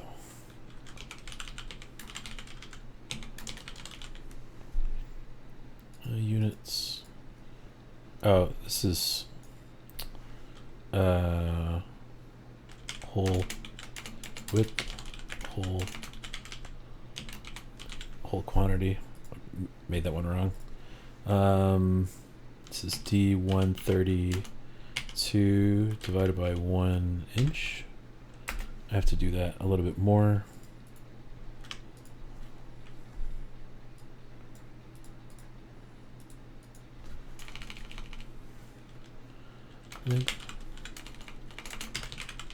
Whole quantity. As a Brazilian, it's my duty to defend picanha steak. Oh, absolutely. It's on my bucket list, actually. Definitely got to get down there and have some. Authentically, I suppose. Well, I have had it at... I was in Mexico... When was that? I was like... 2017... I forget. I was at a Brazilian steakhouse. I forget what it was called. I'd have to look it up. But I had everything that they had there, so I'm not sure. Yeah, it was a while ago. I know it's a chain. I'm pretty sure it's a chain, or like a limited chain, something like that.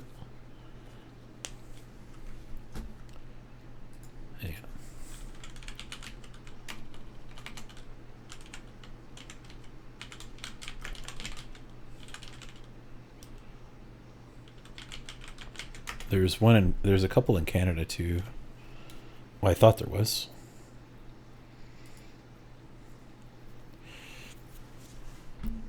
I want to say it was a person's name. But I might be remembering wrong.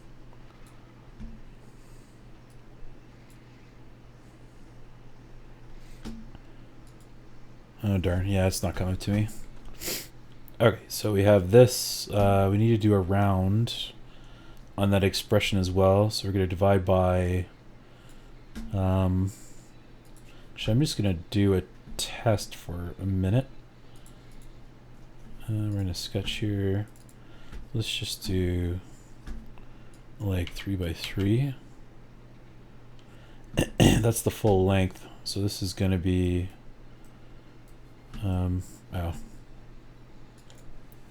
D131.625.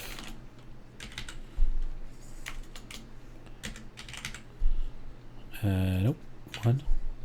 One is perfect. 1.25. Ooh, that looks right. 1.5. 1.5. Spacing. Yeah, 0.75. 0.65 I thought was a little too close. 0.75, okay. So we get rid of that.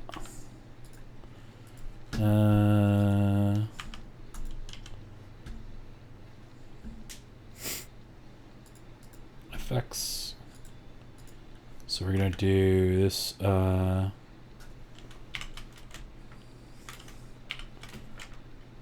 divide by 0.75. Actually, what we could do is veggie grill whole spacing 0.75.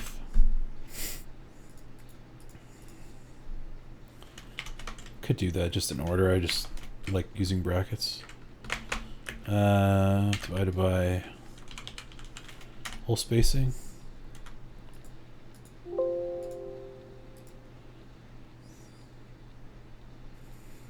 Oh, I have to do...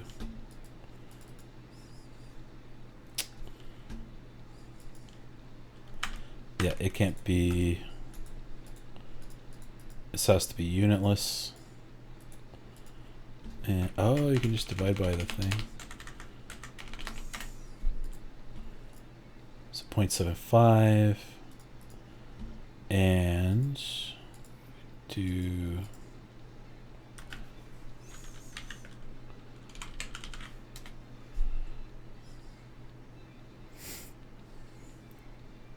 0.75.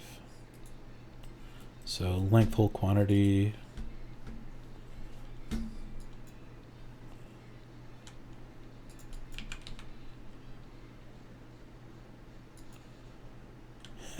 Yeah, can't do that one. Not yet anyways. So 366. And then what is it? Is it floor or ceiling? It's Python right in this.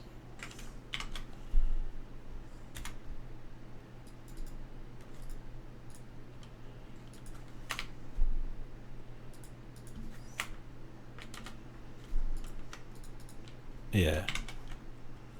I'll do floors, fine. Better to have a little bit more space than a little less.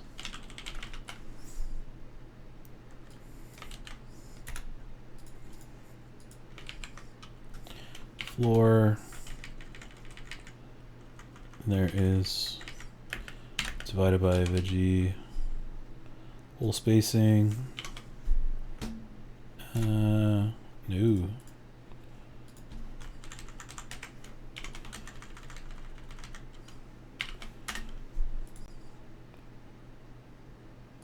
That's not right. Oh yeah, that's right. 12. Oh boy.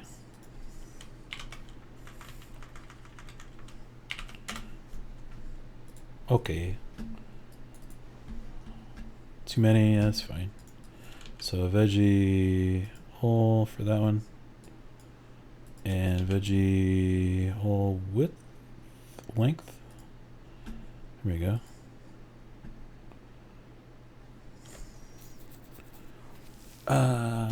Try and do that.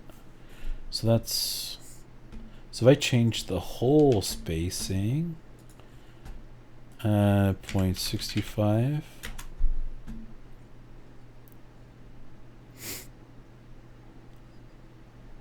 Should make that a little more dense. Like 33 by 50. Yeah, there you go. Yeah, it's a little bit better. Update. Lots to figure out on that one. I could even make those smaller too. Oh, it screwed up the bottom again. Yeah. I'm just chasing my tail with this stuff here today. Trying to fix. I did stuff fast and then I was planning on redoing it. And then I didn't redo it. And I just like kind of finagled with what I was working with. It's just a bad idea. So. And then this is for like to sit on top of like a campfire. Like that sort of idea. Or like a campfire pit ring. Something like that. That was the idea anyways. Or whatever. Like whatever type of system. I might build in like just like a spot where you can put some legs on it, or like a clip of some kind. You can raise up and like lower up and down. I can even make the handles out a little bit further and have it like maybe attached to the handles or something. I haven't gotten there yet. So just making everything dynamic. I should have did this before. It's silly.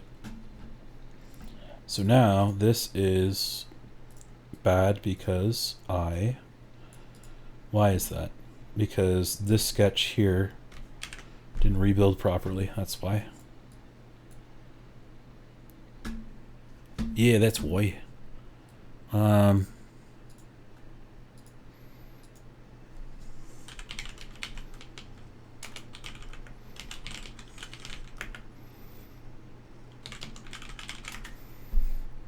Oh, it was Pampas. Ah, that's what it was. Pampa. I was like, I thought it was a big chain of them or something. I don't even know if it's any good, but it tasted good when I was there. That was in Querétaro, I think, Mexico.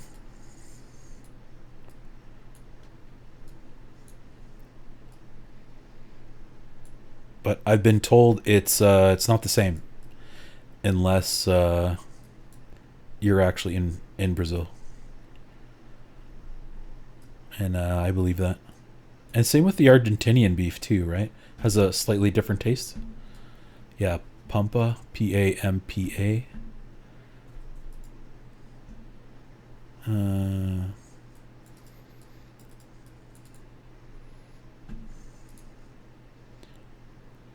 Let's just say I had enough meat that I started to sweat.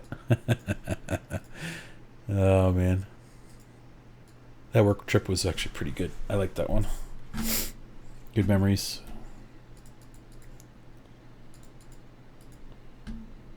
Oh, I'm gonna sneeze here in a second. Give me a thing.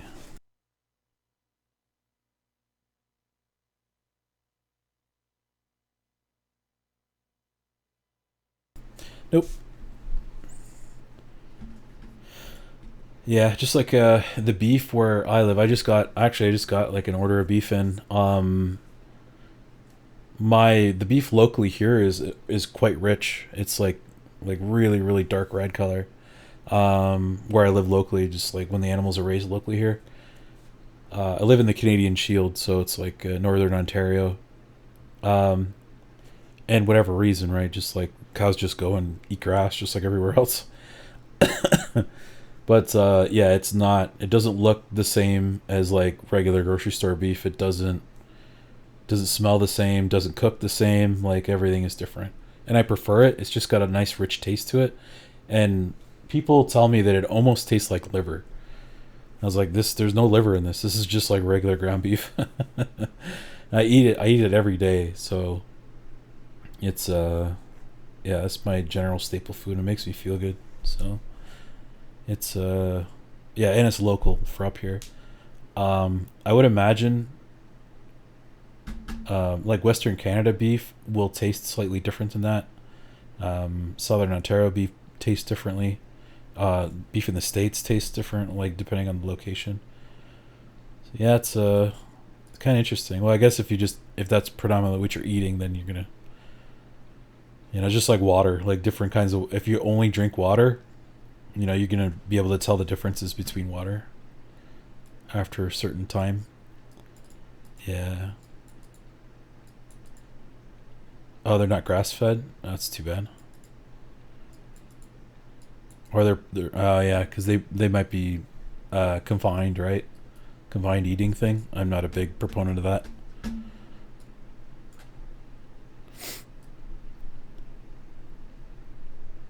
Eating the whole sick animal idea.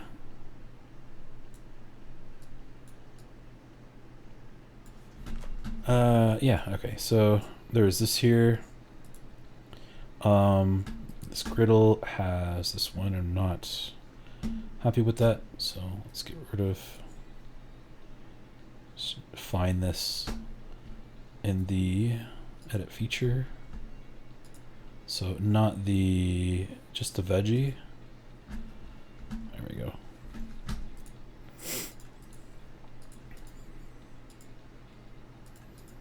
Update. Oh no, not activate. No. Veggie top.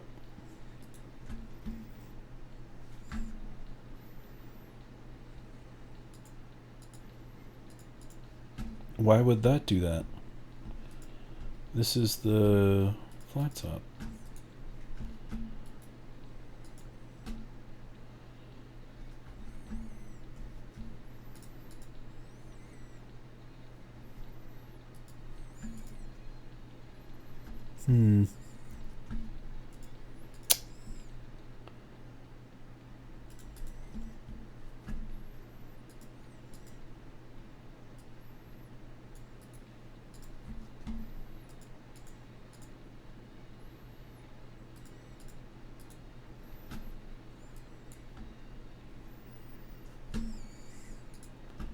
Yeah, breed of the cow.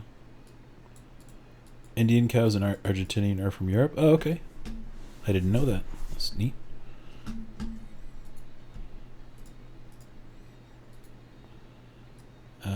Edit. I want one object, and that's this bad boy here. Flat top is off. There we go. Got all my stuff mixed up here.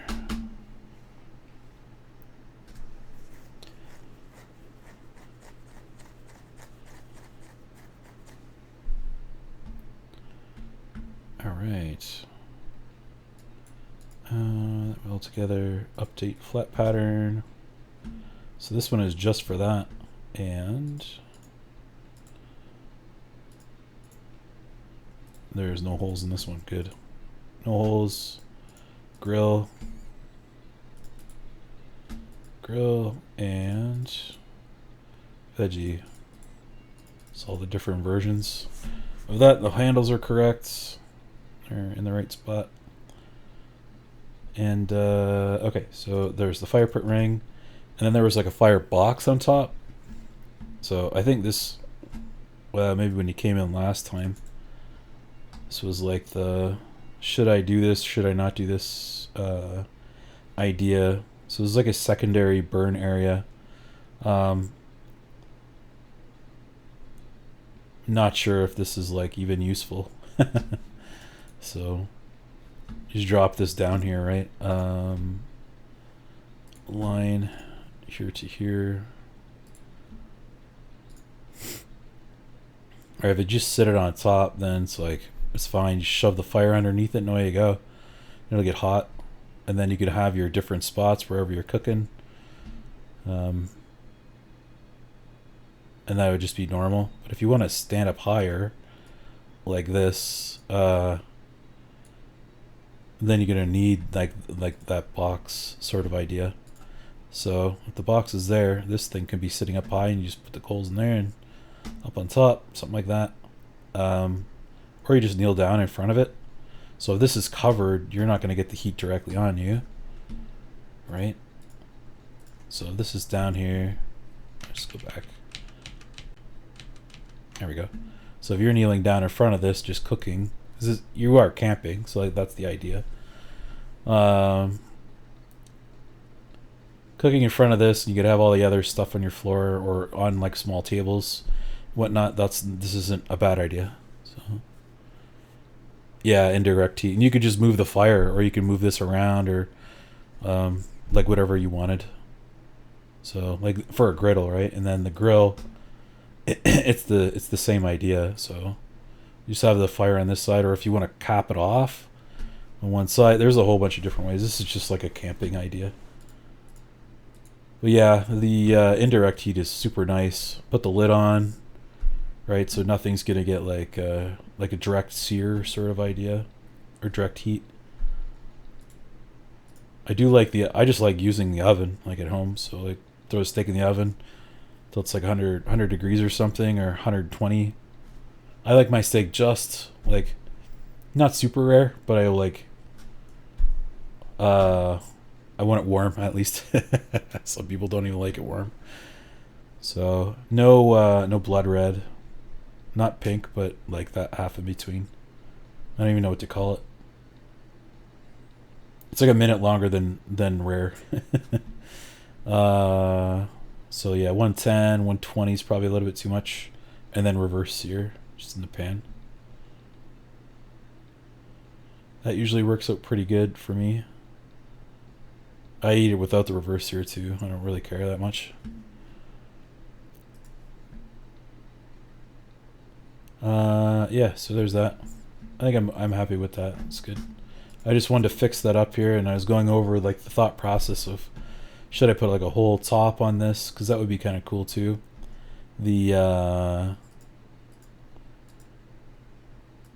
So the fire pit ring, turn off these guys here.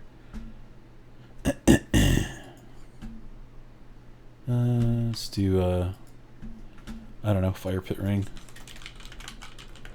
Ring closer.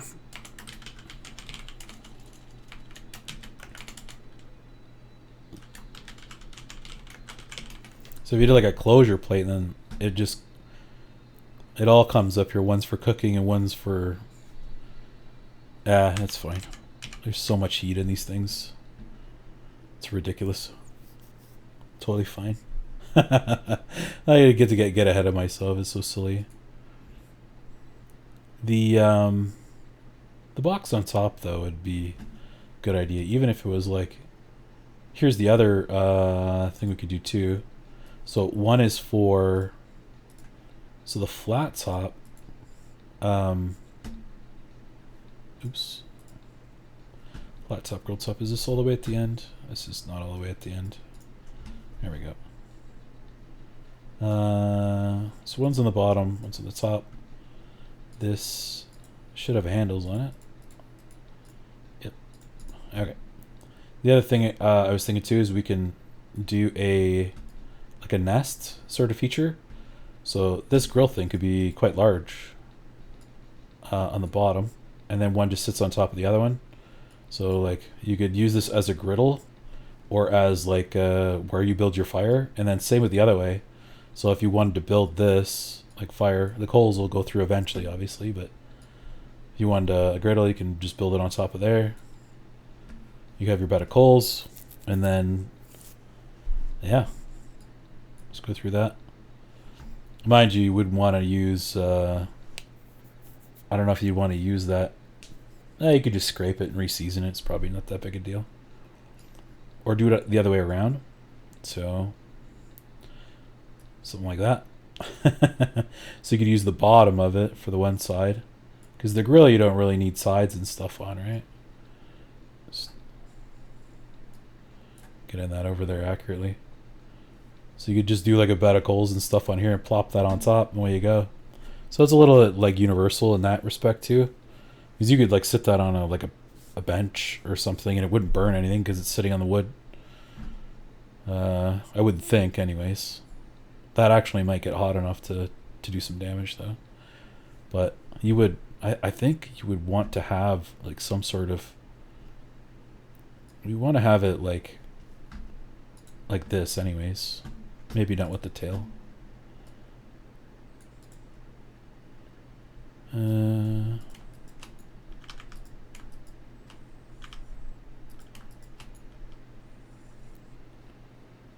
Suppress features.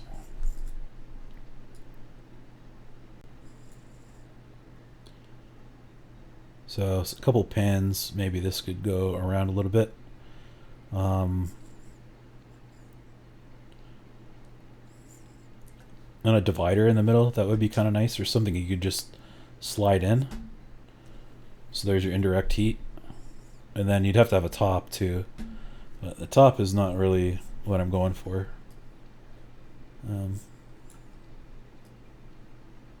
The ability to raise it up and down might be ideal. So just like the rack would be like in the middle like the other ones. This is going to the side, so how will we do the other way? So it could be like, there could be like a rack that this sits in for these two things. So you sit it down and like kind of clip it in. That sort of idea into each side, that would work. That would work probably really good too, actually. And if this was all in one piece, then yeah.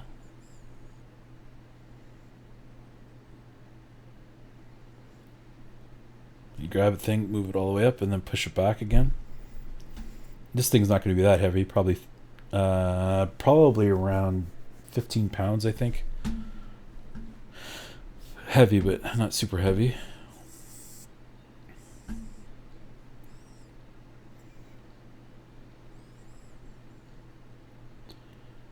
So a fire pit that you take with you.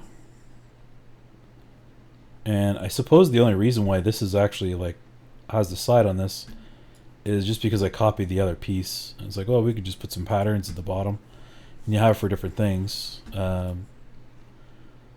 different ideas.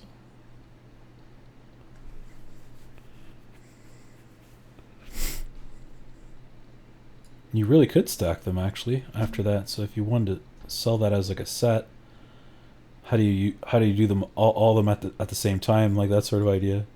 So you could take this one here and then this one on top for the veggie. Veggie could be there or whatever. Or you could have it slide. It's like I've designed this product. How do I use it now? Just trying to think away, and then take away all the stuff that I don't like about it, and then you get a better design. Third, fourth, fifth time.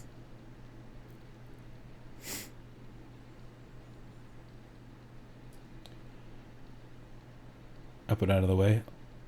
It's like a tackle box, right? It just moves out of the way.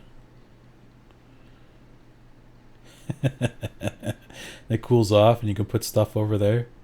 You would need something substantial though, like a big stand that's on the bottom of this to do that with. Or you'd have like a slide, something like that would be neat. Then how do you control the heights of these? So you go way up, way down.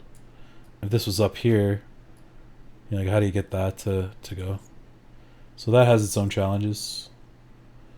And that should be easy to like to mess around with. Easy to mess around with and swap out.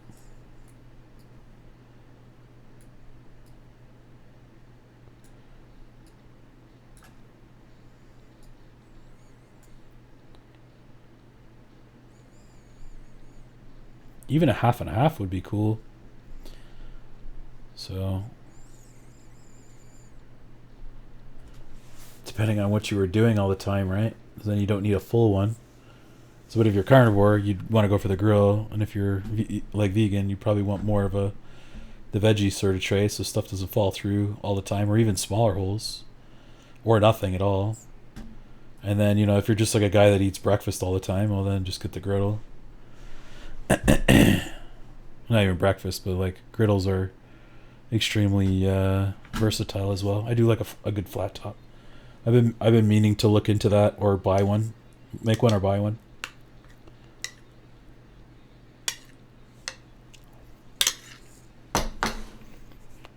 I have to take a quick break. I gotta go use the bathroom.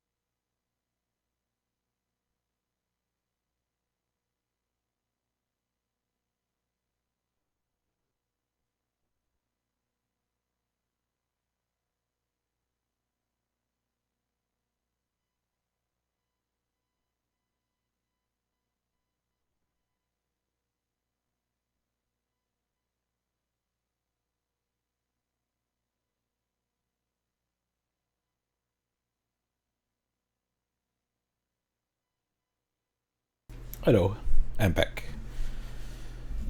All right.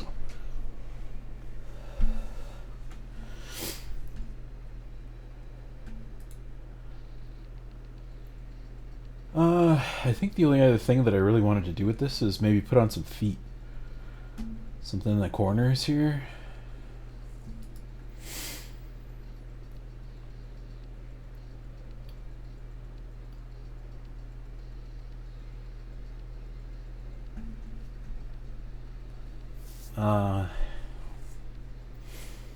And those could be made out of something that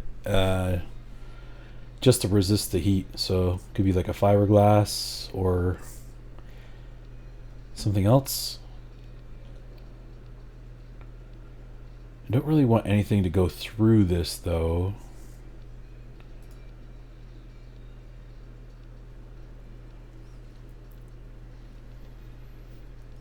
Maybe better if I just had a base to put this on.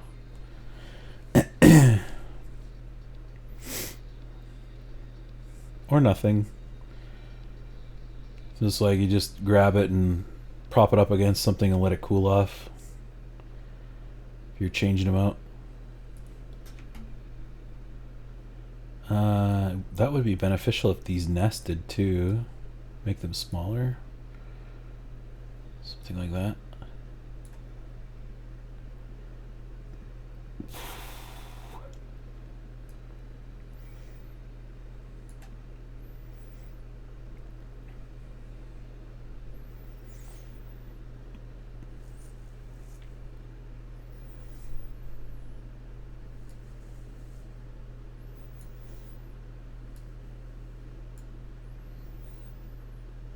Kind of like that idea of the stacking thing though. Or the height control.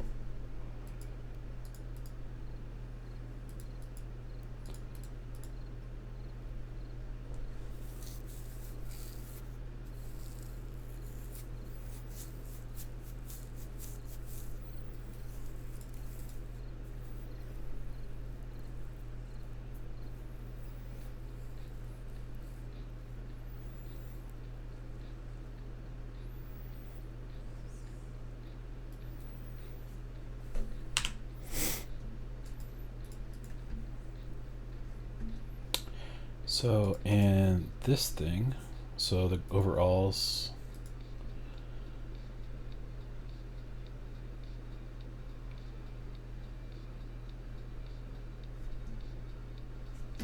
oh, it's not this one, it's the other one.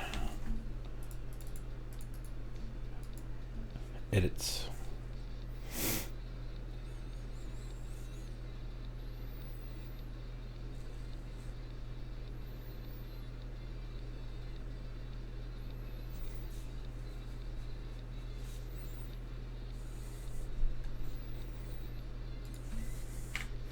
Just get this to work with each other here. So this would be either side or just a little bit smaller. So if this was an inch smaller instead of an inch larger.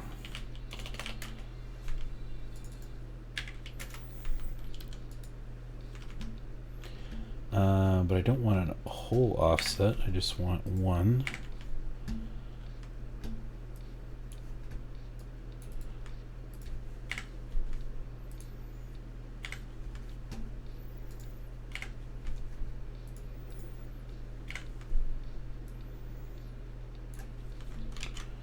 Boy.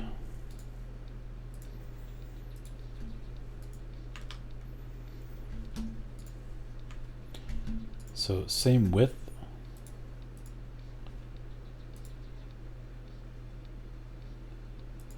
Right, because it'll go all the way to here, but then I want this inside a little bit. Say, we try 1 for now.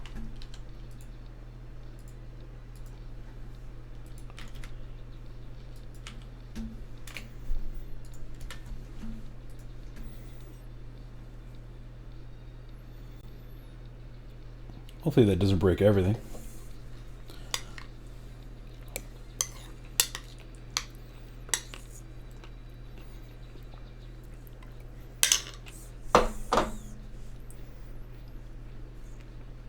This could be like 0.5.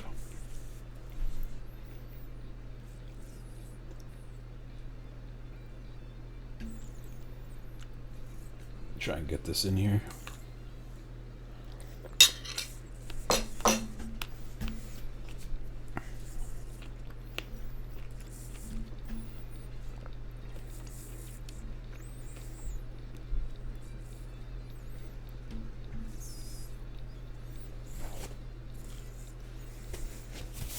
It broke. All this extra stuff here. That shouldn't have broken. All the way onto the outside. Oh, because it's based on the other one. Yeah. I gotta change that. So the...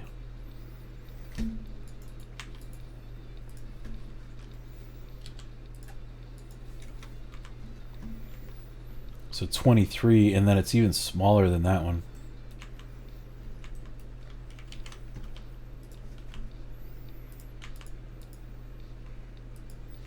This is based on this one right now, which makes this smaller, and so 24 is not right.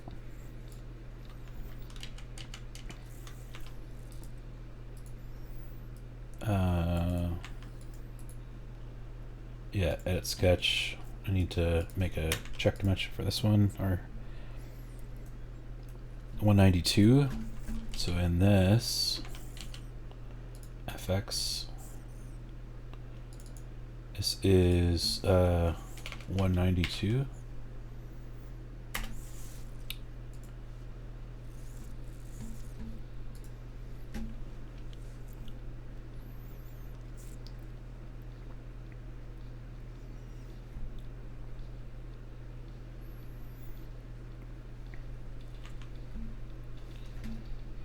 The grill, so grill length, and that should be -1, -2, like from where I'm looking at it here, right? Maybe -3. Holy shit.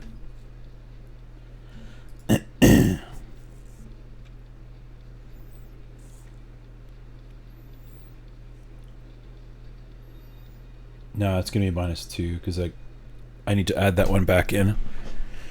Yeah.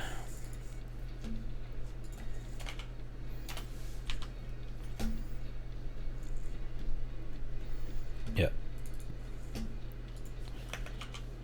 See, the other one worked up, but this one's no good. Grill length.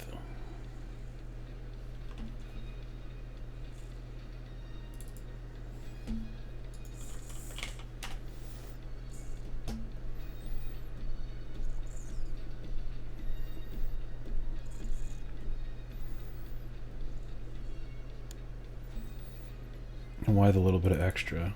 Because it's all the way at the end. Of course.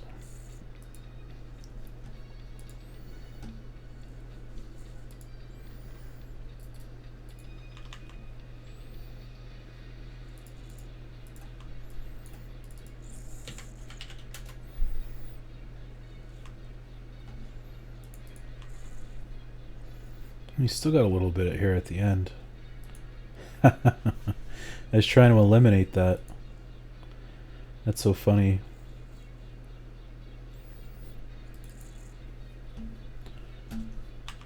Did I do -2 or -3 in this? 3 takes off this side? Yeah.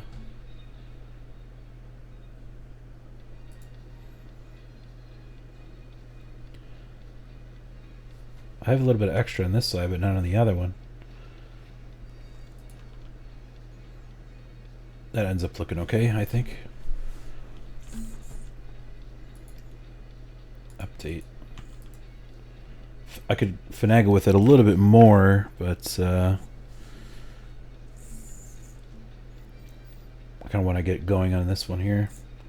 This needs to be how thick here? maybe a little bit thicker than this. I'd say 1/4 inch at least. Yeah, that's probably a better idea. Oops. Hit myself in the face. Not good.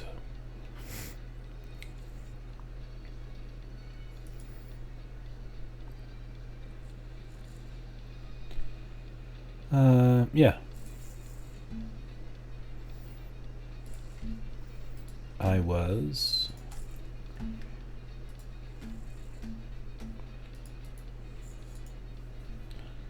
So 0.25.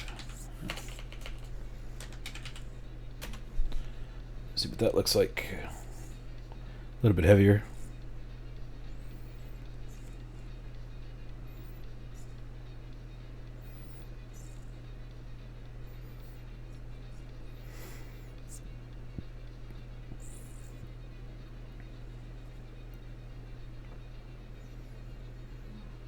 Okay. And then when we get to here, this could be this may have to be a little bit larger. We can take a look at it. So it's gonna have something in here anyways. Let's overdo that one. Grill offsets doesn't need to be on. This doesn't need to be on either. So if this is the sitting position, then it would have to come out at least as much as this. So whatever that level is, 614, probably a little bit more. Might actually extend that a little bit so that this is like a covered joint. It comes right to the end, and this should be clearance anyways. So on this, where are we? Finish.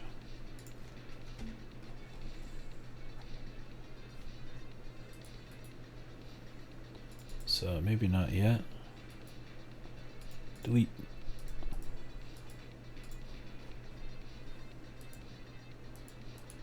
Roll back to here.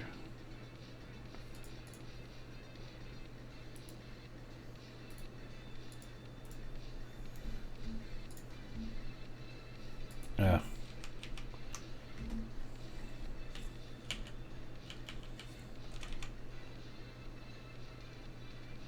Yeah, I'll just leave that.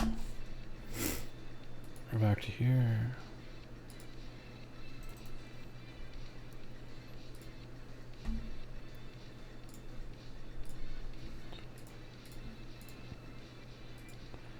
Join, same thing on this side. Two objects.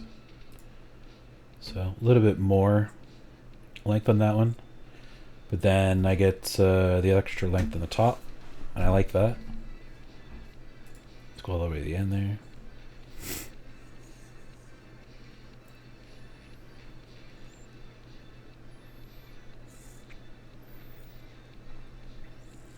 All right. So a little extra length on this one. At sketch.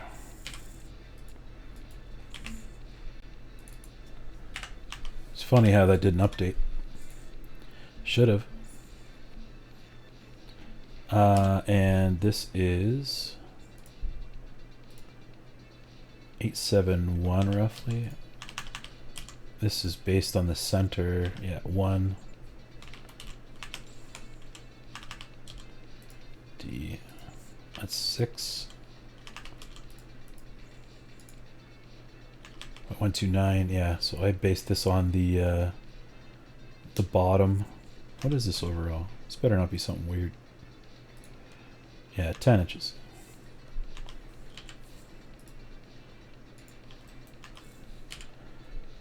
And this is offset a little bit. Why is that offset? So let me double check on that.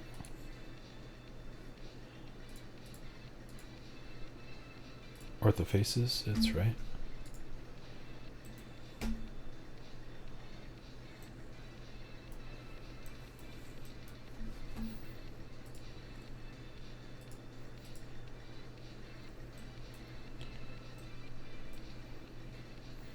These align perfectly, so it's just the handle.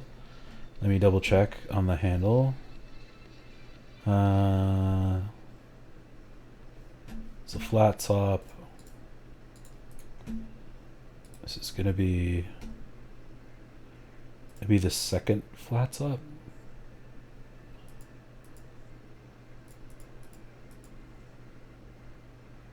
I think it's just because of the center. And then what these are.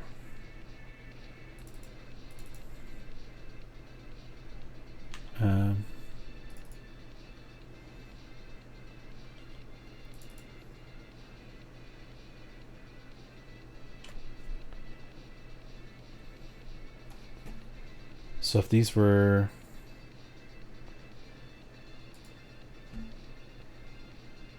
symmetric, and I did 8 inches out here. Oh. 0.060 or point, yeah, 0.065. So it's an eighth in addition to. Oh, what's that about? Yeah, that's not right. That's gross.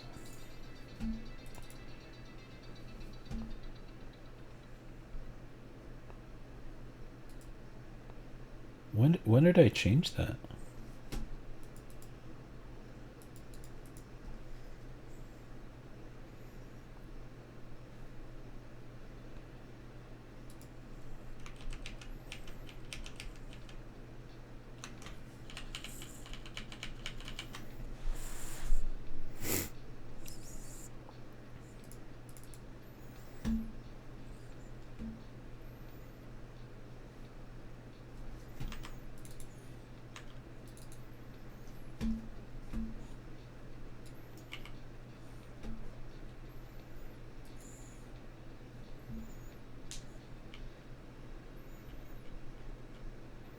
Oh, only the right side changed because there's 2 of them.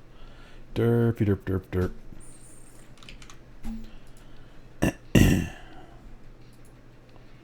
Let's roll back to here. Make sure that's all the way. Yeah. Edit configuration. So let's do 3. I thought these were 6. 3.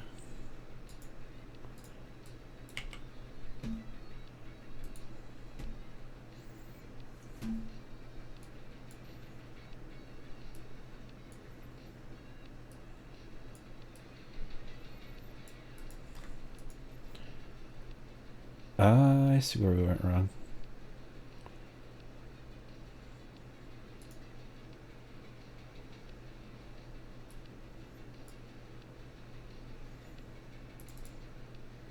Yeah, because I changed all the other stuff. Yeah, that's right. So this will be 10 now. Or, I'm sorry. This will be the width of this. Which should be this actual number here. Whatever that is.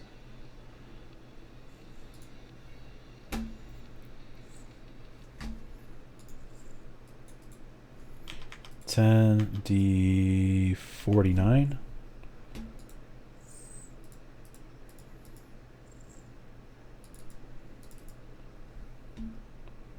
This was based in the center.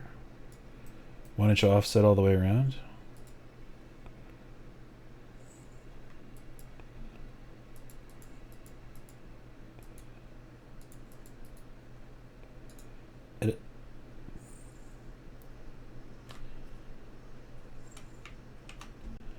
That's not the right one. I always search wrong for whatever reason. D49. And I always, it's so strange why I do it, like do things the way I do sometimes. This should not be like that. So like if you really wanted to have these equal on the outside, wouldn't you make a midplane? Maybe between these two surfaces. like that.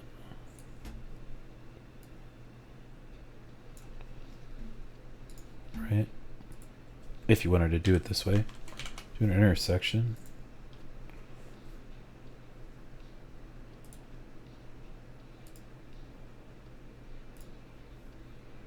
Of those surfaces. Not that. Delete. And then once you do from here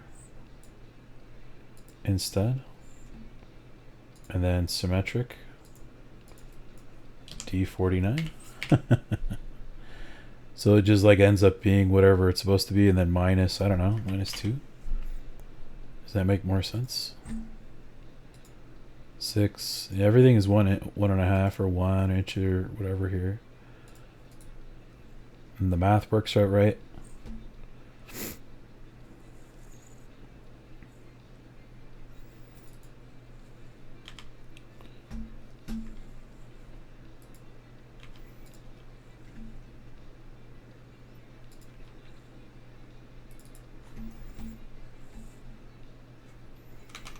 Oh dear. This needs to be... that's fine. All the way over to here though. Not that that matters, but matters to me.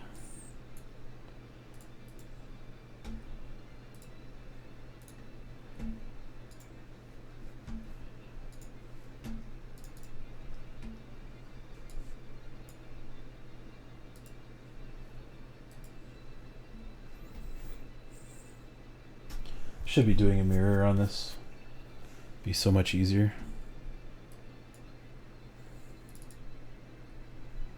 Yeah, I think I'm actually going to.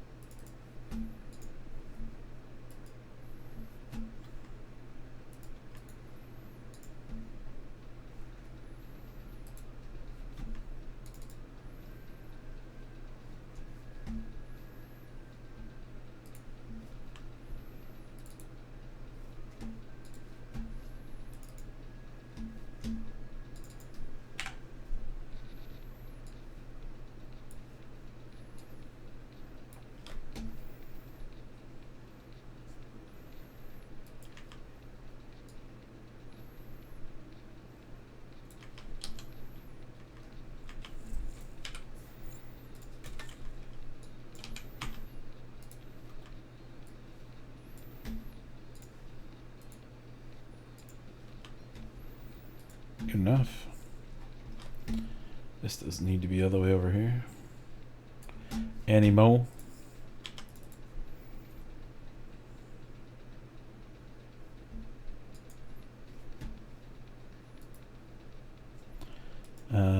Edit. Finish. Okay. Manage loss projections. Delete all.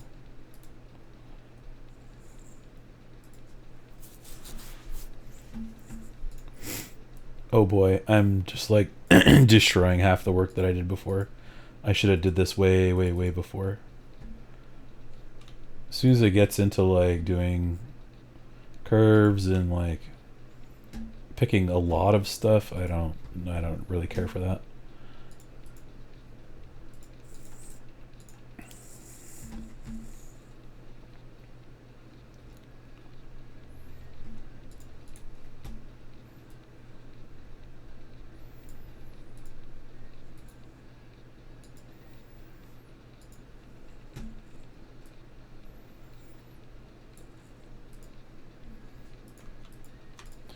Okay, so here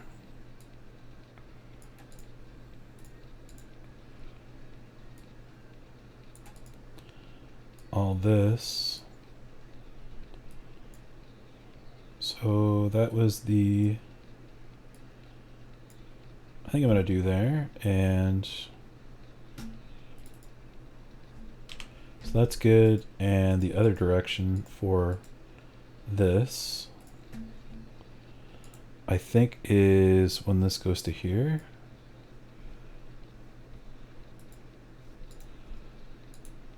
Yeah.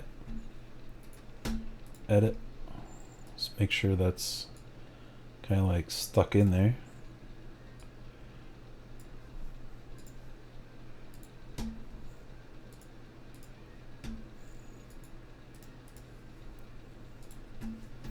So holes in there now. Now we can do you and you. No, not two sides.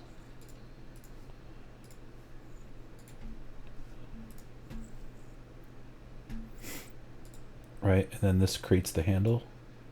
Yes, right before that, I can modify this one.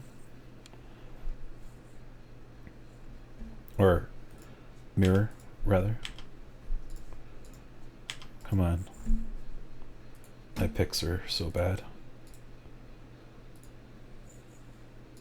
Join.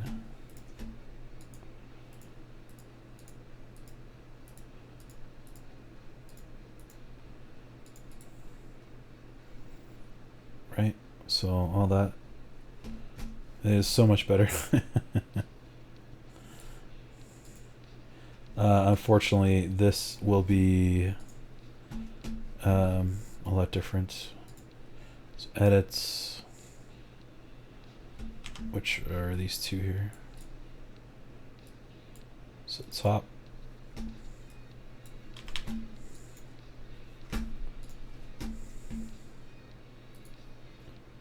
Edit. Missing reference. There.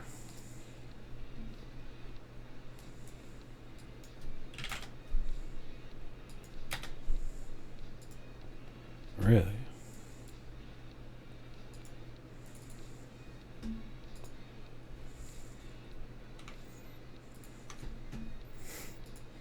That looks good to me. Something like that. Now I don't know if all the other ones are going to follow suit here. Or if they're going to be like complete garbage. So we're just going to have to go with that or not go with that. So I think because these were copy news from this point, right, what's the, it's copy new, but I don't think it's gonna have a lot of the stuff in it. So there's these, but these are the original pieces. Like they're all over the place now. So what happens when you change stuff, and it's not like derive it based on this and then change it over. So if anything changes, that like original thing changes.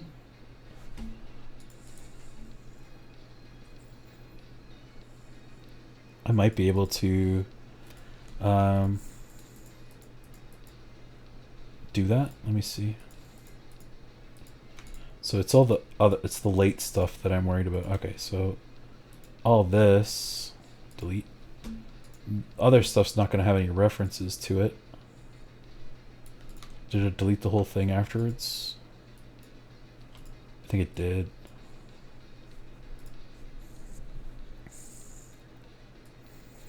Okay, good. So there's no actual like grill top here. I don't even know if I can do that from this. Would that be a...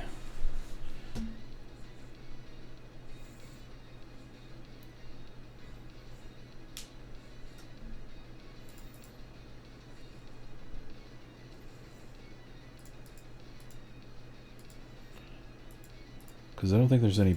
Is there any body in here? Okay, there is.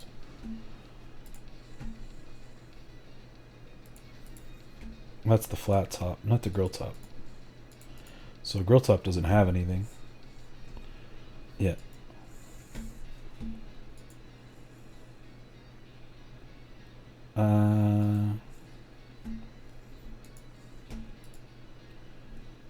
Yeah, it can't drive into itself. That's too bad. The using the references for that. I think I tried to do this in the past and it just won't work. So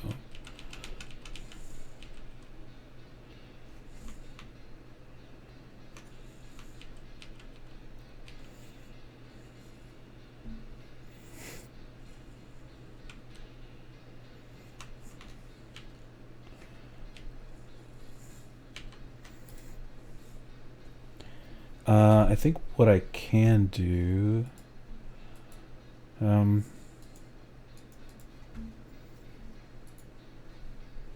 see what's in here when I export it.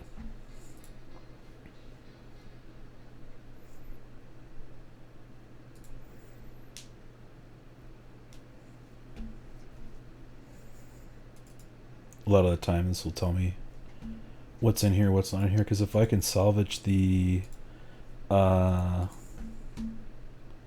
wow, like everything's off.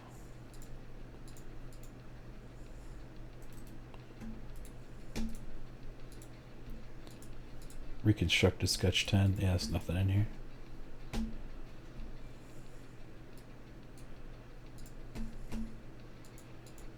Oh, it is in here. Okay, great.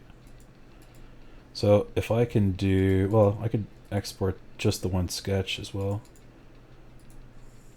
These two sketches are what's important to me. These two, not these wood handles, not the construction.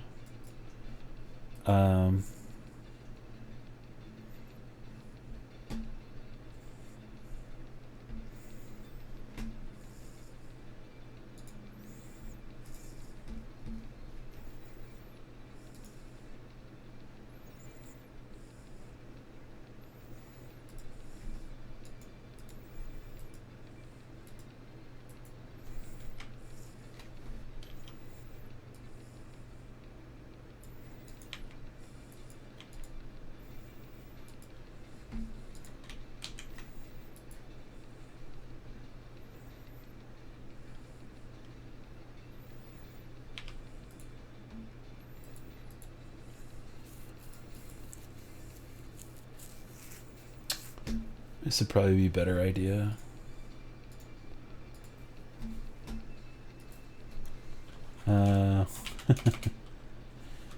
Grill, what did I say, grill top?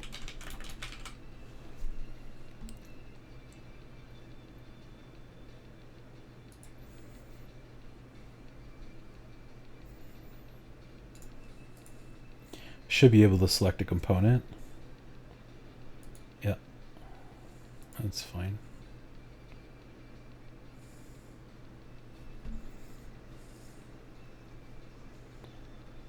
What, I don't have any things? I was not done loading it. You? I can place it at the origin, that's fine.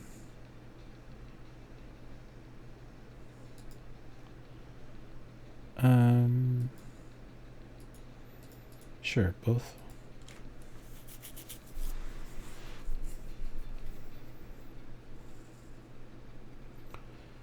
And then I can just save this out as something else, but it has a derivative from this like specific time. I wanted to do the handles too. Shit. Crap. Insert derive. Let's try that again. Cooktop. I'm gonna do the flat top and the handles. 2, 3, 4.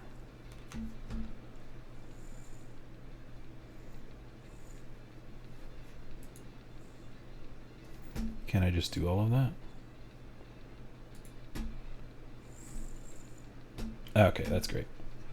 So I start off with this and then I just modify it. That's the idea. So save that. Now if I do, I have the grill top on here.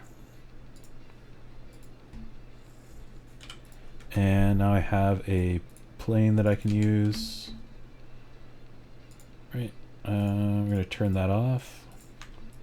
This is the one I want. So grill top, which one do I actually want here? So this one, let's copy and paste into here, which I should be able to do. It comes in perfectly. I'm just going to move it out of the way and not use this one. But this one, if I can.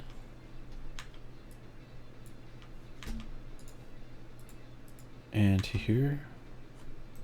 Oh boy.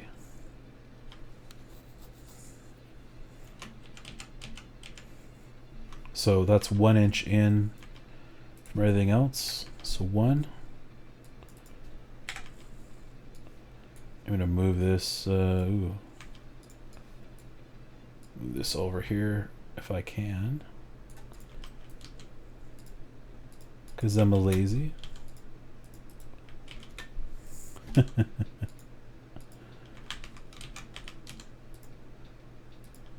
Oh geez, what am I doing? It's not really that difficult, right?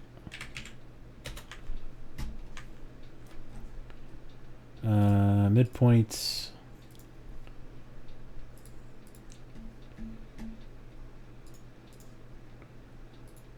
Yeah, it's like it's not that hard. Karsyz not that hard.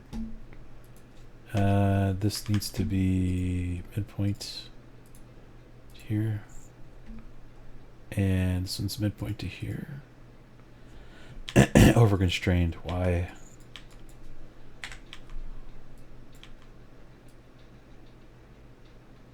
Here we go.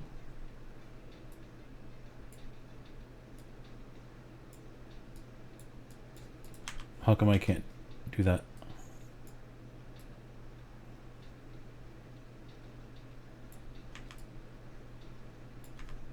Okay, let's just do horizontal, vertical, and then one of those.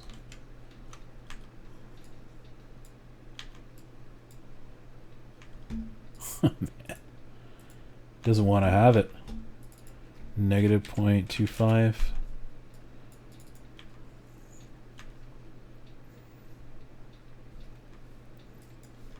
Pretty straightforward.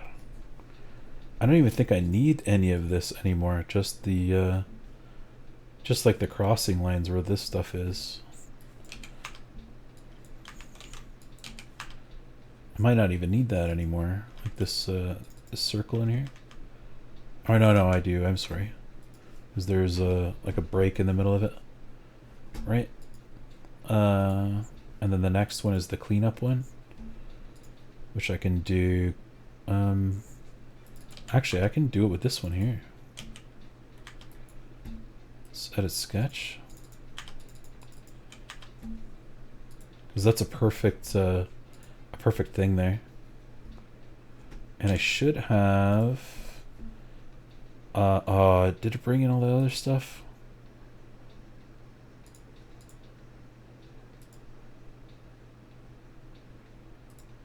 Okay, derived from that.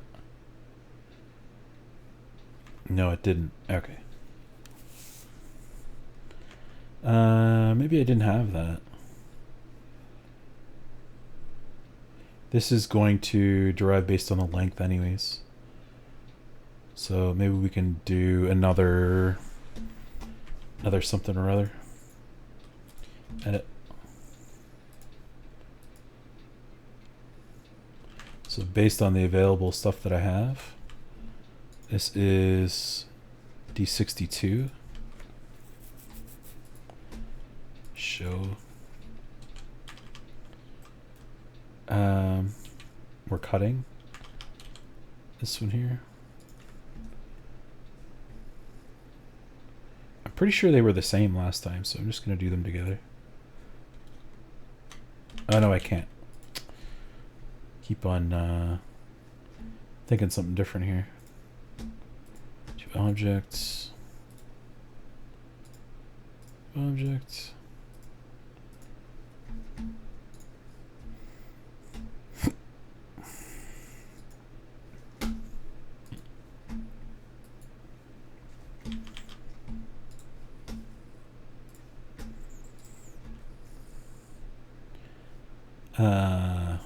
Features is good. Axes is X. 0, 0, 1. This is D. What did I say it was? 62.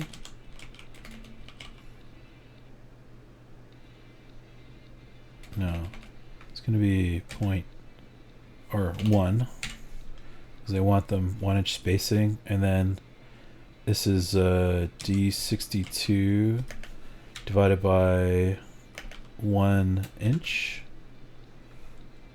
Symmetrical, right?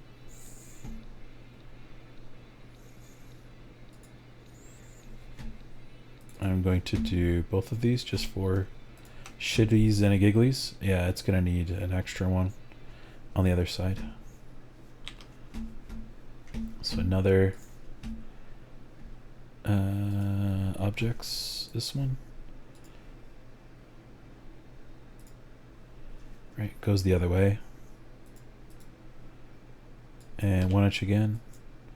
And D62 divided by 1 inch. Symmetric. Yeah, looks great. So that's the grill top. I'm getting a lot more than I bargained for with the joints with this here, and then I can bring this back into the other, and yeah, without all the hubbub. And I'm also going to do that same thing. So exit that, don't save. So I got the grill top, which is Q. Update. So I can actually get rid of this now, and that's the next from here till here.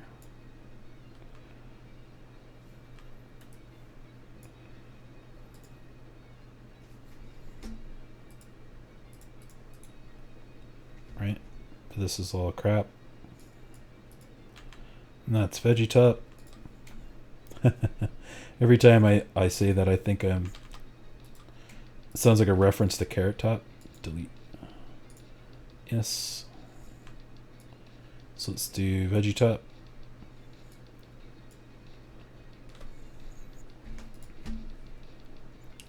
Ooh.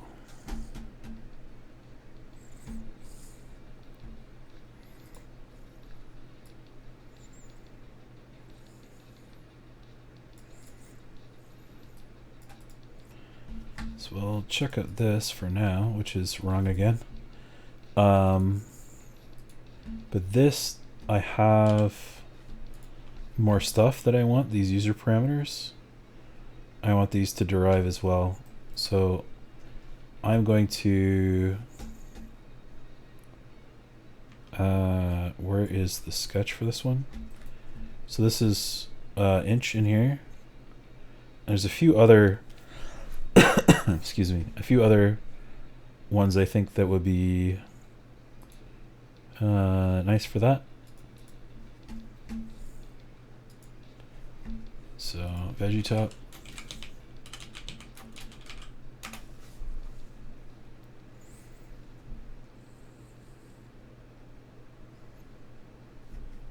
Insert drive. or if it cooked up. It's gonna ask me to save again.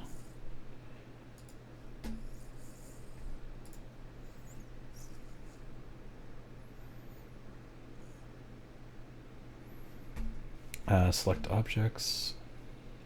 So I want the entire flat top. So all of that, and then I want the parameters from the favorites. I believe those were all there. If I'm not, so let's try that.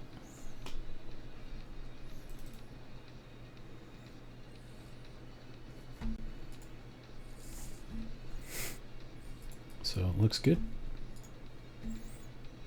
Oh, I need to ground that.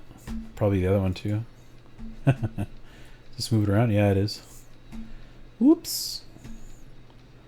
I don't think anything's changed with this, but I'll update it anyways. Probably just keeping the references good. Ground.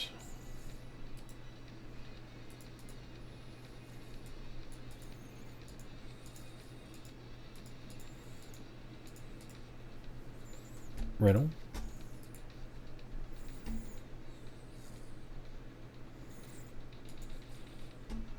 I don't know if it'll allow me to derive something or to use the derive backend like into the original file, because it creates a circular reference. I think it's referencing derive then put back. I might actually not, so we'll see.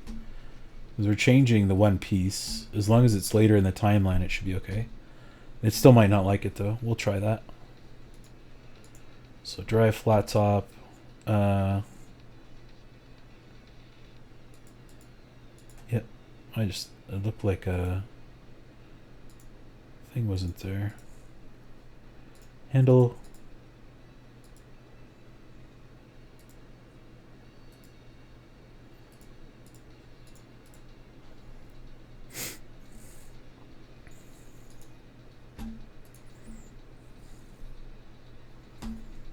Check to see if the parameters are in here, and they are not.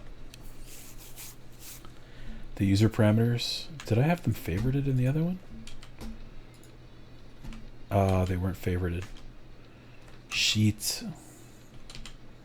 I don't really want to have to redo those.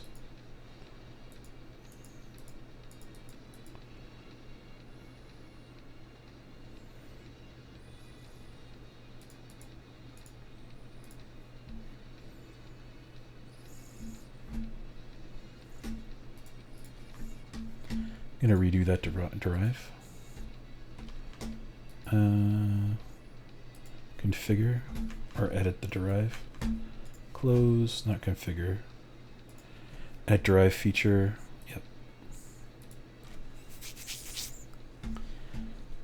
Parameters.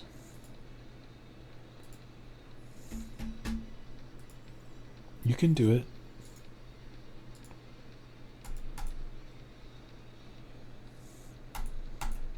Please open.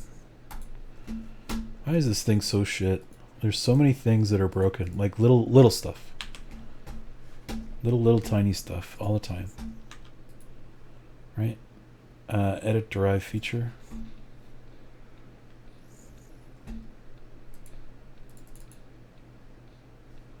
Components. Okay.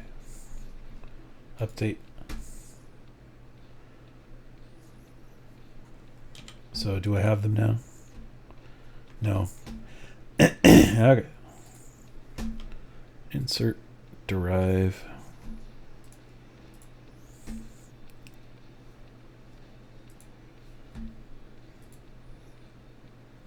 From components. And from the favorites, place all objects at origin. They are.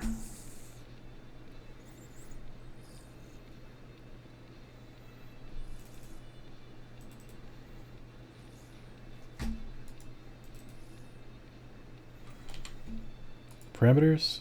No, I still don't have any. I got these two, which is good. But I didn't get the user. Maybe the users don't come in? That sucks, man.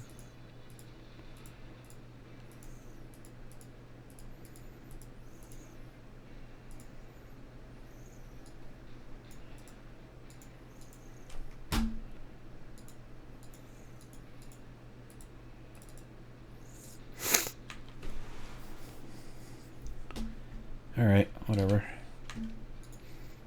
Cut my losses.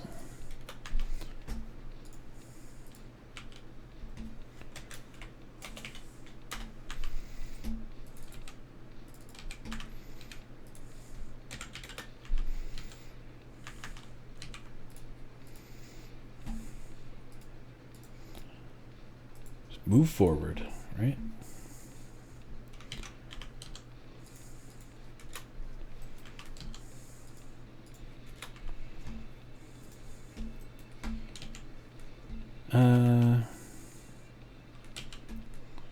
Let's do seer feature.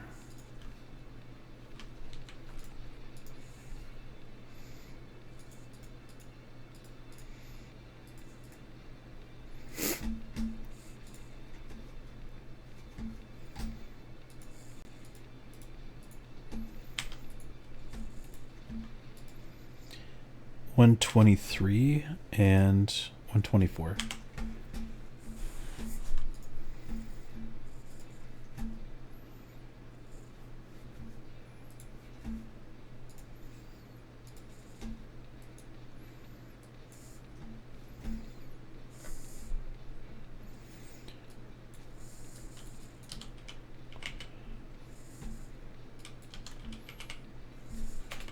One, two, four. This is extent.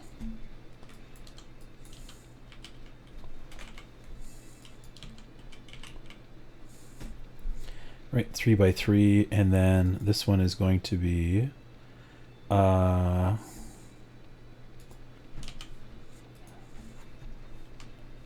do width, whole spacing.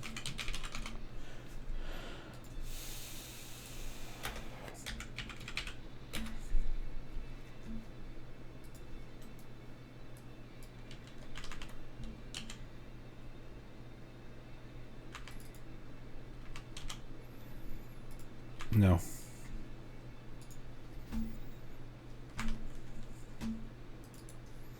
Holes are already there. So 1, 2, 3 is so D 1, 2, 3 divided by 1 millimeter, 1 inch, right?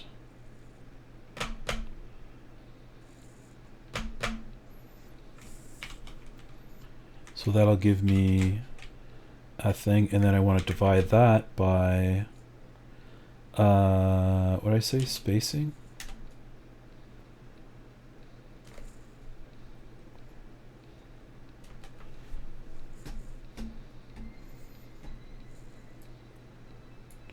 .065.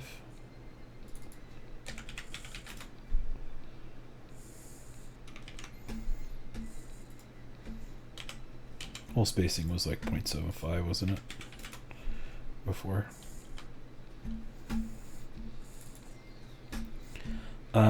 And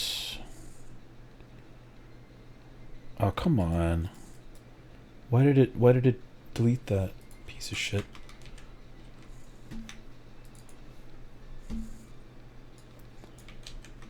And then this way is the same, except it's 1, 2, 4 divided by whole spacing.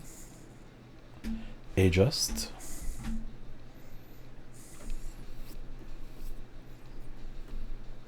Too many patterns. Way too many.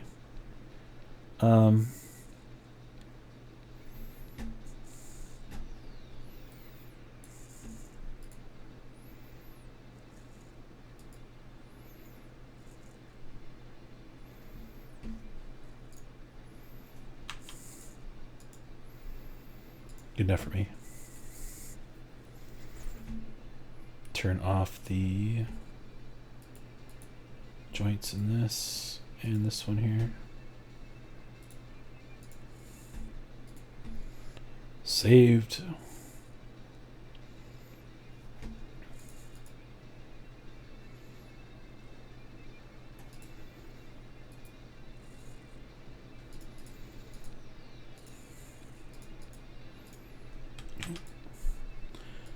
Oh, not create. Create flat pattern. See here. Okay.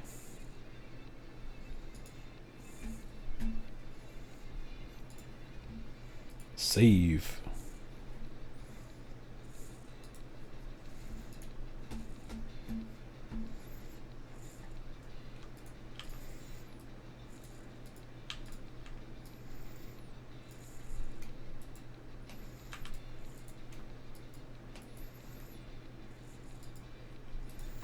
All right, so flat top's good enough.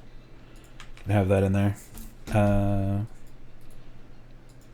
Talk about having to redo a bunch of stuff, eh?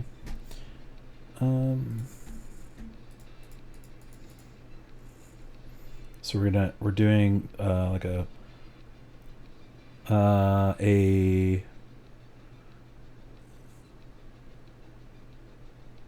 a level system, I guess. So just get rid of all that. And that and this, because we don't need that. Our double check was done.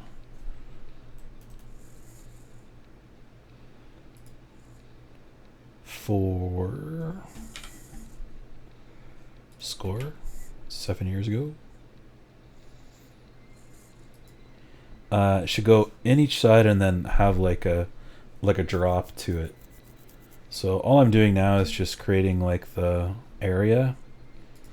This is probably the wrong way to go about it. So let's do, how high do we want this? It's always good to kind of figure out like how you want this.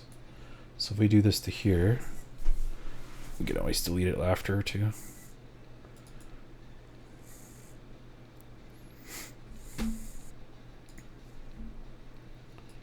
I don't know, 10. Try that.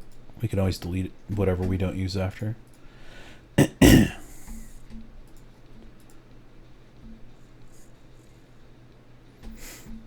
And like I was doing before, or I shouldn't be doing, I should say, just one side and I'll mirror the other.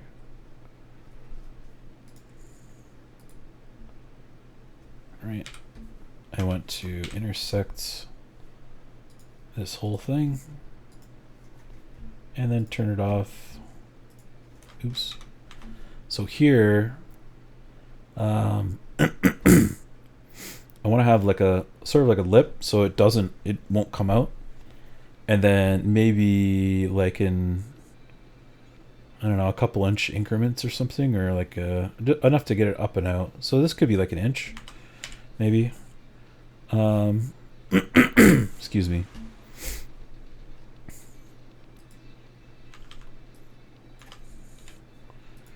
So something like this for each level, and it has to be like all the way up. So I have to be able to get it out, like slide it down and then in again. And then this is the base, so I can pattern that up. So we should do one of these and one of those. So we have that, turn that off, left. Okay. So this, we could say it's going to be on the outside. So there's the hook of sorts. And that's kind of going to, it should look something like that. And then the next one can be above, however far we want that. So when we go up there, and then this will be the 2. So it should sit in there really nice. Design it right in the middle. So 16th clearance. This is going to be on the bottom. maybe 375.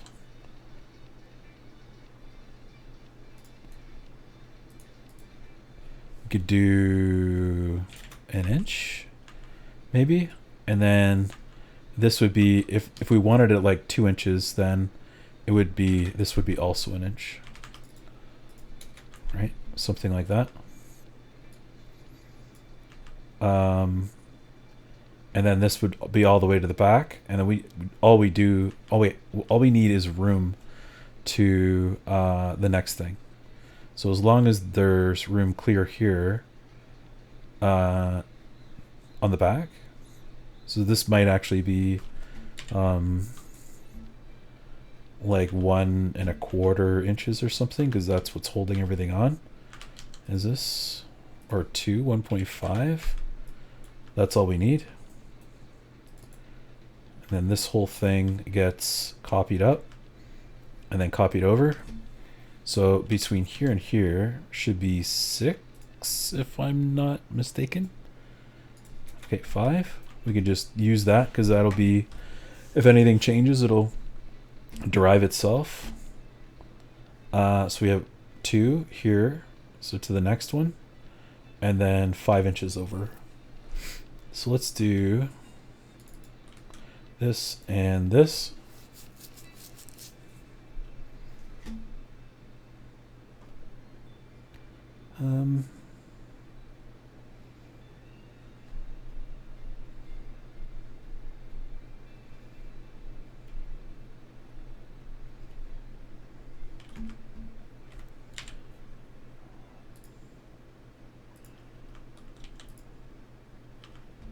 Kind of 125,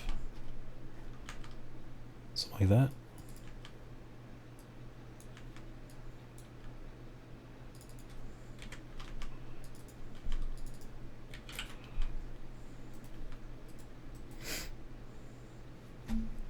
This didn't actually need to happen. There we go. So that's the base of this. So we can do just like we're going on the side of this, so that's where the thing is.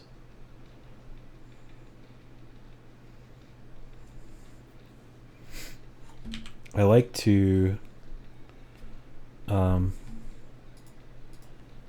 pattern the solids as much as I possibly can.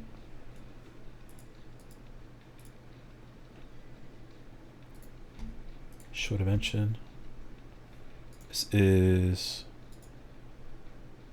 210, and I should do a total length here. So 210 to 14.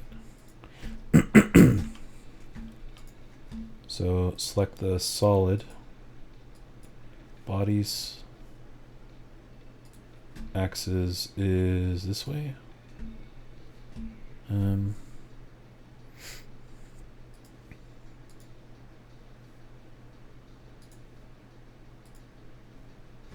There we go. Spacing.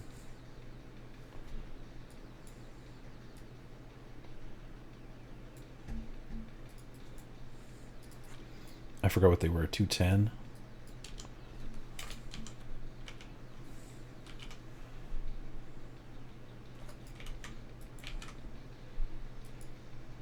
Okay, 210 was that one. And 214.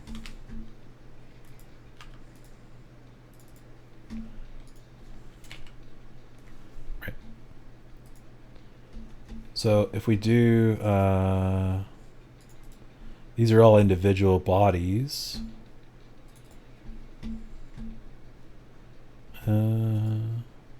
Just the 2. I don't know, maybe we can do, because that's first level, second, third, fourth. Right, so we can bring it up a little higher.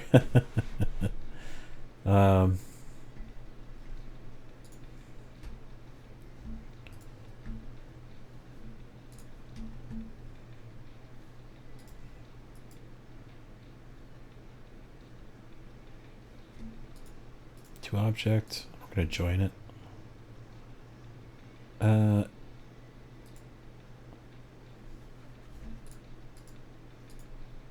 Body. Okay.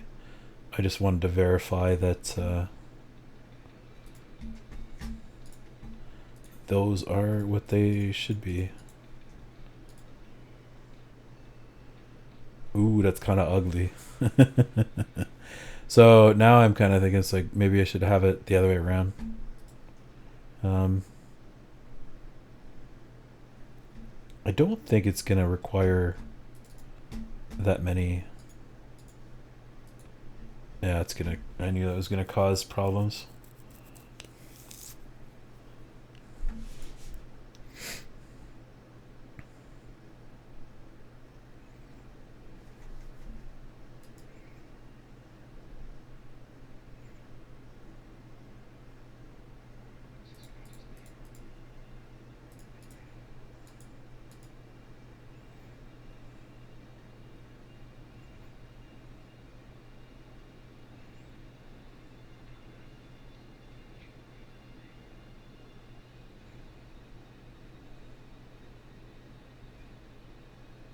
Donna.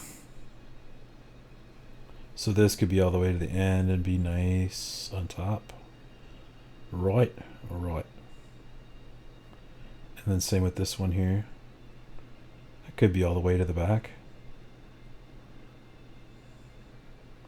And there's more than enough room to get this thing in and out. So drop that down.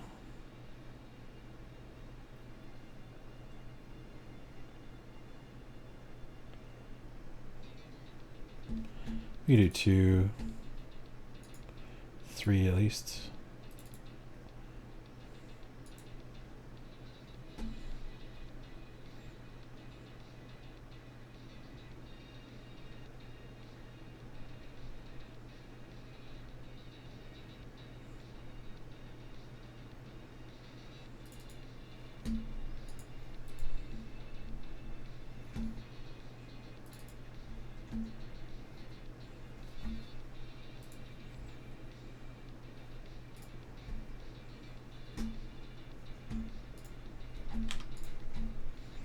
So this one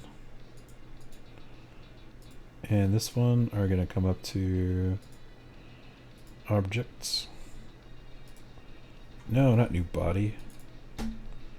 Join, damn it. Right.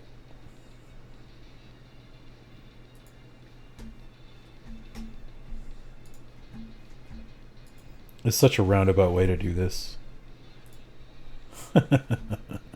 Okay, so I'm going to, okay, so that's what I did. Now I'm going to not do it stupidly like I did before. So backwards.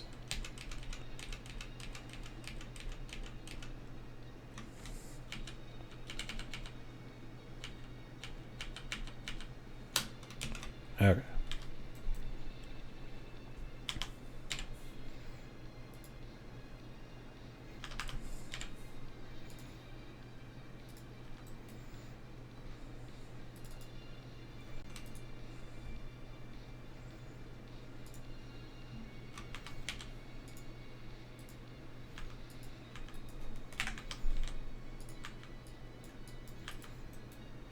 So I'm gonna have these where I want them, and that'll give me the shapes, and then I'll draw on a bunch of shit afterwards that's in the right area. This is already in this. So 2. This one is D120. What was it?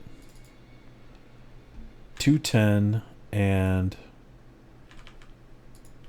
212. 210, 212. Okay.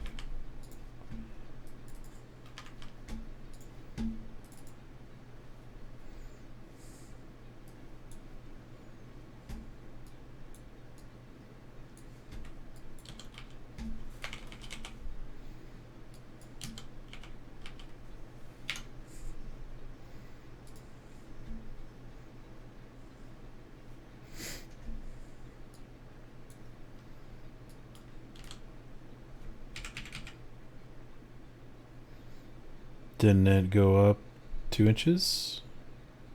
210? 212.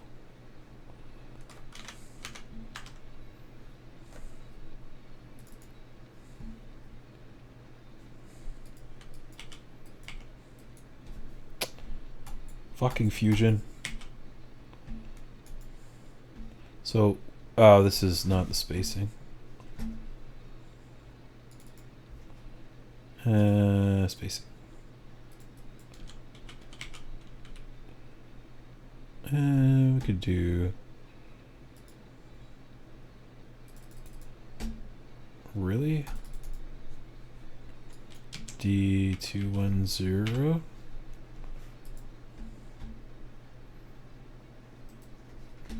Let me guess, it's gonna destroy itself now. 4. So baseline and then 2 more. Okay. So unfortunately, these are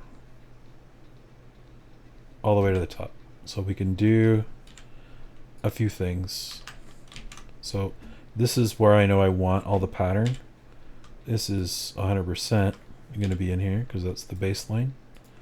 And then this one here is still going to be the same. So the only things that I really want to get out of this are, I'm going to delete this one and delete this one. So however many things go up into here, right? And I know it's going to be based on that and based on this one because there's 2. So I can,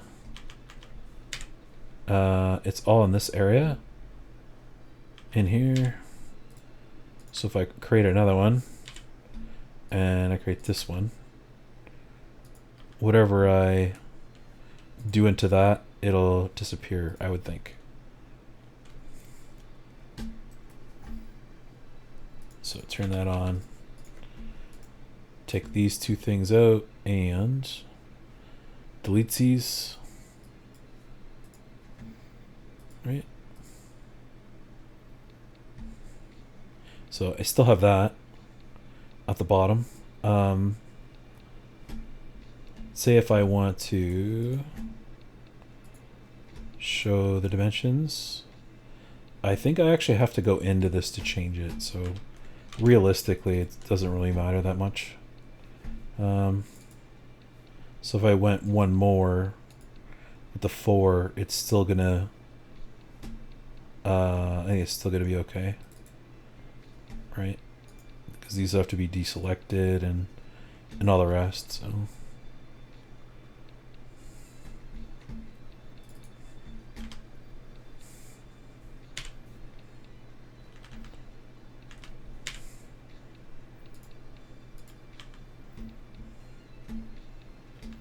and this, I want to select that as well.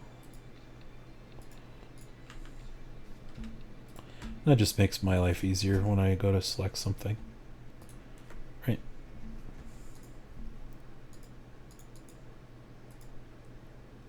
And then the other way to do this would be just to detail the negative portion of this, not the other side. So if you know where this is, or even just these, right? You could have the 2 columns all the way up. Clear, this one's going to be solid, and now we're only doing as many as that. And then the next one can be brought down to wherever that one is. I think that's probably okay.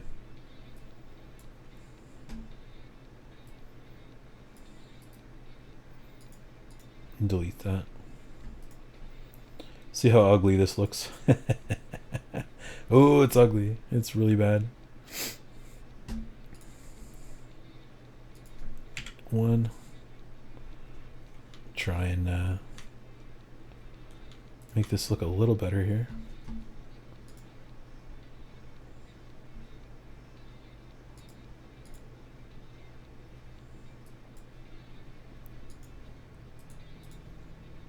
And I think on the rest of these, do a rule fillet.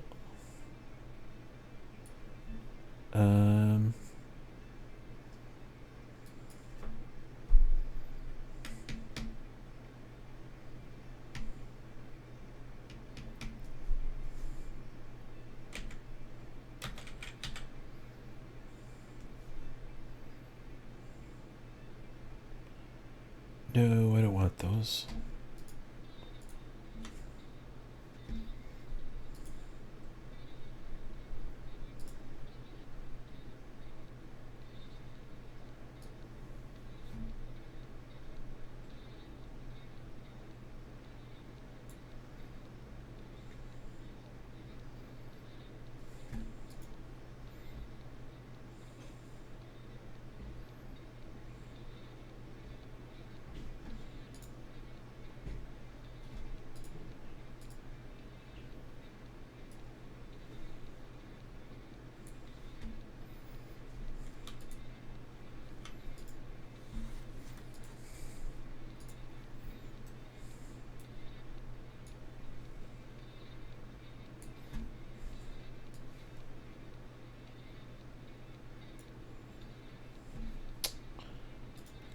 Come on.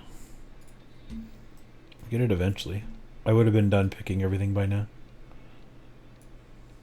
That's why I do shit the long way sometimes.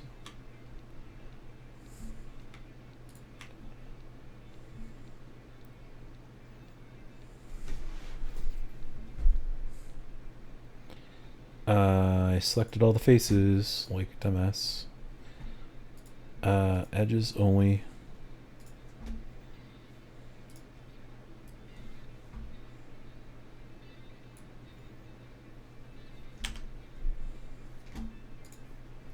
Full rule fillet filters. Do I have to select the faces?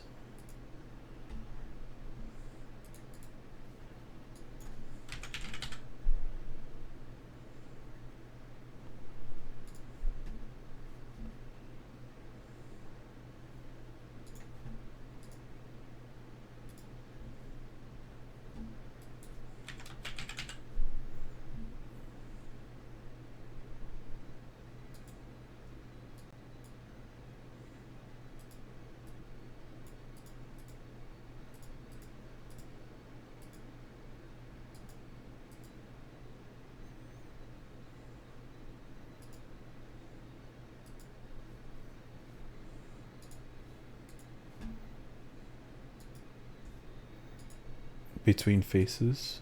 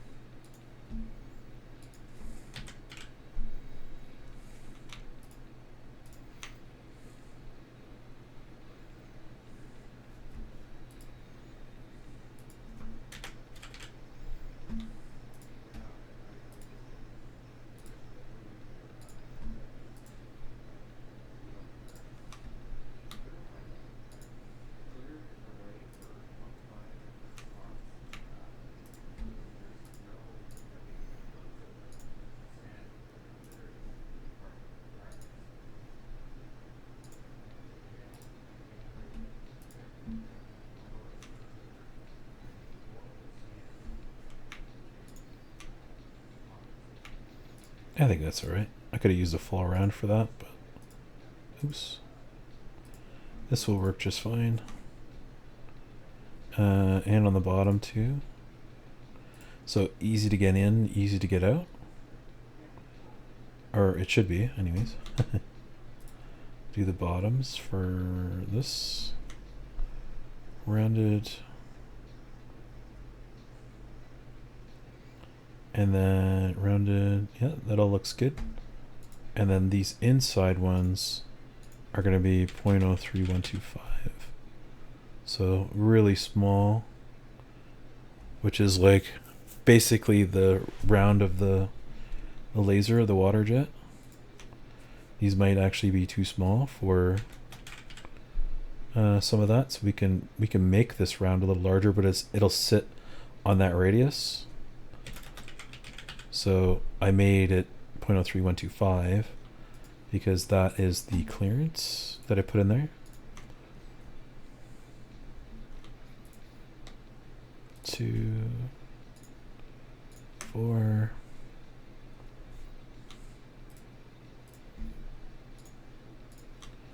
Barbecue. So nice amount of fillets on that. I think I could probably add one in there too. So let's go half. You know, that actually doesn't look half bad. Let's do a mirror. Save it before I get carried away. Mirror. Planes in the middle.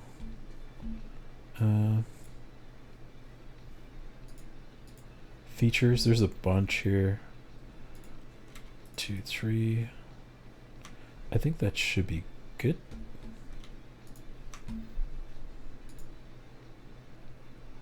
Yeah.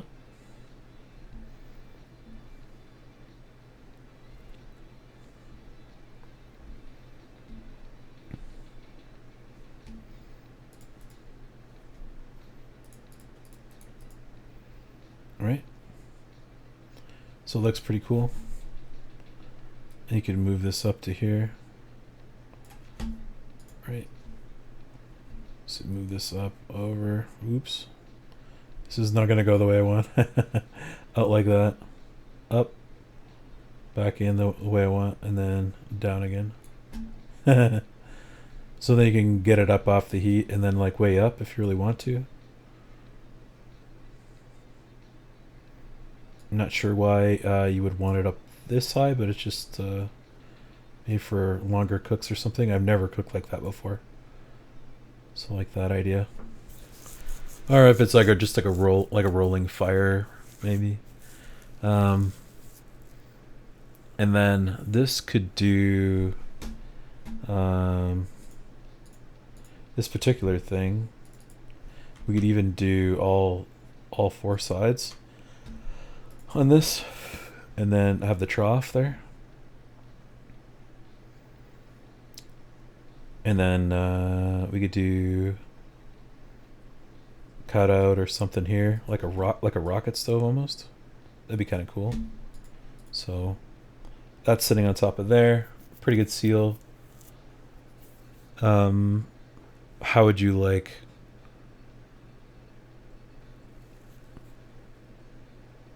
For the grill, it's not going to matter because it's just going to go straight up. For this, you're going to want to... Let's see if I can put this back in here. Save. That may make my day if I could do that. Grill top.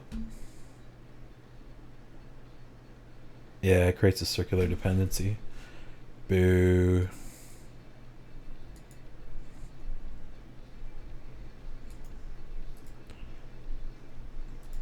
Yeah.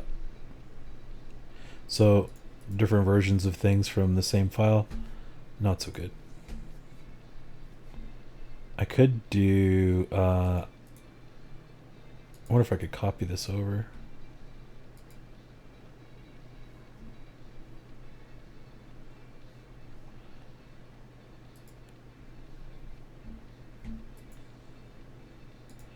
Grill top, rename. Single, something like that. And I don't know if I can even break this. Break length. Yep. Moves all the references.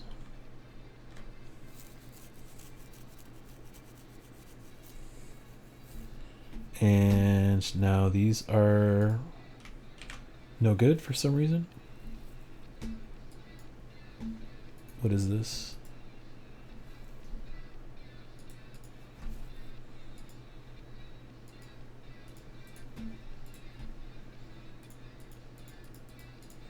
I don't understand what these are. Why would that be?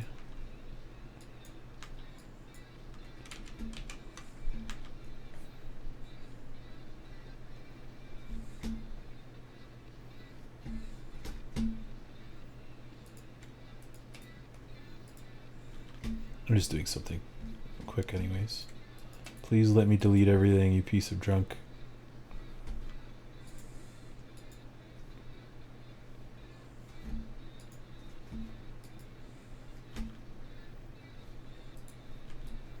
Everything's rigid.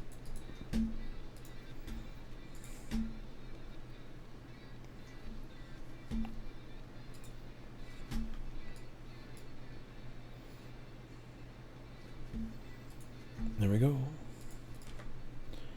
So grill here. It was like here. Oh, wouldn't that be great if it was like just a little bit higher? What did I make it? 3? So if I made this 3, I could put them like, I could stack them. So 1, 2, 3 instead of 4. It's nicer to have the, maybe I can make this less. What is this, 2.5? I think I did that for the bending. It's easier to have some material out here, but I could do like 1.5 inches or an inch. Doesn't have to be that far. So if I did these 2, it would, this whole thing would drop a little bit, I think.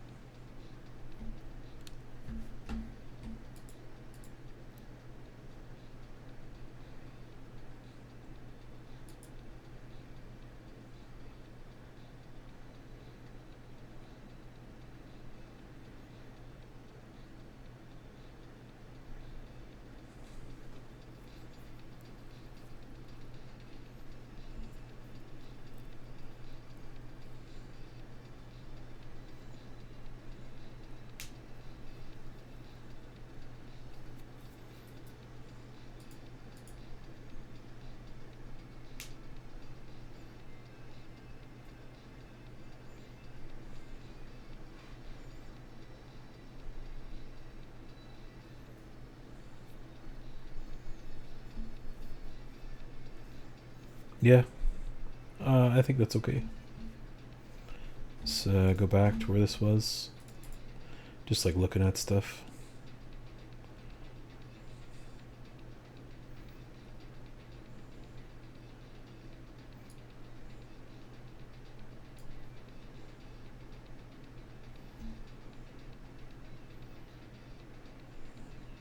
Maybe it's like a vent on the back or something. Or this one's just not quite as high. There's always room for the smoke to get out. It's gonna smoke out from everywhere, but you have like the easiest path of resistance, because it'll just go up the sides, right? I guess it'll do that anyways. Keep all the smoke out, smoke in. And then if you had like a couple holes in the bottom here, then it could draw in the air and get that nice and hot. So another, I don't know, another continuation of what this looks like. So we do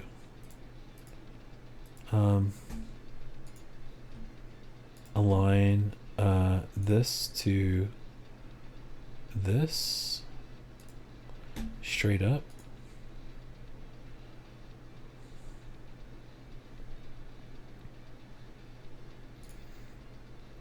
The trough burner. And it would be really cool if this like folded down. And this was out here, and then this was like a little hinge. So fold one down, and then the whole thing sits down. More flat pack sort of idea. And that'd be really neat. So good enough for now, I think. Good enough for today.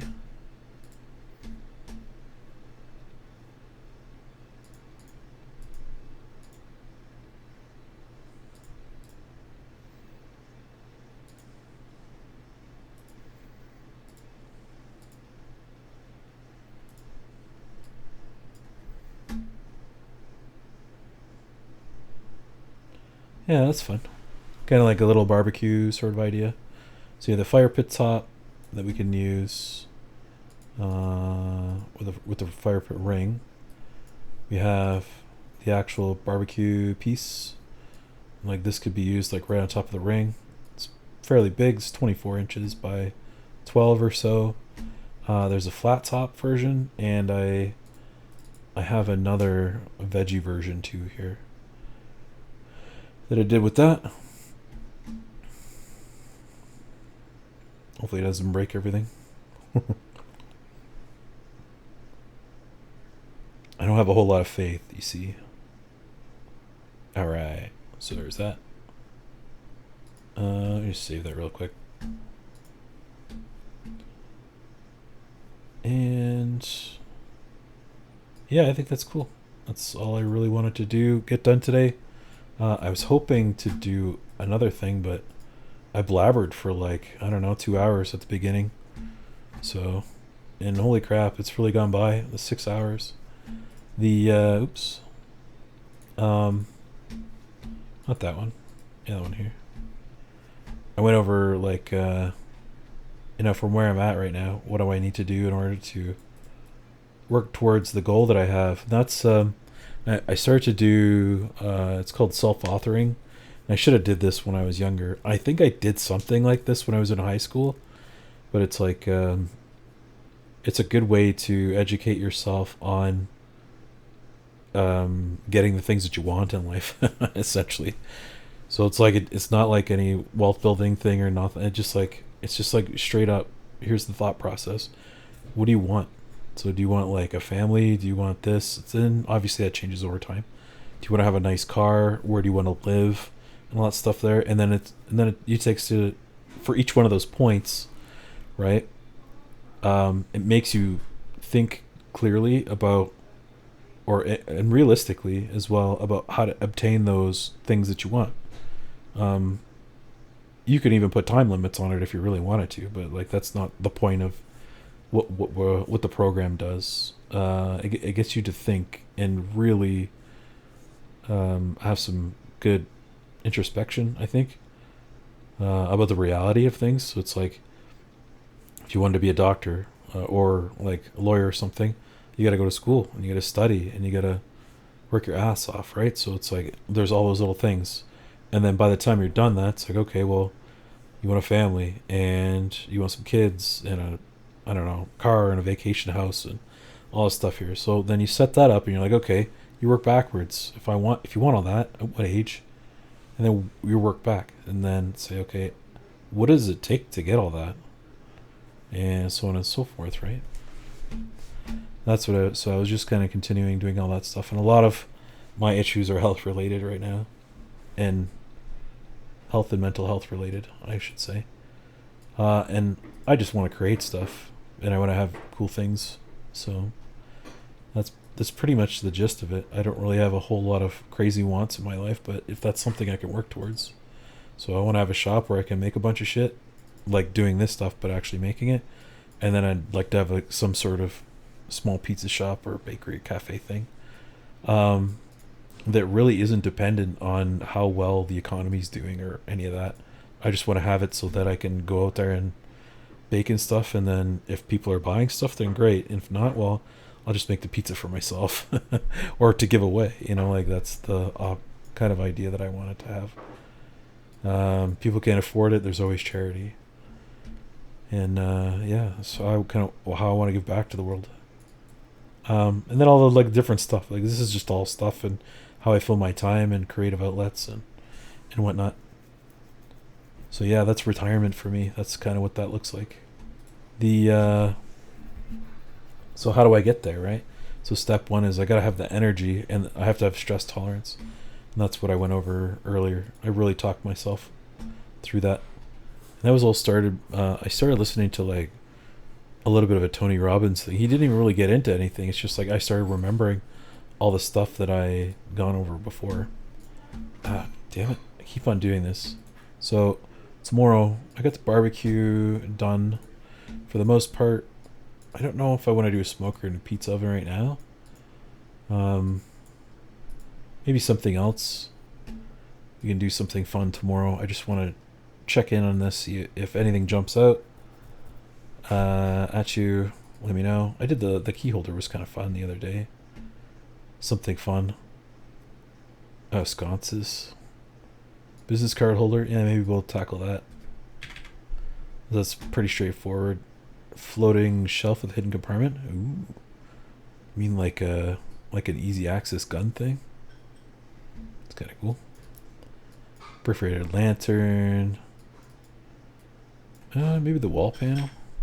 I was thinking about that yesterday. Laser cut wall clock. Yeah, those things are kind of neat. Like this is like really big, and the arm goes around or something like that. Bottle opener. Yeah, we could do something like that. What are the ones that jump out at us? Room divider. Nah. I actually designed this. I designed the wall dividers for the Crate and Barrel that's in downtown Toronto. There's some dividers in there. I did all the steel work for that. That was pretty fun. That was a lot of laser stuff. Holy moly. Bookmark sets. Yeah, you could do thin. Something like that. We could do like a Dr. Mario sort of theme, maybe. I don't know. Napkin rings. Drawer pulls. Oh yeah, like a handheld thing. House numbers. Holiday ornaments. Plant stand. Yeah. Metal trellises for hanging stuff up. That might be something fun. Like, or something that comes down, you can just push up, hold your, like a clothesline almost. Plant labels. Nah, this is all like camping stove. Ooh, foldable picnic table. That'd be something else. That'd have to be like wood, and then you could make the metal ends or something. I was thinking about the wind chimes like the other day, and you could pronounce it like just. It would be like a. it just said like fuck, like vertically, not like how you would read it, but you'd have to tip your head to see it. And it was all like the different pieces. I might actually make this to be kind of funny, and if they all lined up right for you, or if they're like wind was going and you'd see it just right, and you'd see the outline of the word. I thought it was pretty fun, so maybe we'll do that. Losing my voice here.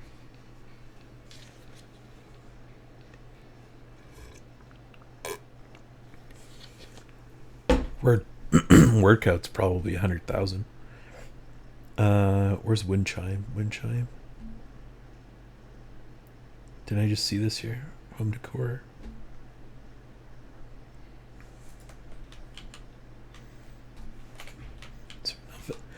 Is there nothing here?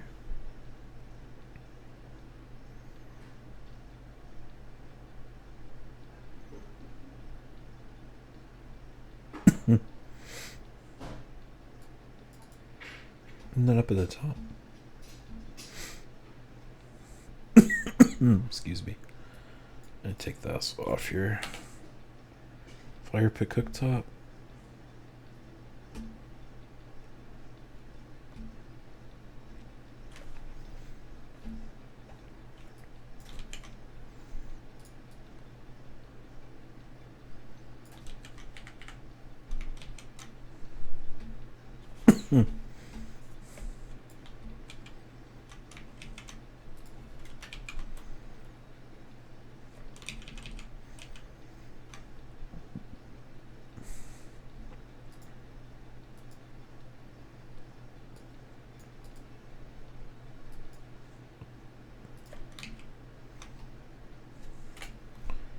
Yeah, I think we got some of these done.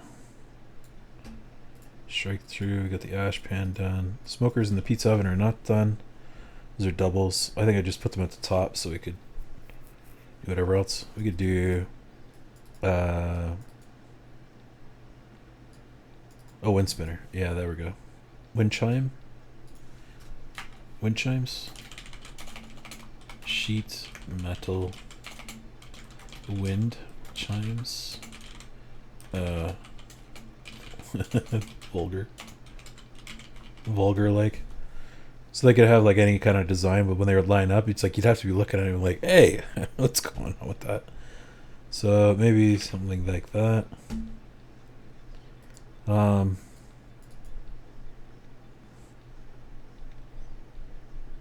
It's like all the standard stuff. Pizza pans, you can do that. Those are just pans, but it would be neat to have the sizes sizes drawn up. In parametric, so that's like something fun to do. Organizers, maybe like drawer organizers. They don't have to be metal. Kind of like a multi-tool holder, like maybe that it's something that like fits on the side, one on the other, like 4 sides, 5, 6, and then it like tethers to you or something, so you get a bunch of stuff that's on that. A tool wind chime. It's like having all your wrenches on keybacks or something like that.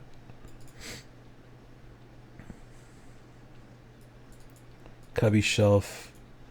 We could do like an in wall, in drywall. Oops. In drywall. Wall cavity.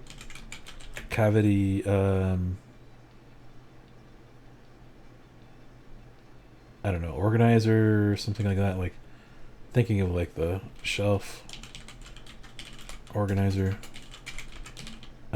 hidden, maybe something like that. So it's like the piece that you fit on there and it flops down or it like comes out real quick. I don't know, something like that. More ideas. I think I'm gonna go have some dinner. Warm up my foods. Sign frames, flat pack trade show booth. Wow. Yeah, you could do a bunch of stuff like that. Foldable metal market stall. Yeah. You could fold it all up. Has like a whole like look to it, and then has like maybe some wheels in the bottom to get it like in and out of the venue easy, or wherever your thing is. I like the parking lot markets because it's, you know, you get your car right there and you just like walking by, let a bunch of people in there. The only crappy thing is you can't leave until the market is done. So we could do fender flares for a bathroom. That's not bathroom. Motorcycle. Oh, there it is. That's a whole nother thing. Not really into any of this stuff much anymore, but skid plates, yeah. It's a lot of stuff we could do there. Dock crates, sheet metal stands.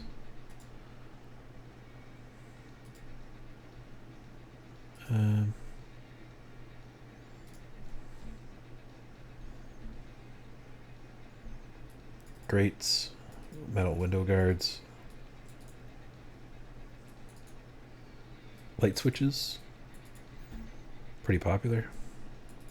It's a popular thing to make too for like one of your first projects or like a demo thing for vendors.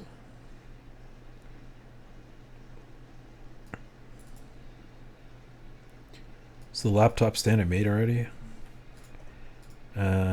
Easel, metal cable organizer, skateboard rack. Oh yeah. Pen holder, wind vanes. Yeah, man, wind vanes can get really crazy. I love some of the artwork I've seen over the years. So yeah, I've got a pretty good. Some of the stuff I'm not really interested in making. 3D printed tools for the stamping would be pretty fun. Wall clock, no. Metal lantern, maybe. I should say no to that. That might be a fun a fun thing to do. Switch plates. There's some doubles in here. All right. Anyways, that's good enough for me today. Thanks for dropping by. If you did, hanging out and chatting. It's always good to hear from you guys. Love to hear your input for all that.